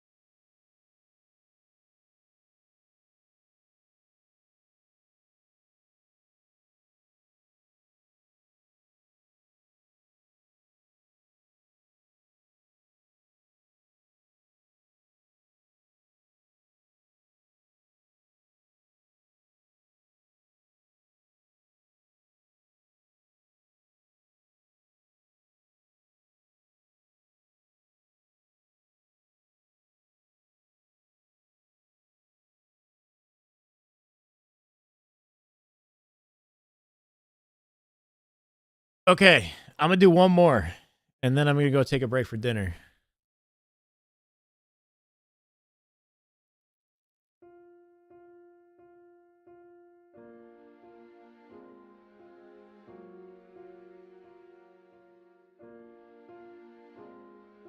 I see you, Theodore.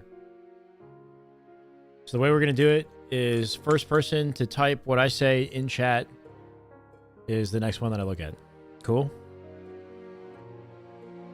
Can I go next for gifted? Ooh, that's a tempting offer.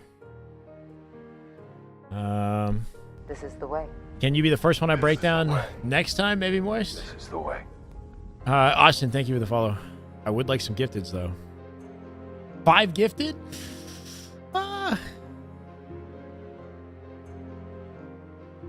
Okay, I'm going to do one more free one, and then you can 5 gifted, and then I'll look at yours as well, okay? Let him do it? Yeah. Okay, last free one, chat.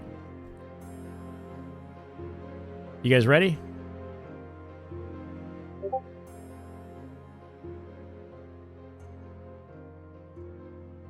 Cool.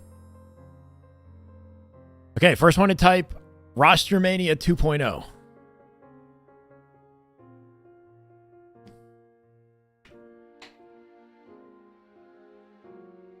Damn, there really is a 5-second delay. Glacier actually won it this time, bro. I'm not even kidding. Glacier Gaming in the YouTube chat got it first. Nice try. Nice try, Jelly. Jelly was second place, bro. Glacier's been getting upset about not getting it this whole time, so that's actually fitting. Yeah, no, your first one in the YouTube chat. By a slight margin. GG's. Glacier, what's your gamer tag?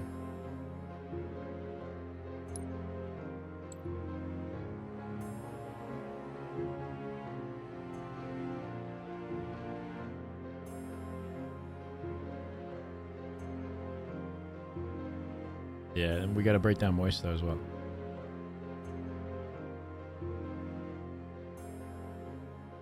Are you still? Is he banned like and not able to chat because of Nightbot, or Nightbot gave him like a timeout? Bro, that's so annoying.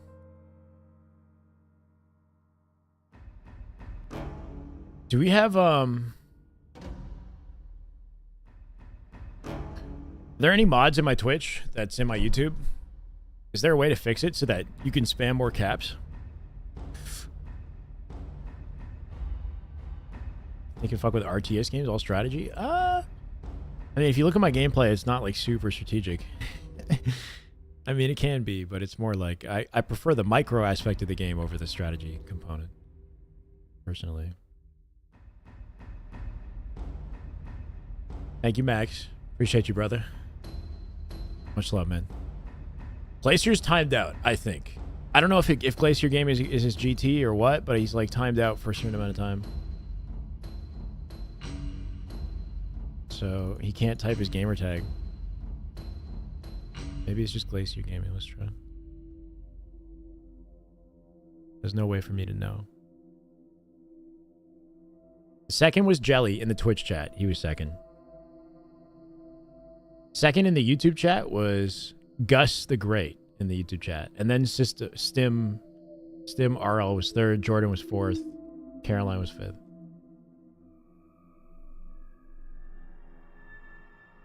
I have two chats. I have a YouTube and a Twitch chat. I'm streaming in two places. Jordan, if that's confusing.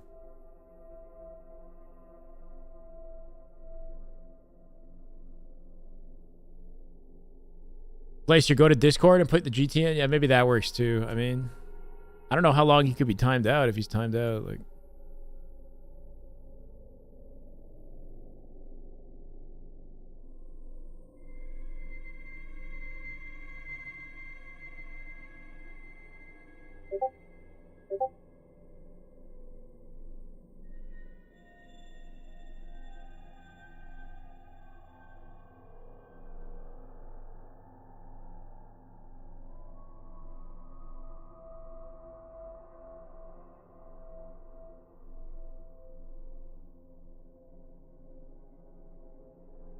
I don't know if this method is a good one, but it seems to be working. No, I don't see him on my Discord. This creepy music, yeah. Oh, it just got a little better.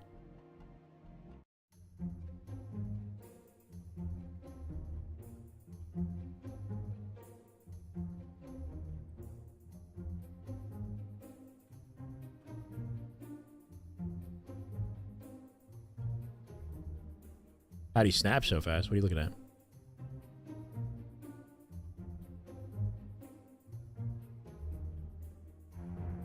I've been reviewing players who are like upper platinum level, right?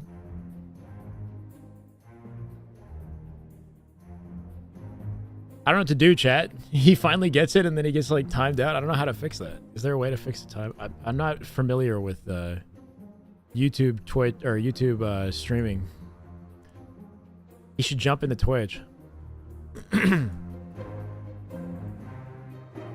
Or in my Discord and drop his gamer tag in my Discord if he hears me.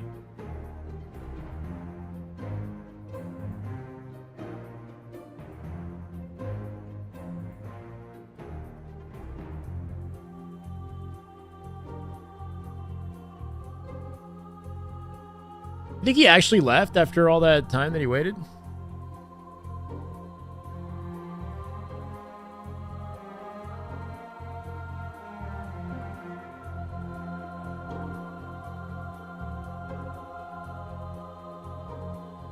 I see you guys.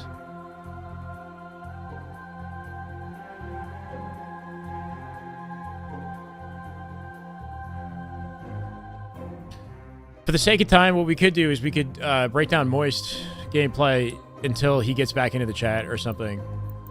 Because Moist let me know he'd gift 5 subs. And I will take that.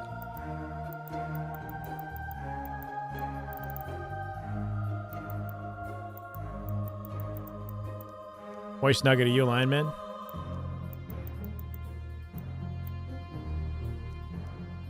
This is the way. Elite Spartan with the follow. Thank you, brother. Welcome. This is the way. Assuming that's his GT. Moist, are you in the chat? Watch him having... Oh, there you are. Glacier. Yeah, what's your gamer tag, man? He's in the Twitch chat right now.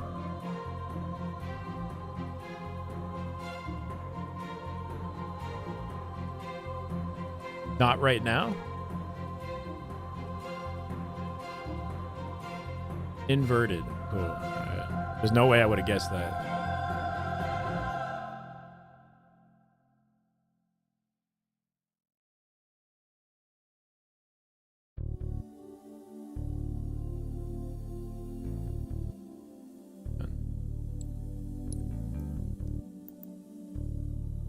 You're not online. Oh, okay, gotcha.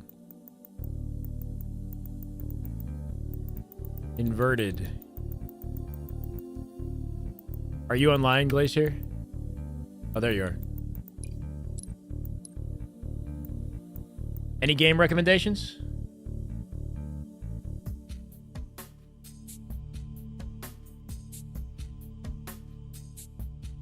No?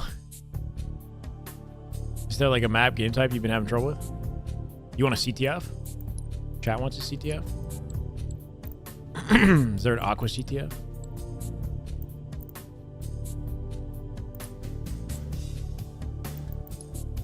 Wow. They just like remove Aqua CTF. Damn, you guys got 4-0'd. You down to try this one? Aqua CTF?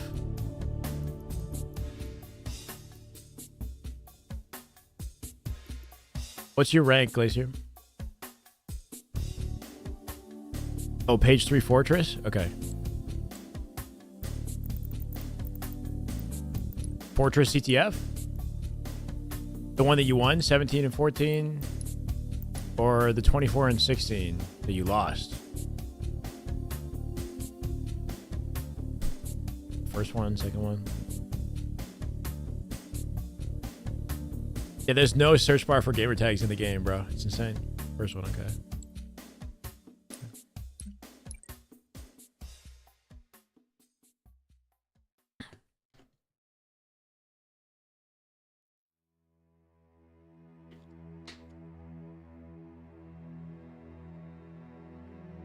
Capture the flag. What rank are you?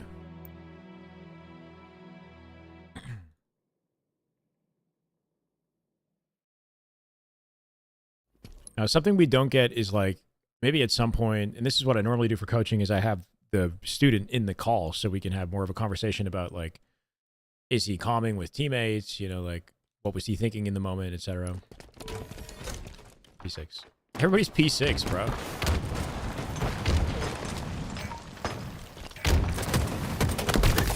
Okay. Oh my god.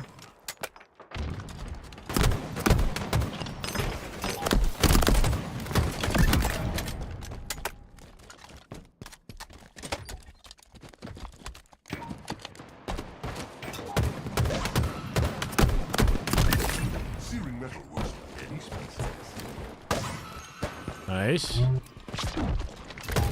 Definitely a flag opportunity coming up here. Shot caller.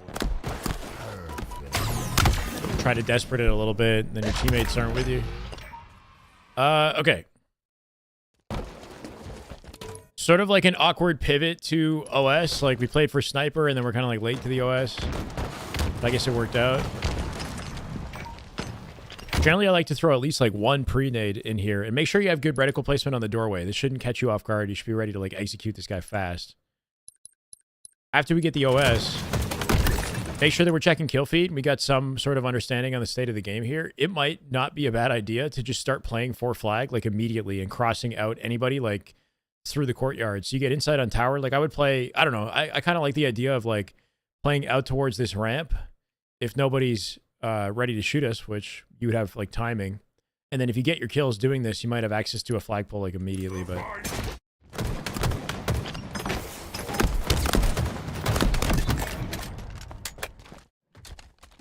Now we're kind of like slow playing it.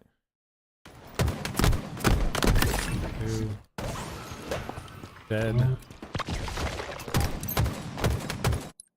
Just to guarantee that they don't spawn behind us, if you hang back farther, like through tower ramp, somewhere right here, then they're not going to split spawn while you're shooting them. They'll keep spawning in that same location. You can keep them contained to one location. You're not timed out. Welcome back. The tricky thing about this is like we're opening both spawns right now. And they spawn behind us in the elbow, and they spawn in front of us, making this extremely difficult. Once you only have like 2 alive here, you also have to kind of play in a way that just prioritizes your life and delays the situation so your teammates can catch up. But it doesn't feel like this guy's even trying to overextend to support you guys on this side of the map. Like this guy, if we're watching his POV, he should be trying to get into a position to ensure you guys can safely run the flag versus playing it slow. Right here, we're just kind of like desperating forward though. And hoping to run the flag.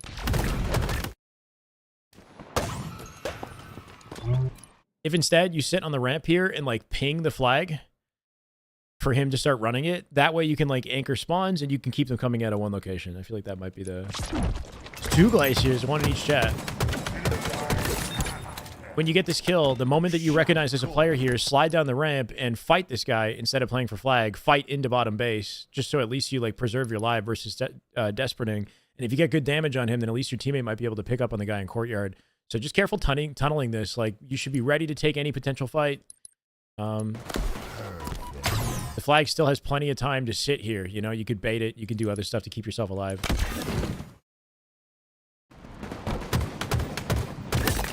Let's kill. Excellent. Oh no.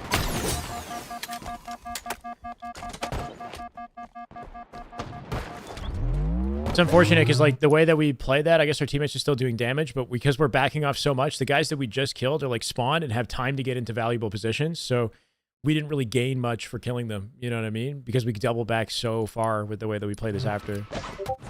Now your whole team is dead by the time you come back, so you can't contribute, and like you can get a kill on this guy and maybe take tower, but now you're on the defensive, right? Versus like being more proactive off that damage. So like in this situation earlier, you get a big kill, you get a second big kill. Careful with your movement here. Like remember the last shot video, he jumps and he lands on the box. Looking for this guy down low, and then looks like there's 2 here. I would just back up and play from behind this box. There's only 2 alive on the map. These are the 2 guys. We've got all the insight on where these guys are. So just bait here. Be a difficult kill from behind the box would be the play. And let your teammates do work, because you got your teammates coming into the collapse. So the moment we drop here is where things get like real mixy. Don't give up your high ground. I'm assuming this was an accident. Like he jumped over the box and accidentally fell. But if we were able to keep our high ground and keep our positioning here, then we could have like not only gotten these kills and gotten the timing that we wanted. Not only gotten the kills, we could have got the timing we wanted as well in their base. But now we lost our timing. Our teammates die without you. And now we're on defense.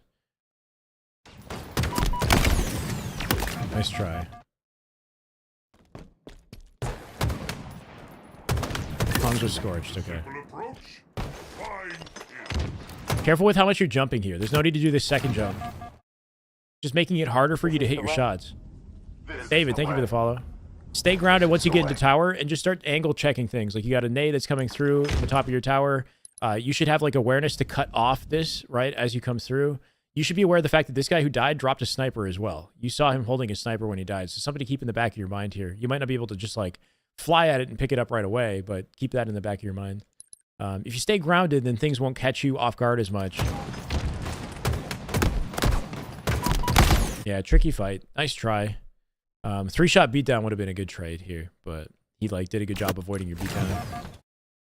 You could always walk it backwards too and drop off the tower and keep the fight going. Like if you walk backwards and drop off the tower, then it might give an opportunity to a spawning teammate to assist, like this guy or this guy, to assist you while this is going down. If you just drop off the front of the tower, you might be able to turn this into more, you know? Play to survive or to trade, essentially. Who's a D1? Okay. Nice kill.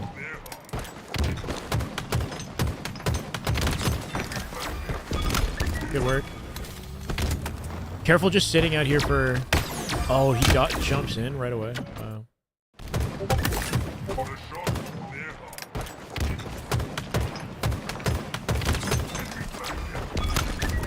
While you're here, expect the spawns to be open on elbow. That's where I'd anticipate like any spawners to come from. They're going to probably spawn here first, just with the way that we're skewed. We're farther away from elbow than we are from this side of the base, so I just anticipate that as like my first gunfight. But yeah, guy behind us throwing nades. Hard to anticipate that. You got to be real quick to like suss this out and make sure that we're just like only looking at stuff that is a priority. It scares me being like out in courtyard in general versus like maybe, I mean, you have a one shot with you, so he's definitely not getting away with the flag. Part of me is wondering if we can like skip and get into basement, because at least if we get into basement, then we've got like coverage we can work off of to like bait and delay the situation. But this guy kind of just sneaks up on you. The only thing to consider is just the fact that like this whole right hand side as we come through here is completely open and vulnerable. So as we wrap through here, like we got no check or insight on this upper right hand side. So just having that extra layer of awareness of like not only the open spawn, but the fact that like this right lane was something that we didn't, we got no info on as we came through here. The threat of a flank is possible, but like anything coming from that right side is what I'm thinking about.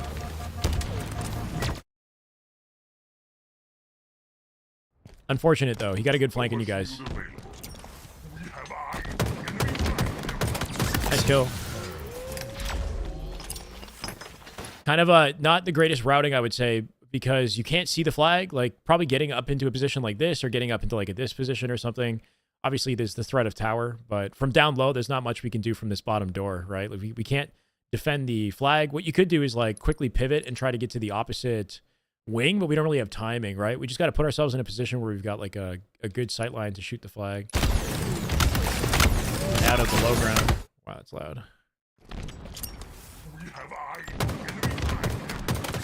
So right here, as you kill him, walk up the ramp and then jump to the window and take like pre-nade the base if you have one more. Do we use both our nades?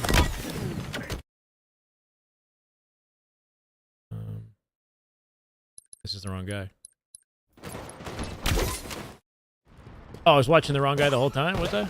Oh, my bad. My bad, bro. Okay. Yeah, this is better.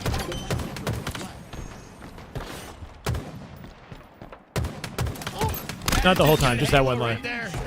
Bean, thank you for the sub, brother. Welcome. Appreciate you, man. This is the way.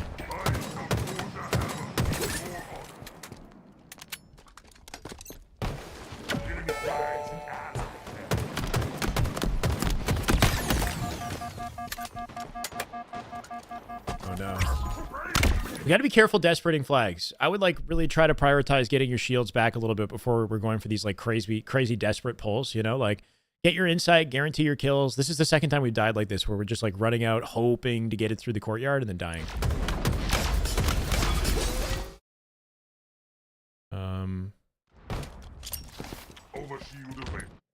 Not sure what the intention was with this nade.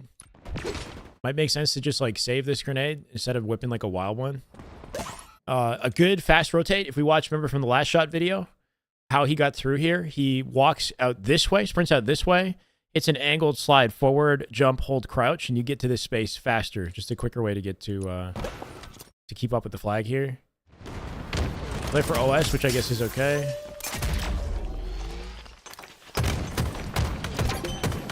Not a lot you can do. Nice kill. Probably pre-nade the back of the base immediately after this kill. Throw a bank nade at the floor. Just like knowing the vulnerable angles where players could be, like if they're hiding back base, like this is a popular place where somebody weak would hide. You got guys weak coming in here.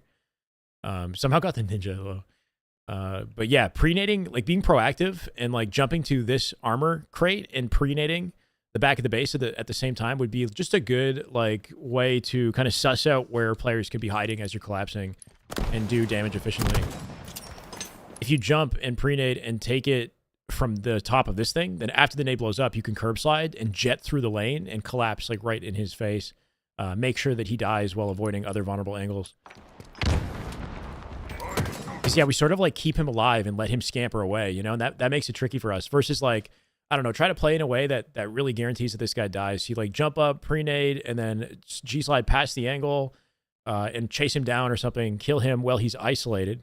Because we know that we've cleared out this side of the base, and then we can like address the open spawn in the elbow more safely. This is the reason why we don't actually get away for free with this run, because we don't fully clear out that side of the base, and then he comes back and catches us later. And also creates a team spawn on that side of the map as well when he wraps through. And we knew he was there, so we want to be thinking about his exit as well, right? Like if we just saw him there, he throws a nade. Okay, what are his options? He either hides back there, and if he's not here, then he probably went bottom base. And then we want to jump up and watch Spiral while our team grabs flag, right? So like we stopped thinking about him once he got away. Like we sort of just assumed he, like, I don't know, he just disappeared. But I think you should be trying to be proactive about like, where could that guy have gone? And can I cut off this right-hand side, just crouch jump up here and hard aim in advance, you know, like Spiral, so that we guarantee that this teammate has some safety.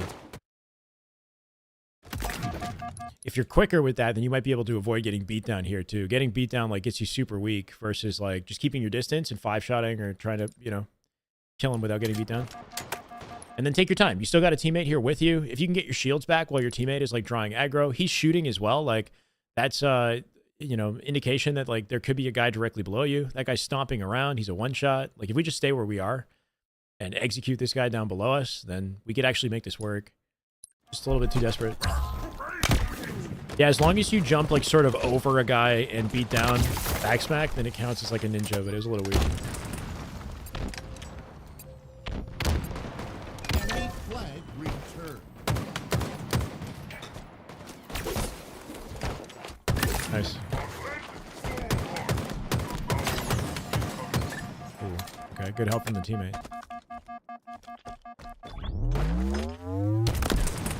Grab the power weapons.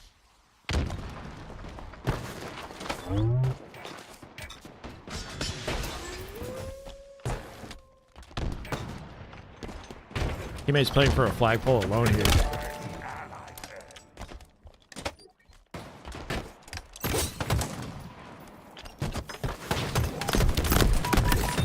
Shot called.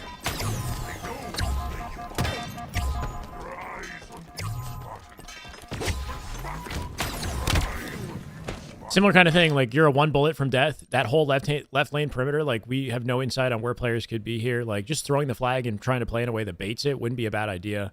Any damage that you can get, like while staying alive, would make it so much easier for your team. As far as like how we want to be running flags on this map, I think generally what I see is like players playing through mid, right? Like you throw it off and then you land in the box, hit the curb slide, go through mid, because this is the fastest way to just get the flag to some sort of a safety. And doing that can come from you like locking down and isolating spawns through their tower, like having them spawn on tower side by controlling like the wing. At the same time though, if you can take wing and tower, get the slays, and then run flag through mid, and then you could have them spawning like spiral area. And I think that's an effective way to do it too. But that's generally how I've been playing it, is like trying to get kills by controlling the high points like wing or tower. And then the moment we have an opportunity, I throw it out and slide off the box and just get through this zone first. And then once I'm here, I'm kind of like, I've got options to finesse.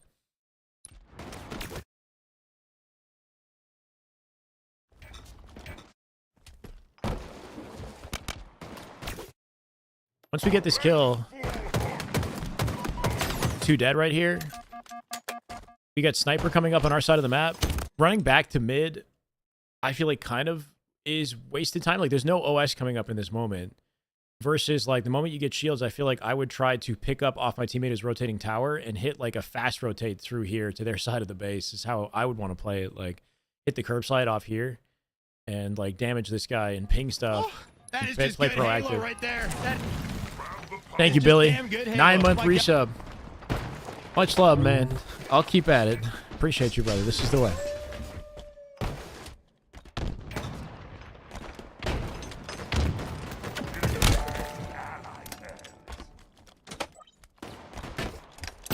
That said, this is working out nicely.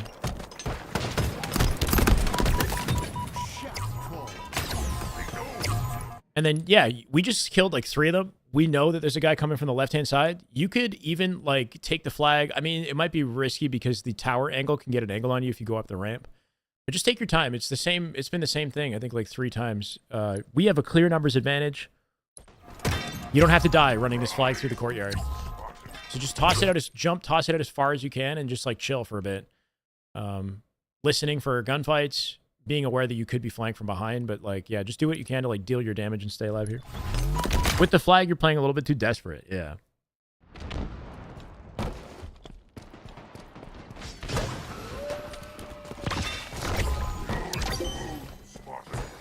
Flag captured.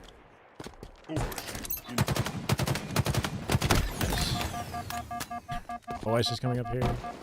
This is risky. Okay.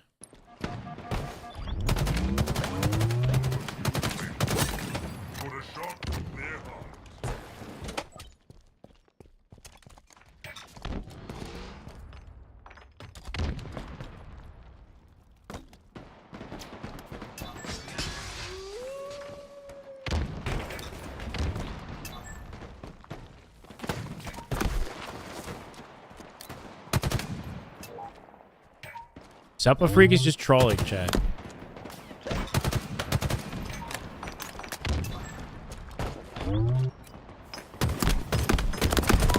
Think at least. I don't know.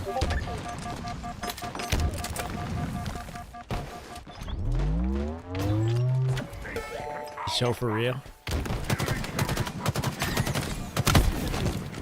Okay.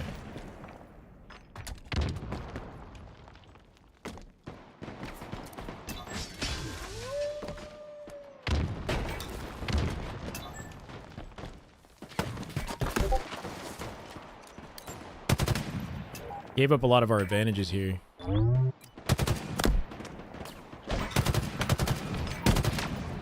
Yeah, this drop from high ground is not needed. You already have a teammate playing through the low part of the base here. Maybe you're like worried about picking up off of his kill or something, but our vantage point is great here. He's got a teammate backing him up in tower. Like, you could shoot spawners from the wing, or if you're trying to like get into the base, I would get in up here so you have like just a better vantage point to fight from versus from the floor.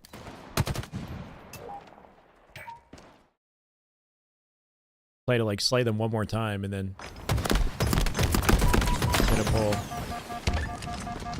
Nice live.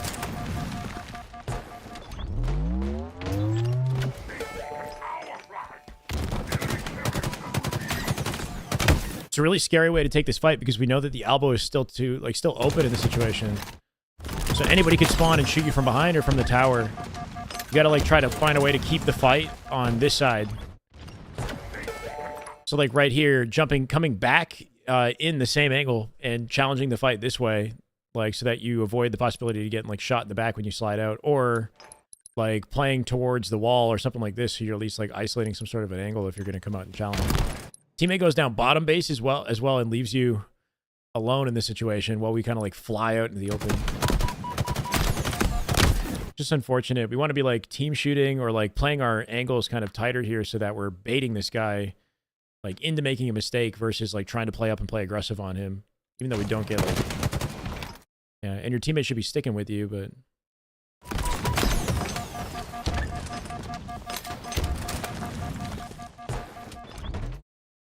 this probably could have been more efficient here.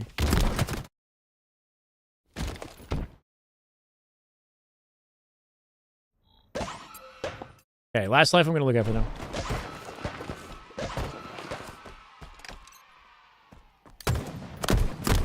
Enemy flag returned.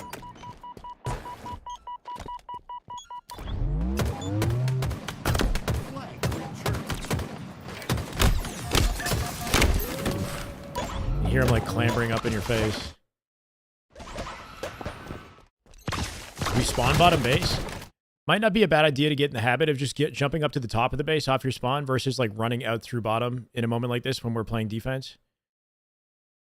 So we like spawn up under pressure. respawn in the bottom of the base. Like maybe taking that extra time to wrap and jump up and take the fight from here versus like running out from the floor when they have like sharp high ground on us. This is like a tough situation to be in, right? We're vulnerable to nades. It's kind of like midship in Halo 5. Like I remember I would spawn in the bottom of the base and then by default I would just like fly out front. But your team is like all dead here and we're playing from the bottom of the map versus if you were to like slow play and take that extra step to go up the stairs and then crouch jump to the top here, you've got like better options to contest and to defend the situation versus being in the bottom of the map. So maybe just try to like notice when you spawn in the bottom of the base, especially in situations where you guys are under pressure and you're in like a defense mode, like they have good positioning or like dying on the map. You're the last guy alive as well. And yeah, playing out through back base instead of coming out the bottom of the base like this. We do a decent job staying alive here.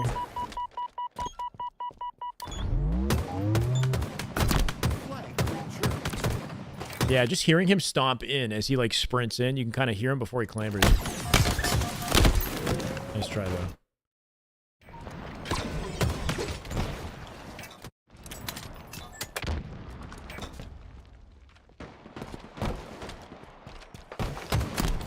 Oh no.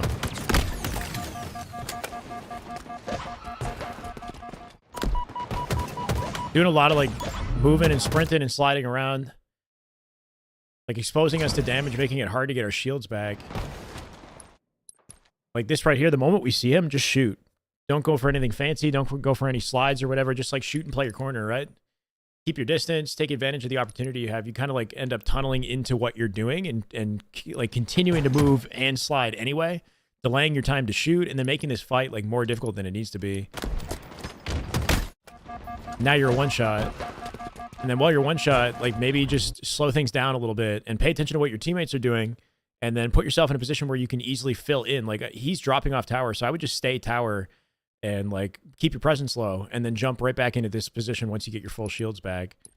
But we're running out and we're exposing ourselves to open sight lines versus just like let your teammates take the aggro, watch them for a second, and then come back in from like a safe position with high ground.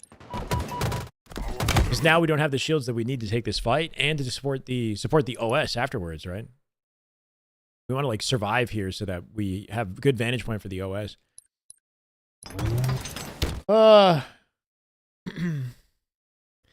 For P. That's funny. Anyway, okay. Hopefully some reasonable insight in there. I'm getting tired. Appreciate the submission. Maybe. Fell asleep late last night watching YouTube. Woke up to Shyway casting HCS's first Infinite season. What?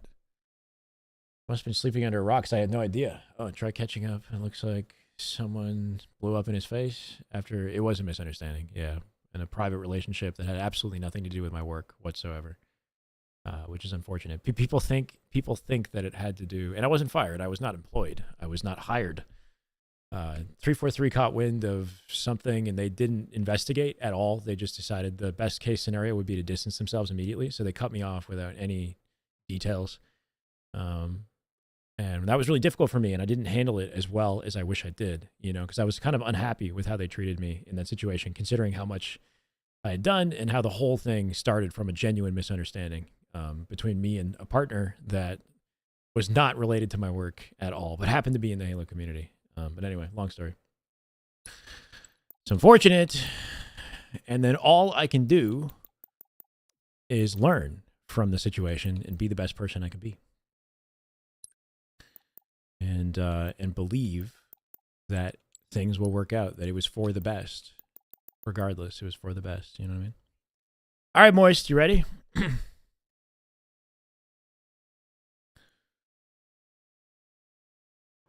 Whoa, 5 gifted before the breakdown. Halo right there. That is just damn good Halo. My God.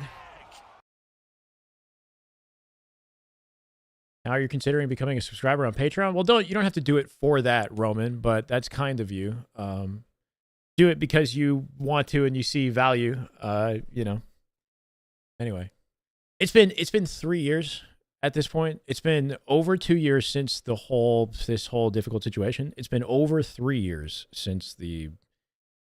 You want to say, like, you know, nothing happened whatsoever. It was just anyway, I and I don't like, okay, so if ever I need to talk about it, I have all of the info that I would need to fully clear my side. It's just because nobody actually, I don't know why I'm even getting into this, but because nobody actually like came forward and genuinely accused me of anything. I know that sounds like wild to say, but like nobody actually, normally when stuff like this happens, there's details, right? Like if something serious happened, you guys would know.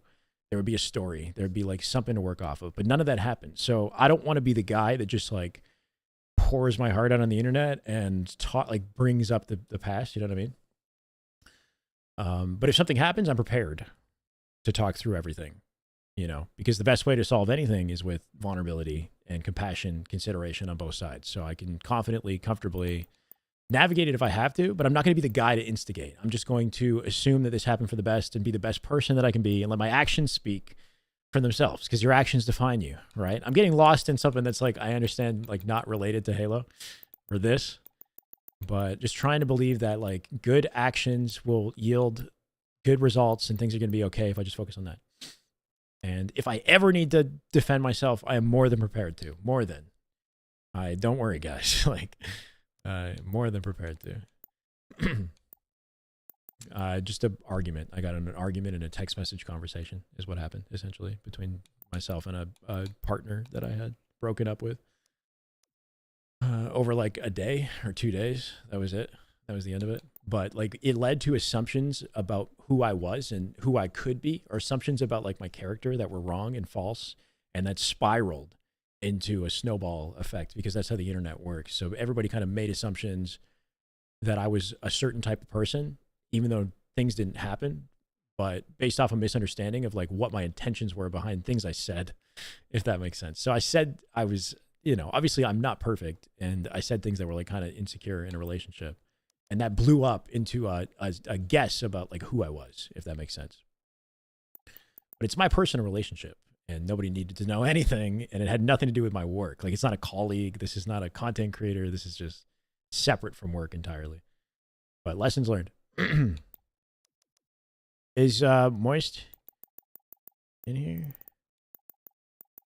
Thank you, Roman. I am definitely not perfect. I learned a lot of lessons, man. I did, you know.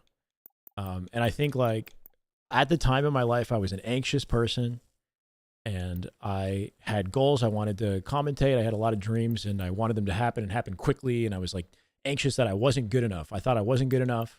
And I self-sabotaged is really what happened. I self-sabotaged pretty hard. Or not that I wasn't good enough, that I wasn't doing enough. I felt that I wasn't doing enough and that maybe I didn't deserve the opportunities that I was getting. And then I like created that reality for myself versus like, you know, I learned a lot of important things. So I'm grateful in a way because I wouldn't be who I am today if it wasn't for the hardship, you know? Yeah. Oh man, it could be we could really, you know, if I ever have to make a video, which who knows, you know, if it is ever necessary for me to talk through it, then I'll do it in the most appropriate way that I can. I'm not a hateful person. I'm not a spiteful, you know what I mean? Like the last thing I would ever want would be to like cause hate or harm or I don't like conflict. I'm conflict avoidant. So I would want to be like really considerate in how I approach it. Cause last thing I want is you guys to go after somebody. Don't go after anybody. You know what I mean? Nobody deserves that. Like there's honest misunderstandings on all sides, including 343. On all sides, there were misunderstandings. The unfortunate thing is that none of that was acknowledged. I was the one who took it all. You know, I was the one guy who was like the perpetrator for everything that nobody knows about, basically. When in actuality, everybody made mistakes. But that's just how life is. It's gray, bro. It's not black and white. It's never black and white. And that's helped me so much because it's allowed me to be more empathetic in other people's situations. Like when we're dealing with the monster situation, you know, like older version of me might have maybe, I mean, generally speaking, I think I am relatively considerate in how I approach controversy, but like maybe an earlier, younger version of me might have like just jumped to conclusions with monster versus like trying to approach it as fairly as possible because I know from my own circumstances that people jump to conclusions and they treat things like they're black and white. And then people get hurt that maybe don't deserve to get hurt. So you want to be like really careful and considerate with how you approach any sort of controversy, you know, even though it's important, especially like in today's day and age, that we support women, that's important, right? The way that things went for good, like the way that things happened for a good reason. They happened because society has evolved to understand that, like, you know, women deserve to be supported in situations like this. And in the past, they weren't, right? So it's a good thing that things went the way that they did, if that makes sense. But we've skewed things so far that we've forgotten that every situation deserves consideration and compassion on all sides, right? You got to know all the details. And you got to be patient. You got to be empathetic to all the details before you like pick a side and make assumptions. Anyway, hi Tim. I'm gonna like not shut up if I literally I'm an open book. This is the real reason. The real reason why I wasn't given benefit of the doubt and why no conversation was had to like actually get to the bottom of it internally was because I'm kind of like an open book as a person, which is a gift and a curse. Like, you guys see me as like authentic as a creator, which is valuable being a YouTube creator because I can just be myself and open up and talk about things. But when you don't have a filter, especially when you shift environments, like I'm Alex everywhere I go, not necessarily Shyway, if that makes sense. When you shift to a professional environment, you have to be very careful with your self-awareness and your filter, right? So I get close to people sort of and like assume people are my friends immediately because we share a passion for Halo. So then I talk to them like I would talk to like a friend, but you can't always do that because then they can like not read what you're trying to say or like take something that you said as like potentially insensitive. You know what I mean? So I'm kind of unfiltered. So I'm seen as a wild card, basically. Through the eyes of 343, they said, this guy, sure, he knows what he's doing, but he's kind of a wild card. And sometimes he's a little bit insensitive. He's a little bit blunt. Kind of like when you think of Sparty. Sparty's like kind of a wild card. He can be blunt, you know? So a company can't back that comfortably. So if I'm already in a position where I'm on like thin ice, and they're not sure about me, then they won't go out of their way to understand what happened. They'll just, you know, that's all they needed to move me up. That's all they needed. So I learned lessons about that too. It's not that I should have like a guard up. It's that you just got to think, be thoughtful in the environments that you're in when you're communicating with others. And reserve yourself sometimes, you know, like understand that, you know, it's not always appropriate to, you know, be unfiltered in every situation. Did you guys get it? It's, you know, these are basic things. It's not like, I'm not like, if I had no self-awareness at all, you guys would know. I would be a crazy maniac, unhinged, but it's like the little things. I've learned a lot of little things. No problem, Rossetti. Learned this lesson from my friend. Cancel your vendor services because I was treating him as I always do and not as a professional. Lesson learned.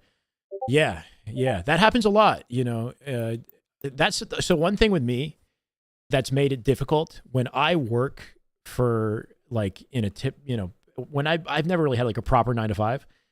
This is a totally different conversation that we're having here, guys. I'm sorry, but I kind of enjoy this. What am I? I'm somebody who asks questions. All right, like I'm not the most agreeable person, okay? Especially in the face of like authority. And it's not that like, especially with Halo, and it's not to say that I'm like disagreeable or I want to challenge authority, but like it takes more explanation and reasoning for me to like do something than other people who are more agreeable and more team oriented, if that makes sense. Like I usually will have like questions or like, you know, with Halo, I was like very passionate. So I come in and I have like an opinion and like my producer would want something specific. And then it would turn into more of a conversation. And I didn't really recognize that I was being annoying and sort of challenging his authority, if that made sense. So it didn't put me in my producer's good books off the bat. Like I started things on like rocky ground and then had to sort of like work to build our relationship later. And I was working on that, but like he sort of saw me as somebody who like challenged him a little bit and he didn't like that, if that makes sense. So like I've had to get better at working with, I'm not good with my bosses. I'm not really the favorite with my bosses at work, if that makes sense. Anyway, yeah.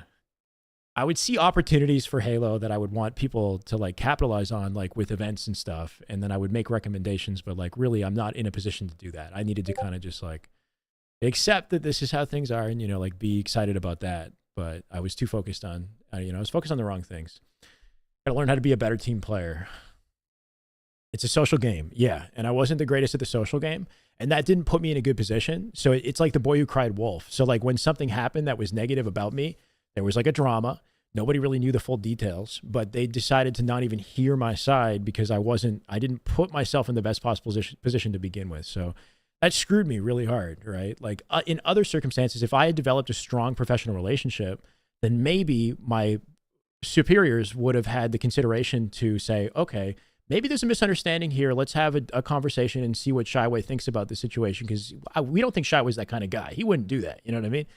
But I didn't have the luxury because I didn't develop a strong professional relationship. So I didn't get the opportunity to navigate my circumstances privately. And then if a company makes a decision about you, then that leads to a lot of potential issues, right? Because people assume the organization as being fully credible and as taking the time to investigate. Rightfully so. Like if 343 makes a decision to ban Monster, then we sort of have to accept that Monster is banned and that 343 did the necessary investigating to conclude that he cheated. And that's what we've had to go with, right? And it's the same thing with my circumstances. But in actuality, that's not exactly how it works. I wasn't an employee. If I was an employee, then there would be an HR process and it would be different. But I was just a guy. Like I might have a handshake, an online handshake agreement. Like I'm not on contract with anybody. So it was as easy as this is risky. We're just going to disassociate.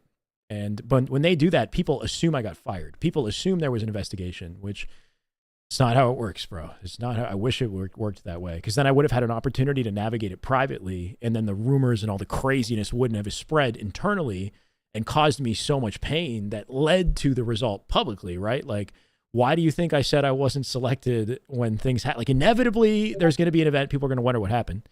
I said I wasn't selected because I felt like I was in the dark. Nobody would support me in my situation, and I didn't know what the fuck to do. You know, like I was a little bit annoyed that I was treated the way that I was treated. Anyway, I went to Worlds last year, and I would like to go to at least one event this year, but you know, the watch parties have been hype, and I enjoy that. So I don't want to miss out on opportunities to like hang out with you guys and build the watch party. That seems to be something that I might have like a chance to bring, you know, value in. But if I go to one event, then it would be like Worlds, or if there's a Toronto event, I'll definitely go. Worlds last year was fun, so it's nice to at least go to one. But yeah, I can go to events. Like there's not some crazy, you know, if anything happened that like was a serious issue that you guys deserve to know about, then you would know the details. And if ever I'm required to talk about it, I'm prepared to, and I'll do so from the heart, you know, and we'll navigate this. And I know without a shred of a doubt, you know, with full confidence that it's a situation that could be completely resolved with no issues, but it just got more complicated than it needed to be. And now we're here, you know, and now I'm not going to dwell on what happened. I'm just going to move forward and just believe that that's the right thing to do and just let my actions speak. That's all I can do. Right. Appreciate the follow, guys. Trey, appreciate it, brother. Okay. Which game, Moist, so I can just shut up. I've had enough. I'm tired. Well, I eventually get drops. Yeah. So I don't know what to do. Like I'm at a point with the drops where I kind of want to politely, publicly ask Tashi, like, hey man, myself and my community would love some drops. Would that be okay? You know, and then see what happens. Cause like the community will back me. People will back me on like Twitter, let's say, but then that might rile things up and then lead to like I don't want to create conflict and like lead to people jumping to conclusions and being like, well, you don't deserve them because you had this altercation like 3 years ago. You know what I mean? But if I don't do anything publicly and if I just send Tashi an email, which I've done, I did that throughout last year. I send them a polite email. I say, look, I'm dedicated to positively impacting this community, bringing value. I have positive relationships with so many people in the community, men and women. Like we play with Miss Lakar on a regular basis. We play with Eli. Like, you know, I'm working to create strong relationships there to let you guys know that I am worthwhile to be supported with drops, right? So I send that email, but then that doesn't put him under any pressure or anything. Not that I want to put him under pressure. I'm just saying it's very easy for him to say, not this time, Alex, which is exactly what he does. He just says, you know, not happening, sorry. And then on to the next. So I'm kind of getting to a point where I'm feeling more confident, and it's been long enough where I can say like politely, hey, like, you know, I'd like some drops. How does that sound or whatever? Like, what do I have to do to get drops? And then you guys can support me. And if he says no, he says no. Like, it'd be nice to get some transparency. And then we just kind of keep going, keep trucking. Like if we don't get drops, whatever, you know, like I'm confident that we can still put on a show, and we're still pulling like 800 viewers without any support. Imagine if we had support, you know? And this is why like, fuck, bro. This is why when Hitch and Maniac and them, when they talk about content creators, this is why I don't come up, right? Because until I receive public support from Halo and I get drops and I'm on a list that's like the safe list or whatever, my information won't get sent to Optic as a sponsor opportunity. You know what I mean? Like what I assume happened with Hitch when he made that thing in the podcast when he talked about no creators in Halo, what I assume happens is Optic goes to HCS and they say, we would love to do an event. So HCS says, sure. And we want to work with content creators. So what they do is they take a curated list of grassroots partnered content creators, which is exactly what Mint Blitz, Uber Nick, Lady Echidna, they are all grassroots partnered creators. And they send that to Hitch. And then he looks at the list and figures out what he thinks is the best fit to associate with Optic for the event off the list. If you're not on the list, you're not even a consideration, regardless of the size of your platform, unless I'm like so huge that I'm just completely undeniable. And they're like, what the fuck is going on? Shyway's got thousands of viewers, but I'm not quite there yet. I'm like at the cusp, right? Like I think I'm an excellent candidate for sponsorship, for events, because we put the work in and I'm a source of education, right, for the game.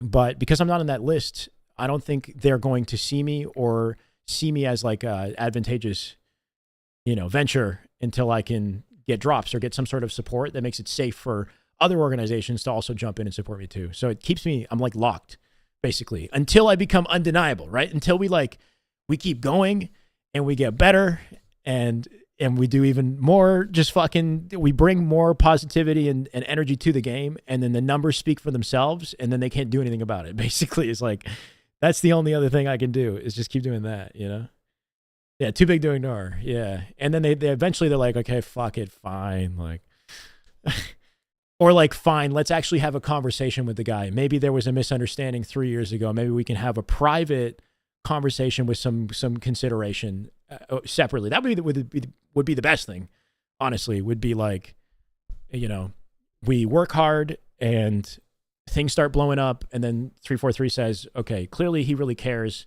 He's trying to make a positive impact. Let's give him a chance, have a conversation, and maybe we can find a positive resolution here where nobody has to, where there's no conflict for anybody, Anyway.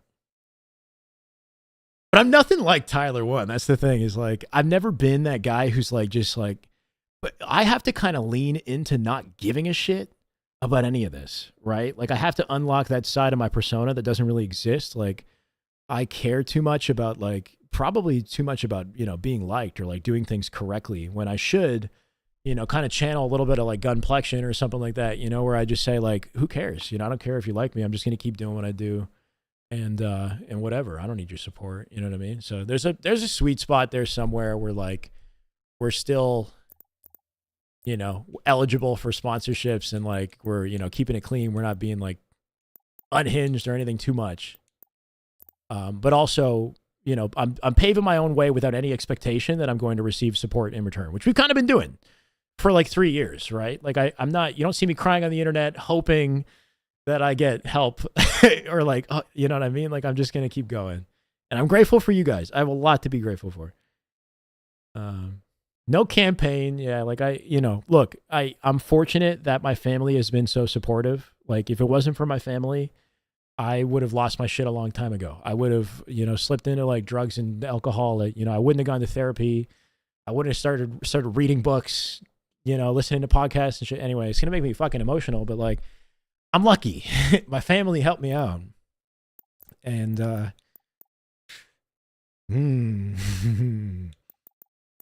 yeah, so I'll be okay. But if I need help, I can, I know I got you guys, which means a lot. Fuck. All right, give me a game, Moish. Give me a game. Anything.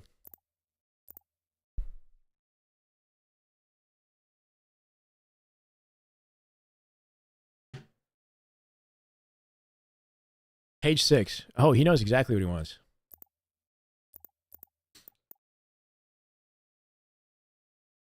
All right. Wait, bro, you won confidently. This is the same thing you did last time on Recharge. You picked a game where you're like statin. All right, whatever.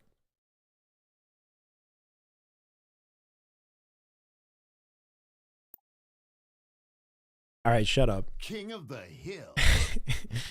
I do love you guys. Anyway.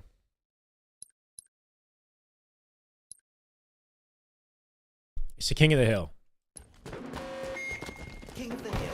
Wait, no, this is a 4-0 and you go like 20. Are you sure it's the correct one? Middle row live fire. I play, but we still lose? All right, hold on a sec. What's the best place to watch? There is no best place to watch. You can watch another YouTube or Twitch. I mean, technically speaking, if you have both of the tabs open or whatever, then you'll get, you know, that's 2 viewers, but like it doesn't really matter. Watch wherever you're comfortable watching. It doesn't matter.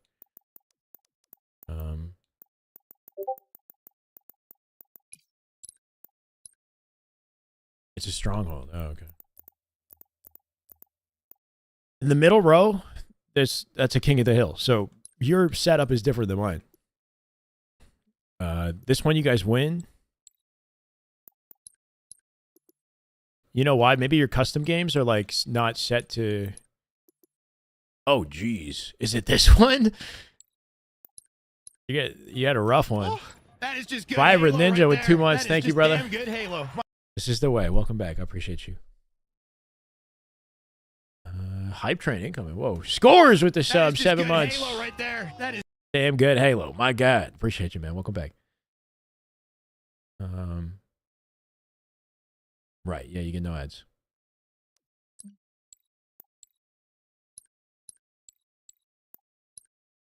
Okay. The one that you guys just barely won then. Okay.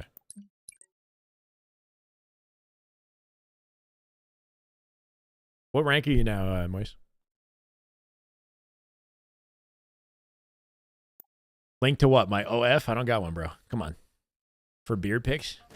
oh, that is just good Halo. C. right there. Barbosa. That is just Damn good Halo. Welcome, brother. Thank you for the sub. We passed the goal today. Damn. All right, don't do it just because I got all emotional on you guys, you know.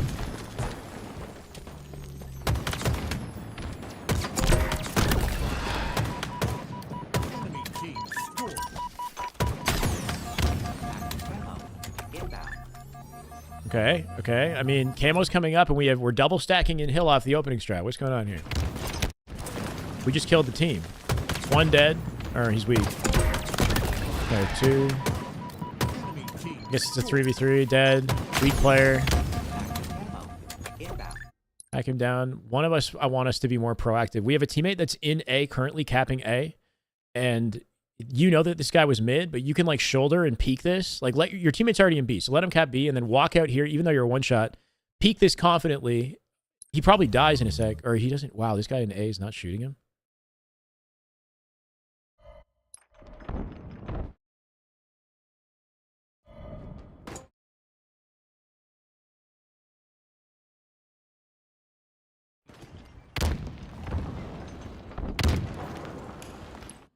Did I miss, hold on a sec. All I'm saying is we're getting good kills here, and we've got, like, positioning that supports you just getting to A plat and getting camo. 2 dead. You got damage on the guy, A, and then... dead. Yeah, and he's weak, and he's chasing him out front A. So, I don't know. I'd be, like, really quick and proactive here, even though you're a 1-shot, just knowing that we have a clear advantage. And don't miss your opportunity to put yourself in a position to defend camo. They shouldn't be getting away with camo for free, I would say. So they're going to end up...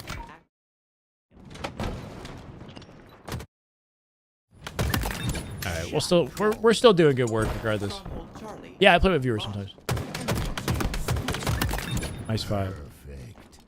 I guess it doesn't matter if you're shitting on everybody despite it. But I try to be proactive. Like, I hit the just slide. good Halo Sequacious, right thank you, there. brother. Backhand, welcome to the way. Let's go. Big fucking dubs in the chat. You guys are gifting and subbing. I appreciate you guys. Hitting a slide off this gives you a quick rotate once you got your shields to, like, contest. But I think this is good. This is fine. Your teammate in A could also contest camo without you being there, so...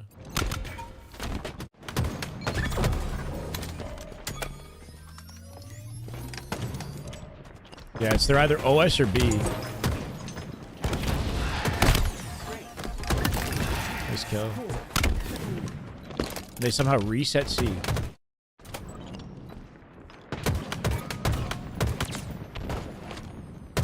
Really good, like, movement and kill here. You're chasing the kill down, but you did it in a way that was, like, quick and efficient. Sliding off, landing on the box, right? Getting him one shot, and then hitting the curb slide and finishing him off, coming back through nest. That was good stuff. Should play for the peak here. Like, you have your advantages. You know they're in C. So if you've got that info, you should be jiggle peeking this guy, get your guaranteed damage, and then play more confidently afterwards. No need to walk out, because once you're here, if a second guy's in C, let's say, even though he's getting... You have a camo guy. But yeah, you expose yourself to too much. Lil Aichi wins with the sub. Thank you, brother. Welcome. Nitro, thank you for the sub, brother. 2 months. Let's go. Right there. Damn good Halo. I don't know why it keeps messing up.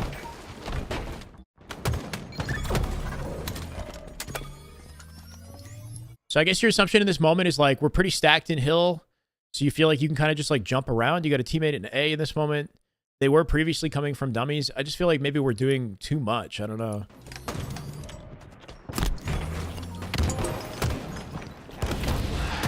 Like we slide like 3 separate times to get in this guy's face versus... Maybe just chill a little bit, you know? Just like hold your sight line, team shoot.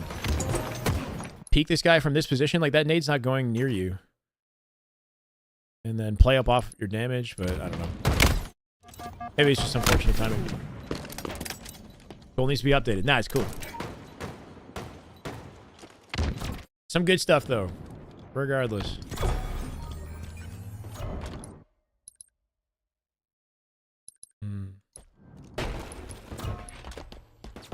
Okay, well, if you're going to go here, you might as well stick to nest and team fight, right? So it's like, yeah, this situation, when you spawn, you have your teammates in B, but they're currently in gunfights. So you're thinking like, okay, maybe I can rotate and help, like guarantee that B gets captured or B doesn't get like stolen, I guess. So you fly over, but then you change your mind after you fly over. Once you're here, you should be like hard scoping B and big door. I think you like assume that it was cleared out and then you try to come back to C or something. But yeah, just maybe don't go for the crazy G slide because you don't need to. Like, this is like my gameplay where we're so tethered to sliding around the map that they're hyper committed movements that we're doing, and then we can't like quickly change our mind. So like if you just like jump to the box and like walk out a couple steps to check your angles, and then you decide, oh, okay, that we're healthy here, I can go back to C, then you could just walk back to C. But now he's in the hill, and we're not reacting to the fact that he's in the hill, and then kind of like, unless you're trying to, yeah, I don't know. Just you can see the lack of efficiency here, right? Where it's like we went out here, we didn't get the hill time, and now we're not actually fighting with this guy in B once he's in B. The enemy has captured Alpha. Enemy team scoring. Beard Harmony. Wait, what's that? No problem, Nitro. Thank you for the kind words, man.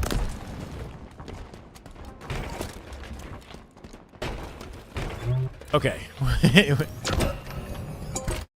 Okay, so right now, you pick up sniper, you got 1 bullet, but your teammates are in active gunfights in B. You've got one that's like cut, but like they're still brawling, right? The B is contested. You can hear that it's contested. Get involved in some way. So like walk yourself backwards with a sniper ready to contribute and shoot somebody in B, or like take your angles. We're kind of like running while the fights are going down, like, and not seeing any of this. You should be just like standing here, hard scoping, blaning this guy. Instead of doing this big rotate, because the fight, like everything that we're doing is all in, you know, in step with what's happening on the map right now. So these guys need help. Play in a way that like moves you to the valuable positioning, which is fine, but also keeps you in these gunfights so you don't miss the opportunity.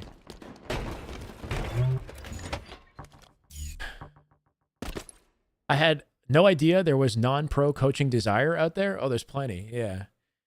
Well, I mean, so, okay, the perfect scenario for Halo, this is like a tangent. Like, think of any sport in life. That is just good Halo right Stroke there. my fawn. That is Oh just my God. The gifted to Snacks. Welcome, Snacks. Welcome to the way, brother. Thank you, Stroke. Appreciate you. The perfect reality for Halo is that it is treated and respected as a sport, or like chess. We treat it and respect it like the world does chess, right? Do you get soccer lessons? Do you get chess lessons? Do you get music lessons? You know what I mean? Like, if we can build Halo to a point where we see it as like a sport that is, you know, worth our time and energy and worth our respect, and like the accomplishment of being good at it, the skill is something that's like seen as valuable, you know, then coaching is a totally normal, important part of that process. From professionals? Oh, oh, that's what he's saying. So just surprised that I'm not a professional player and I'm coaching. Well, okay. If sometimes the best teacher is the guy who is not the pro. You know what I mean? Like we all have things that we excel in, and I'm not bad necessarily, but I get what you're saying. I happen to be like my skill sets lie more in my speaking ability and my coaching ability than they do in my pro gameplay, I guess. That said, I was in Onyx 1969 last season. Like I can play with these guys. If I'm locked in, I can hang, but I'm not. No, I don't have any pro experience.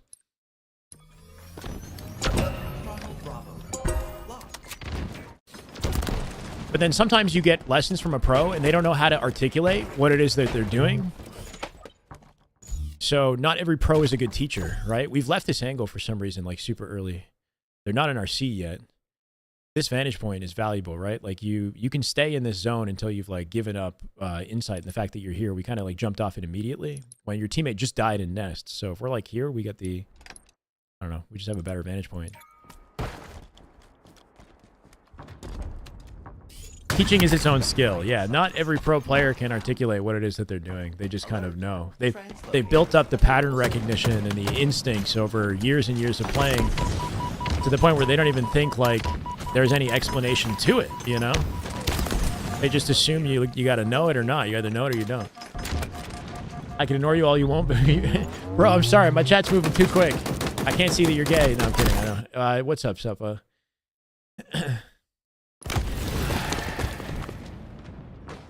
What are you doing, Step Beard? Yeah, I'm sure Frosty's a good coach. Most pros are pretty decent at articulating things. So my hope also as a content creator is to have coaching sessions with the pros and then fill in the gaps in the way that they coach as the student, if that makes sense. So like when we're working with like Miss Lacar or Suspector or Druck, let's say, sometimes they'll like say something with the assumption that everybody else gets it, but then like don't take the time to explain some things. You know what I mean? Like sometimes I feel like I can fill in the gaps for the people watching and bridge things for other viewers at different skill levels as the student by asking the right questions or by taking the time to like articulate why that pro player is giving me specific insight, you know? So like if I can help make the pros better coaches by being coached by one, if that makes sense, that's like a good source of content too. Your team scored. Active camo available.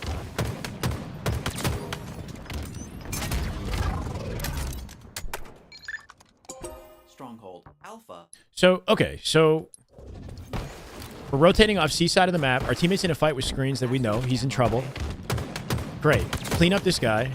All right. Okay. But like we have C capped already. This fight is still actively going down. I would just like grab camo, drop to the back of the turbine, and then slow play this up towards A. So we're picking off of our teammate that's still involved here and giving ourselves an opportunity to actually get a capture at the end of this.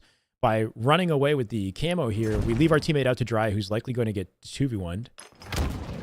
And then we don't accomplish anything on the map. Same with this guy. He's like running. They're running back to B. So our teammate's dead in B. And our teammate bottom mid might die alone. Okay, he gets the trade. So he just made a big opening. We should be here on screens with camo, like in position to pick up off of the opening he created. So we're getting no wasted time. We're capping A here. Tyler Reed, thank you for the follow. But instead, when we're back here, we can't capitalize on anything that's going on A side of the map. Stronghold Alpha lost. Enemy team scoring. Why don't I commentate? I mean, bro, we just had a long fucking conversation that around it, I guess, for the last like half hour or so. It's a long story, bro. Sniper inbound. I guess we're getting B in the end, even though Barrel Pop, who was doing the Lord's work at A, ends up dying on his own. Just noticing the room for efficiency, though, to play off of our teammates and get back these captures without them getting like extra seconds they don't deserve. Personal skill, game understanding, both have crossover into map knowledge and meta. I agree, Benjamin. I mean, I'd say there's even more variables than that, but yeah.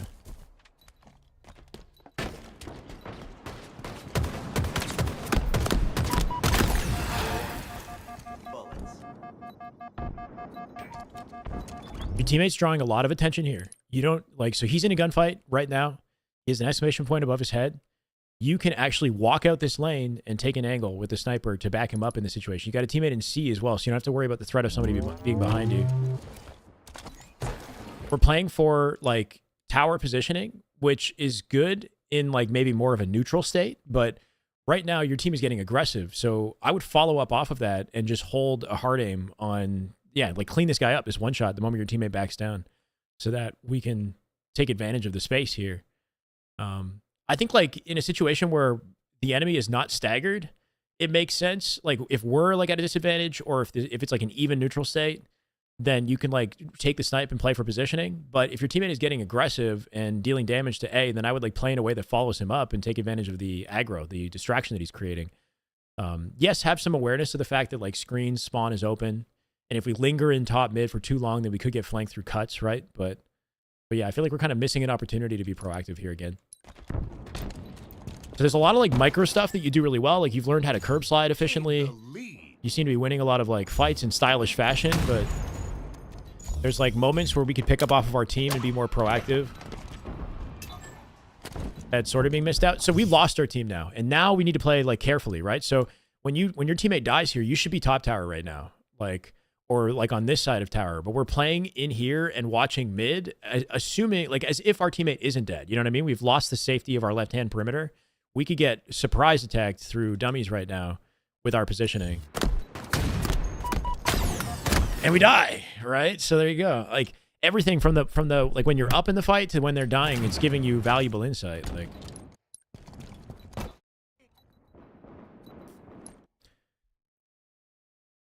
can I really explain the point of someone comprehending and retaining this information and then actually applying? Gaming is instinct. You can't really teach IMO. Someone can't learn from spectating an event and apply. If someone can't learn from spectating an event and apply that, then they're a lost cause. Fuck, bro.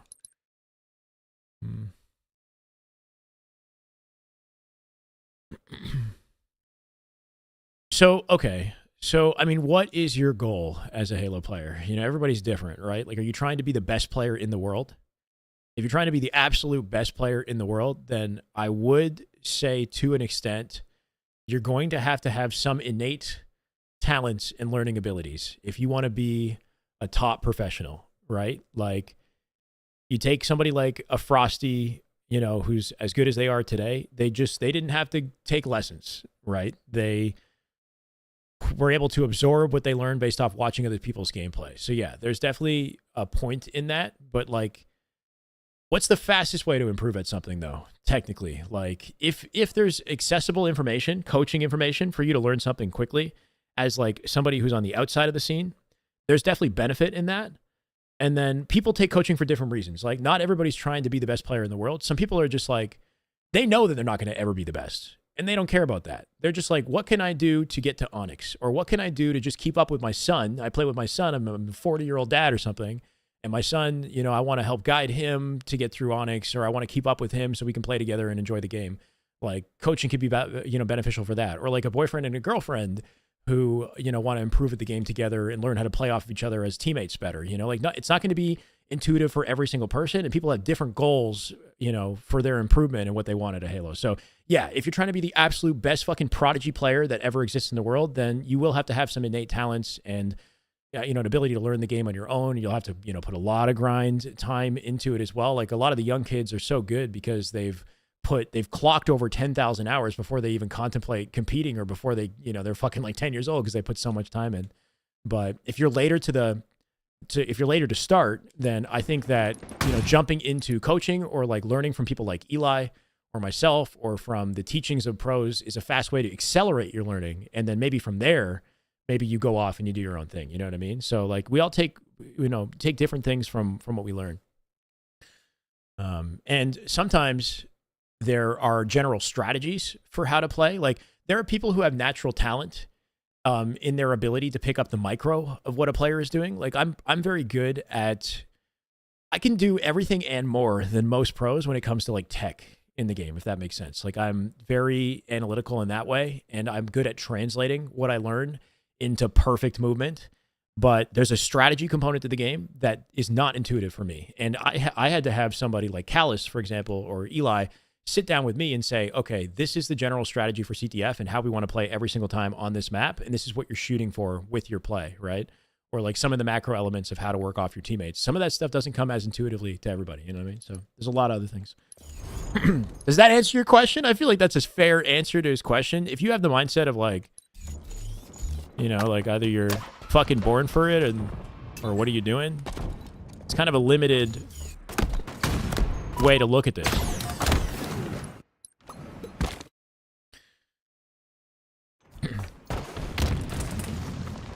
Translocator located. Enemy team scoring. Yeah. Did we just die a second time, or is that just...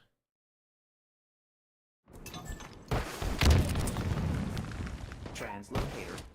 Weird way to slide. Enemy team scoring. You're like thinking that maybe somebody's top tower in this situation?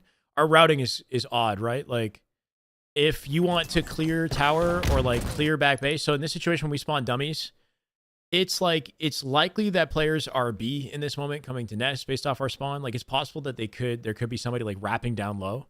And if you really want to be thorough in how you're clearing out the side of the map, like you've got good coverage, nest and C plat, it would be a pretty solid play to like wrap back base and ensure that nobody's like flanking so that we have a collapse together, you know, without any like chance of a surprise. Or you could do the opposite and play, or you just play into top tower, let's say, and support your teammates like that. But wrapping through like this doesn't give you any sort of extra advantage, and it's slow too. Like, as opposed to like, if you want to get to nest really quickly, you can just curb slide off this way, right? I would either wrap back base or take top tower here, basically, to support what your team is doing. You thought somebody was above you, yeah, and then it like caught you off guard. And then you looked up, like, so let's say that somebody is above you. You can't play it like this though, right? Like if somebody's above you, you can't turn to address it, because like knowing in your mind, like the situation, you can't look at tower here, you know what I mean? So you have to fight your way out now. So it's like, okay, somebody's top tower, that's fine. You still have to take your fights on nest and then shoot your way to tower, you know, or like hold this ground. If you stay here, then you can bait the guy top tower into walking down your staircase or bait him into falling. So like, don't take your eyes off what the priority angle is in this situation and completely give up on what you're doing in the moment and give up your backside to these vulnerable angles, right? Like when we spawn, we know they're coming from B. So log the fact that he might be above you, but fight your way through this exchange while baiting that guy into doing something and keeping yourself in this area so you have options, right? Oh, is a sniper stuck in the roof? Wait, oh, is that what happened? Sniper was in the roof and it checked you. Oh my God, I'm sorry, bro. It's like totally different. I just went through like the whole... Translocator located. Wait, what? I can't see a sniper in the roof. No idea, bro. Same thing, though. Don't turn and face it. You can't turn and face it. You have to know that they're going to be your nest and your B. So this is like, even if the sniper's in the roof, don't do this.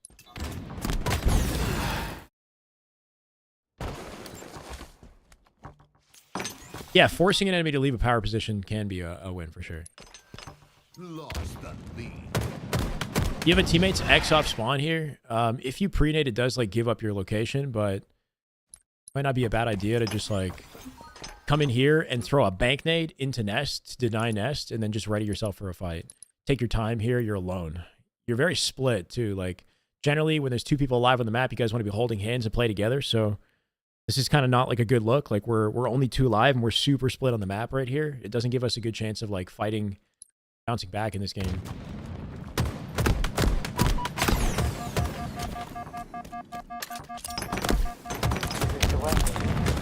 Wow. Is it Sufwags, I think? Thank you for the follow, brother. Appreciate it. I could tell you take time to practice sliding, like curb sliding out of your gunshots. Kind of like what I do. Doing it in this situation is very risky, right? Because you have no idea what's in B.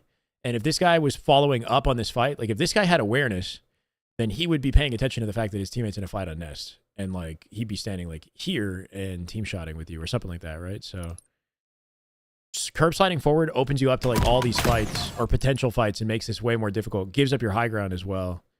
Like just peeking and taking your time here, your teammate will spawn behind you in dummies. Here he is. And then he can help you with that fight. And then once you have the advantage, if you keep your shields, then you can justify sliding out and getting more aggressive. Pretty cool though. Like I feel like in other circumstances you probably wouldn't get away with this, but it's cool that you're like able to execute this stuff. It's just maybe not the best time and like way to do it. Eric, no problem, brother. Single-handedly maintaining your enthusiasm for competitive Halo. Damn. $10 super chat. Let's go, Eric. Thank you, brother. I appreciate you. Love to hear that, man.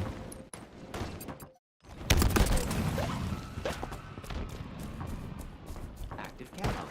Inbound.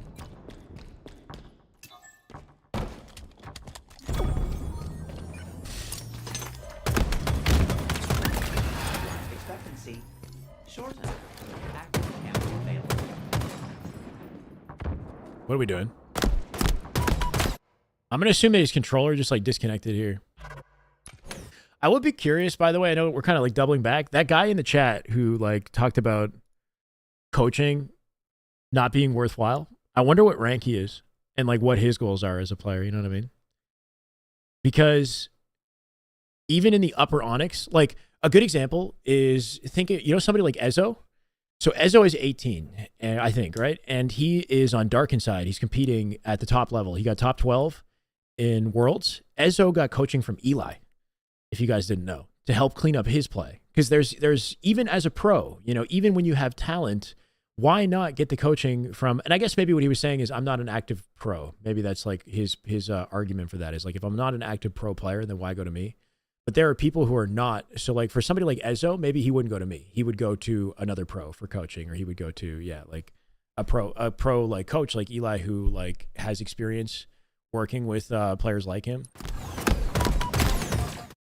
But yeah, coaching is valuable for everybody, and you get different coaches depending on your level of play and whatnot. Like somebody like Druck might not be the best for a platinum level player. Druck would be a good coach for me, if that makes sense.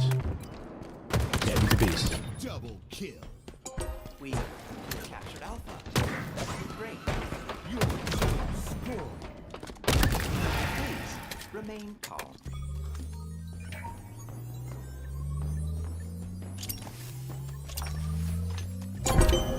Don't miss out on the QT here. With your play style and the way that you like to play, the moment you cap B, grab that QT and get aggressive in A. Teammate's going to be in a gunfight here, or he was just in a gunfight, so that's the area that I would place my focus. They're currently in A, and then I would just like aggressively play through big door here, using my QT to get away with it. We're leaving this teammate in A like by himself, and we don't have a QT to back up what we're doing here. I mean, now we have to play it passive no matter what. Stronghold Alpha lost. S7 sniper inbound. Should have that QT popped by now. That was good. Good patient play. Killing spree. S7 sniper available. No need to chase any of that down. Teammates in A right now. They're spawning from like OS to dummy side of the map here. Depending on how aggressive they get, it could open up mud.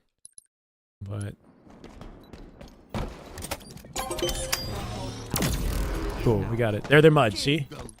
That mud spawner. Just like paying close attention to what our teammates are doing and what they're blocking right now. Like our teammate went from C and wrapped like through like dummy side of the map through to screens, opening up a split spawner in the mud right beside you, which we can actually like get damage on and then play up on, you know, if we wanted to.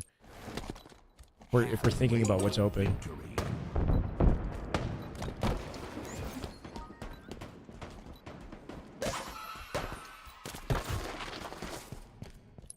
Whoever said that about coaching ranks above is spot on.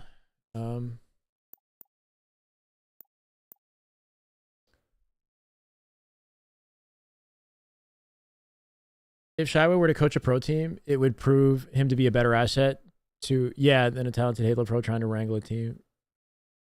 So the thing about, like, so if I was to coach a team, I wouldn't be able to start with a pro team, right? Just like anybody, I would have to work my way up. Corrupt Malik, thank you for the follow. I could probably get my foot in with like a decent team. The issue with coaching is, like coaching a pro team is I don't want to be I've talked about this a lot of times. Like, I don't want to go to events and be dedicated to that, and I can't be a content creator, right? Like, how do I also be an entertainer for you guys and a content creator separately, and then do watch parties for the game, or leave myself open for like a casting opportunity or something like that, when coaching would be like 100% my focus. So it's not like a route that excites me, like being on camera and, you know, trying to entertain you guys or make content or casting or something like that, that I feel like is more suited to what I do. So that's why it doesn't like align with me. It's hard to imagine me coaching and then, you know, doing that while not being upset about the fact that I missed my watch party, you know, or like I missed other things that I want to do. But if it was a team, if it was a pro team like Sentinels or like an Optic, or, you know, then I probably would still take the opportunity, just because it would be a huge opportunity, you know, like if I could coach Optic, like, who cares about, I'll take a year, try to do that. Vital signs. Just play pro Halo. Well, that's also a life commitment as well. It's like, if I want to play pro Halo, I would have to dedicate full-time hours to it, because that's what pros are doing currently. If you want to play at a pro level, get ready to put in like, 8 to 10 hour days, and, dedicate a lot of time to like learning and improving at the game that can't be spent making content to the same degree that I'm doing now, right? Like, I can't be worried about, you guys and making YouTube videos. Can't be doing the watch parties. Yeah. There's a part of me that fantasizes about like playing at that level, but if I'm being realistic, like, where do my abilities lie? Like, I'm not exactly, if I was 18, that'd be a little bit different. Not that like you can't go pro in your 30s, but you know what I mean? The enemy has captured Charlie. What I'd like is not to like go pro, but just to beat them online. That's what I want to do. I just want to beat them online.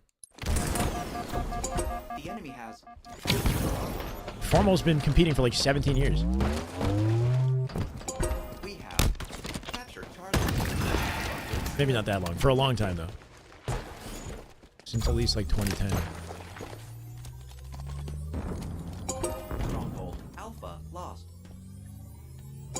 No, so Gunny, it has experience pushing for like he's much farther along than me. That's the thing. Like, okay, so these guys, you want to be somewhere along in your competitive career by your 30s, ideally, right? Like if you're just getting started, like you would be a world record basically. You're shooting for a world record is what you're doing. If you want to just get started, like, let's say you're just like an Onyx 1500 and you're in your 30s. And you're like, let me try out this pro thing and just like start from the beginning. Well, good luck. You've got a hell of an uphill battle ahead of you. You want to have something, somewhat of a foundation. Hard to start in your 30s. Yeah, especially when you look at like how young the top players are and how young they start. Like most of the top players today started their careers at like 16. To 18 in that range, right? And the young guys now are 18, 19, like your last shot, your cycle, they're 19. They've been playing since they were children, It gives them a leg up, without a doubt. It doesn't mean that you can't start late and still excel, but your chances of being that guy dwindle, exponentially the older you are when you start.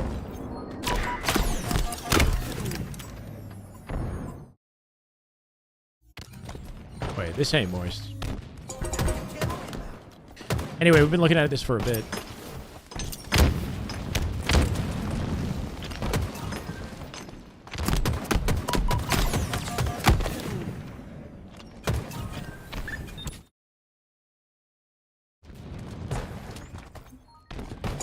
Ammo inbound.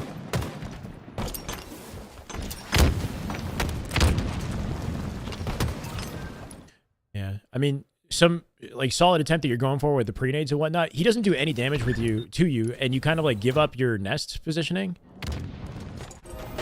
a little bit earlier than you probably need to. Like right here, he didn't do any damage with that nade. Just jiggle peek him, like, and get some guaranteed damage for you to push up off of, versus like kind of coming in here and exposing yourself to a lot.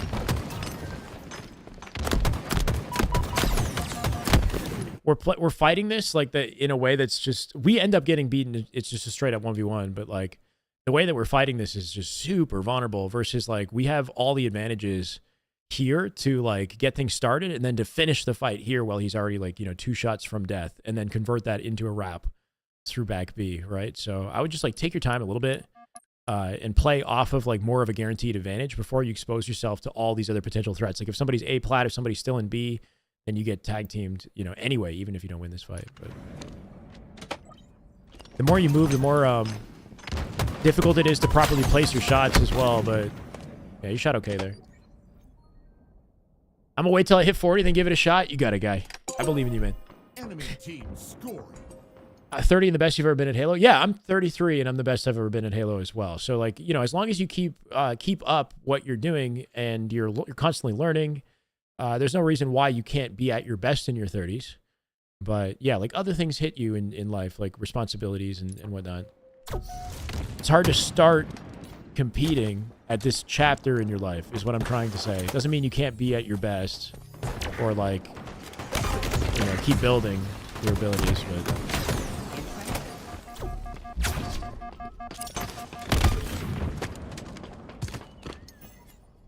go pro after commitment, no or retirement, no commitments. I mean, going pro is a big commitment.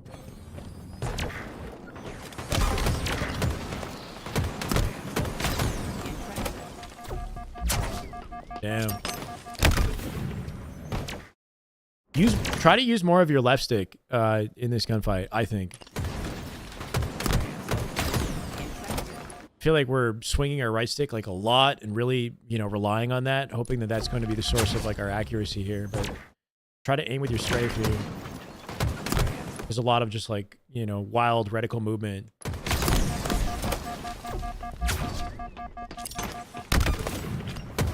Maybe if you lead this with a pre-nade too, like come in and bank a nade the moment you come in off the left side. Or enter this from the high ground. Like when you spawn here, he's already in a gunfight, jump up the screen and cut him off like that. You have an early angle on the guy and you can clean him up fast from these screens. So a decent way to pinch. Get a guaranteed advantage.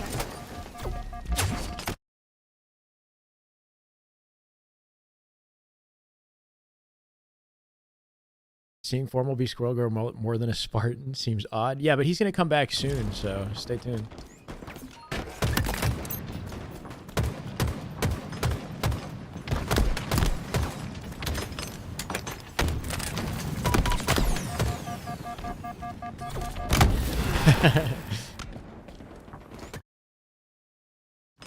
This reminds me of my gameplay. Yeah, I mean, in a situation like this, I dig it. Go for it. Hit it properly and then, like, swing out and headshot the guy. But he's trying to pull out all the stops. This is, like, how I play.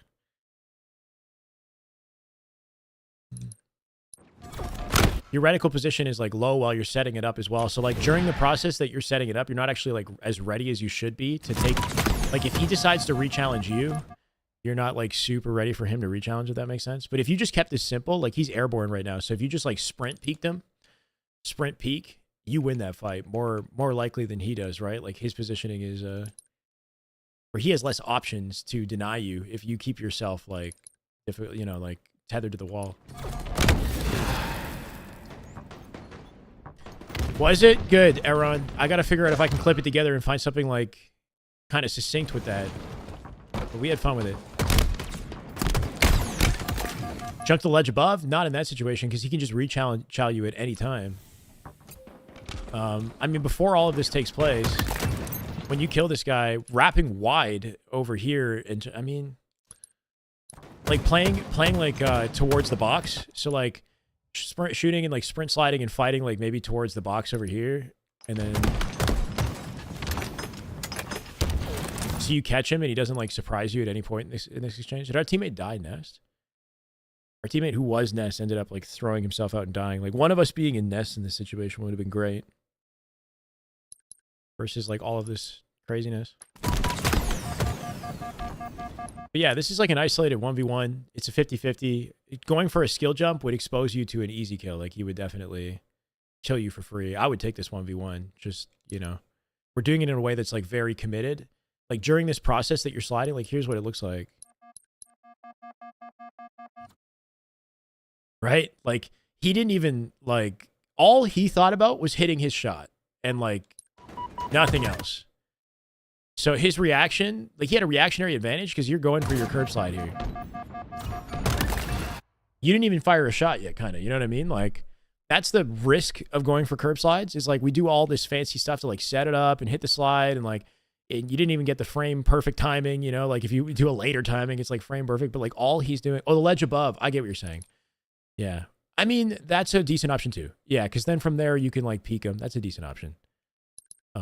Point being is like we're doing a lot of stuff when it could be simpler, and we could have a fast reaction here versus like limiting our reaction speed and making it easy for the guy. Yeah, but that's a decent spot. Like he might not be ready for you to be in that ledge above. So yeah, maybe you can jump, and then like sit here. But it gives it like the onus is on him to chow you. If he runs, then you have to chase him. You know what I mean? Like he could keep backing up, and then you can't do anything about it. You'd have to like slide off and chow him or something. Lost the lead.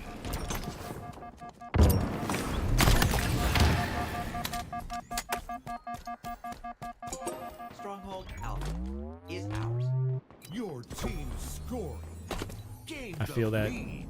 S7 sniper inbound. Teammates fighting C. This is a good opportunity to slide this way, because it cuts him off, and it cuts you out of the potential of being pinched from cuts or from mid, right? So when you hit this box, or like if you're behind the box and you see the fight's going down there, slide yourself to the staircase and take the fight from this zone, and be aware of like the threat of getting pinched from another angle, because you might get shot in the back now. And then you end up trading it, right? So good. Like if you want to use your fancy slide movement, like I know you do, and like I do as well, hit a G slide to the left here. Isolate your fight and your angles here in this situation. Yeah, I like shooting the nade, but if you're standing still shooting the nade, like look what you're open to right now. If somebody comes up dummies, you're getting shot. If somebody comes up cuts, you're getting shot. Like if somebody's mid, you're getting so standing still and shooting nades in a situation like this when you're exposed is very risky. Like it's worse than it is beneficial, you know, versus like if you want to do this, you want to be in a position that's like not exposed to sight lines. Like, you know, if you're here shooting the nades, that's good. Do this. Sit here and shoot the nades. This is the way. That's the God play. Nobody can fuck with you if you sit here and shoot the nades. Appreciate the follow. Professor Lol. Appreciate it, man. So if you want to do that, yeah, do that even earlier. You probably could have done that from safety.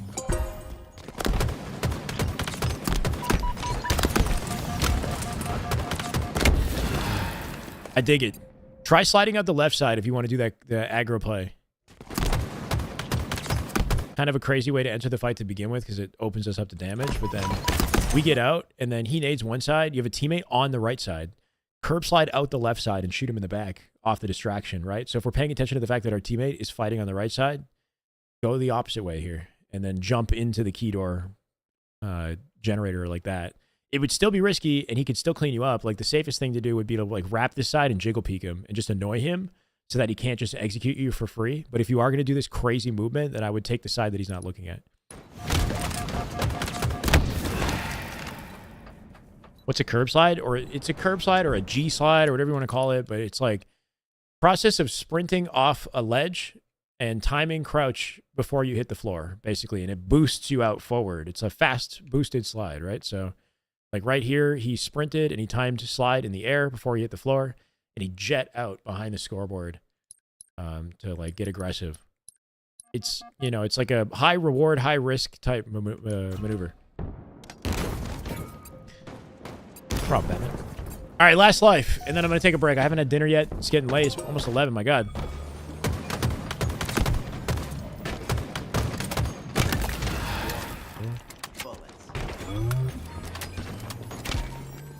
Nice, they're going to be your nest. We have captured Charlie. Your team scored. Power equipment is on the way. Oh. Stronghold Alpha on. Power equipment. Yeah, I don't know. I like getting aggressive with camo. Like I activate it. Like, if my teammates are in position to work off of, then I like to get aggressive if I have teammates to play off, right? Like I have a teammate in A plat in this situation that can draw aggro, and nobody has put any pressure. I haven't seen anybody small door. I haven't seen anybody screen. So like the moment I activate camo, slide forward, and then carefully jump my way up screens with the intention of like, if somebody sees me or something goes wrong, then I just finesse from the screens or whatever. But like, I don't know. If I have an opportunity to play proactive and get aggressive on A in this moment, then I'll do it with the camo. It's the second time that this has happened. This is still Moist. Yeah, he gifted 5 subs, and we've just been, I don't know, we're on overtime right now. I'm ready to get off.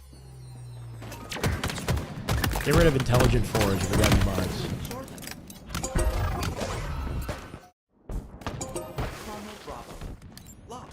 The way that we play this is risky. Like, it would make more sense for you to play up in tower off the opening here because you have no help. Any curb slide forward that you do right here is going to be completely solo. Your teammates are on the other side of the map right now. So, like, maybe, like, playing up into tower first and clearing out the area from a safe vantage point would be probably the safest way to play this without just getting, like, teamed up on. Team score. He misses his snipe, though, and you take advantage.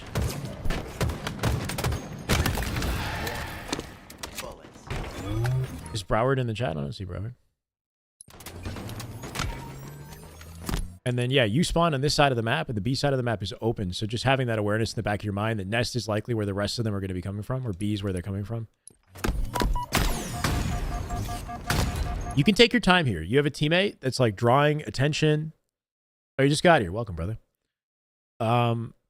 So take your time lining up this shot. You don't need to whip out shots. Like, you have a teammate behind him shooting him in the back.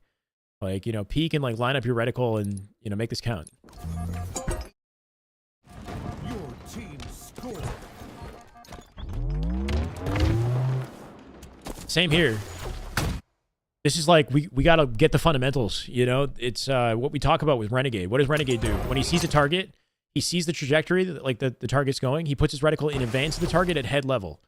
So, like, put your reticle, like, where he's going to land at, like, head level in a position where you have plenty of time to react and properly hit the shot versus, like, putting the, like, you snap, like, on him and you give yourself, like, a difficult shot to land, sort of, where you're, like, chasing him down versus, like, seeing where he's going to go, reticle in advance of him, let him fall into it. You know, let him do the work to connect the targets, which easier said than done. But this is what we're aiming for, right? We're aiming for putting our reticle in advance of the target at head level where he's going to be and then just hit the easy shot.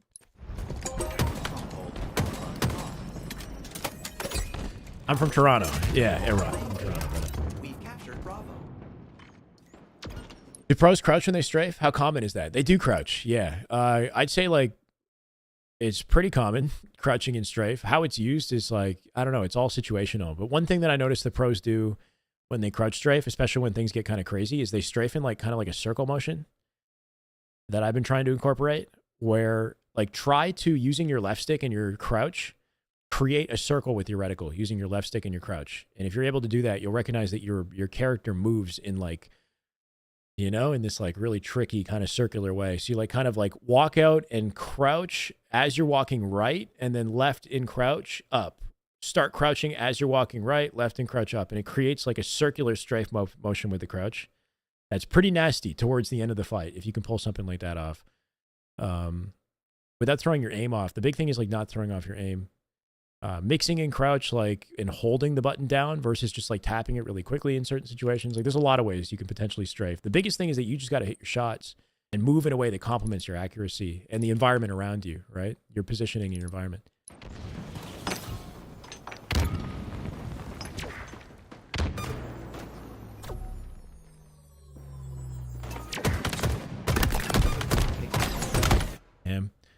You open fire in the open. That's the one thing that goes down. Watch Broward versus Renegade. Bound versus Renegade. At work and was crying laughing. Oh, Broward, did you post Bound versus Renegade on your YouTube? Like their 1v1s? On his channel? Oh, he posted it, huh? Nice. Yeah, they were shit talking, going crazy yesterday. Just trigger discipline here, Moist. That's the only thing, right? So, like, if you're going to open fire, do it from a position where you have some safe haven to, like, rely on. So walk yourself to pillars and shoot and execute the guy from pillars, so at least you can finesse the pillar and then get the full camo back and then walk out to B afterwards if you're in trouble. But you open fire in the center. You open fire right here. And you got a one shot in your left. Is that the one you kill the one shot, but now you have no easy escape options. So just walk yourself behind the pillar. You have the same options, but now you can finesse behind the pillar and delay your life. So just keep yourself tethered to geometry when you expose yourself like this. Yeah. You're doing a lot of good stuff. You're a very technical player like me. But the fundamentals and like your awareness of your team and, you know, using your team to your advantage, recognizing like when they're pushing and playing off of them more, you've got more opportunities there. Keeping it simple more often, you know, valuing your positioning and recognizing like when it's best to just like keep it simple and not do anything too fancy. So you hit your shots and then unlock the fancy when you've got the advantage, when you know, knowing the situations to get away with it or knowing the directions that you want to be sliding so that you give yourself more options versus less and stuff like that. I was choosing breakdowns off the chat by saying first one to type, and then I would say something, and then the first one in chat to type whatever I say would get the breakdown. But that's it. That's it for today, guys. Hopefully some helpful stuff in there, Moist. Gonna work on the fundies. Yeah, me too, man. I fall for the same stuff. So I'm gonna have dinner, and then I'm probably gonna end up getting a little grind in myself because I haven't played any Halo. I've just been talking. Should have been me. D4. Let me hit Onyx. That's all on you, bro. That's all on you, bro. You versus you. Guys, I offer coaching one-on-one. If you want my dedicated time, we can have a conversation about it. I can dial in your settings. I can, you know, whatever you need. You got me for an hour there, and then coaching on Twitch as well. Not for free. Not like this. It's $60 per session. But I do my best to give you guys value for your time, and I record the whole session, and then I give you a link to the session so you can watch it back as homework, and I'll give you, you know, things to do and whatnot for the time that we work together. So, you know, put the work in.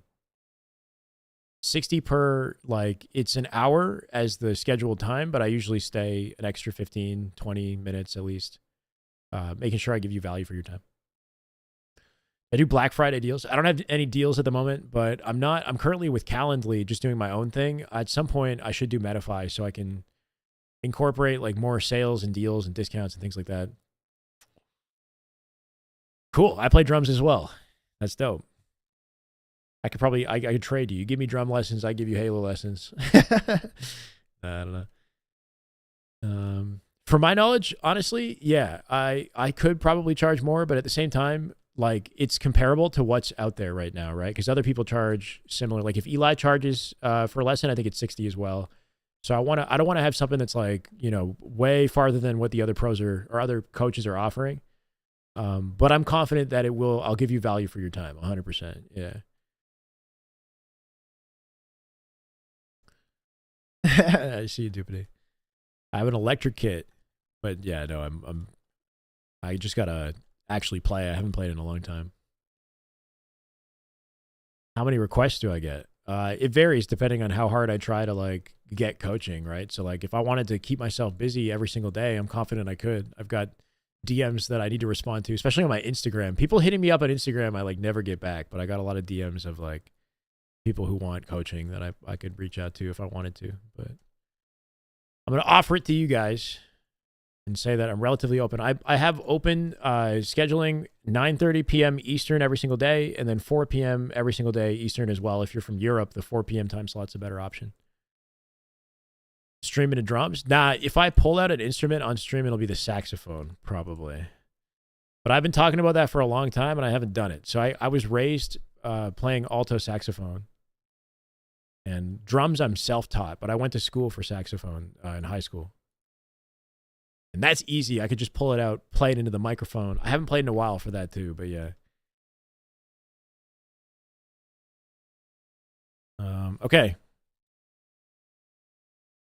We got to do like a channel point reward or like a donation goal or something like that. And then I just like whip out the sax and I do like a, what's it called? Song request or like a Halo ODST cover or some shit.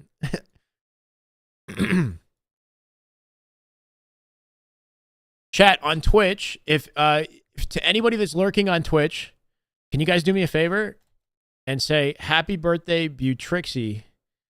It's her birthday. Let's go give her a raid. We're gonna give some small streamer support to Butrixie. She plays Halo. I think she's like Diamond. I think she's playing BTB. It's her birthday. So go say happy birthday to her, guys. Whip out the sex. Not right now. I'm getting off. I'm gonna raid. We're raiding Trixie. Go give her some love, guys. No. In the Twitch chat. You were saying it in the YouTube. The moment we raid her, go say happy birthday, guys. Appreciate you guys for hanging out. Hey, no problem. Have a good rest of your evening, guys. Okay. Bye, Twitch. And then YouTube. I got no rating on YouTube at the moment. At some point, I'll start, sending you guys elsewhere. I think that's possible. But for now, this is goodbye. And then I'll see you guys again soon. Maybe Wednesday. I'm going to probably take tomorrow off and focus on getting that last shot video together. We got to have another Roster Mania discussion. We got to do that too.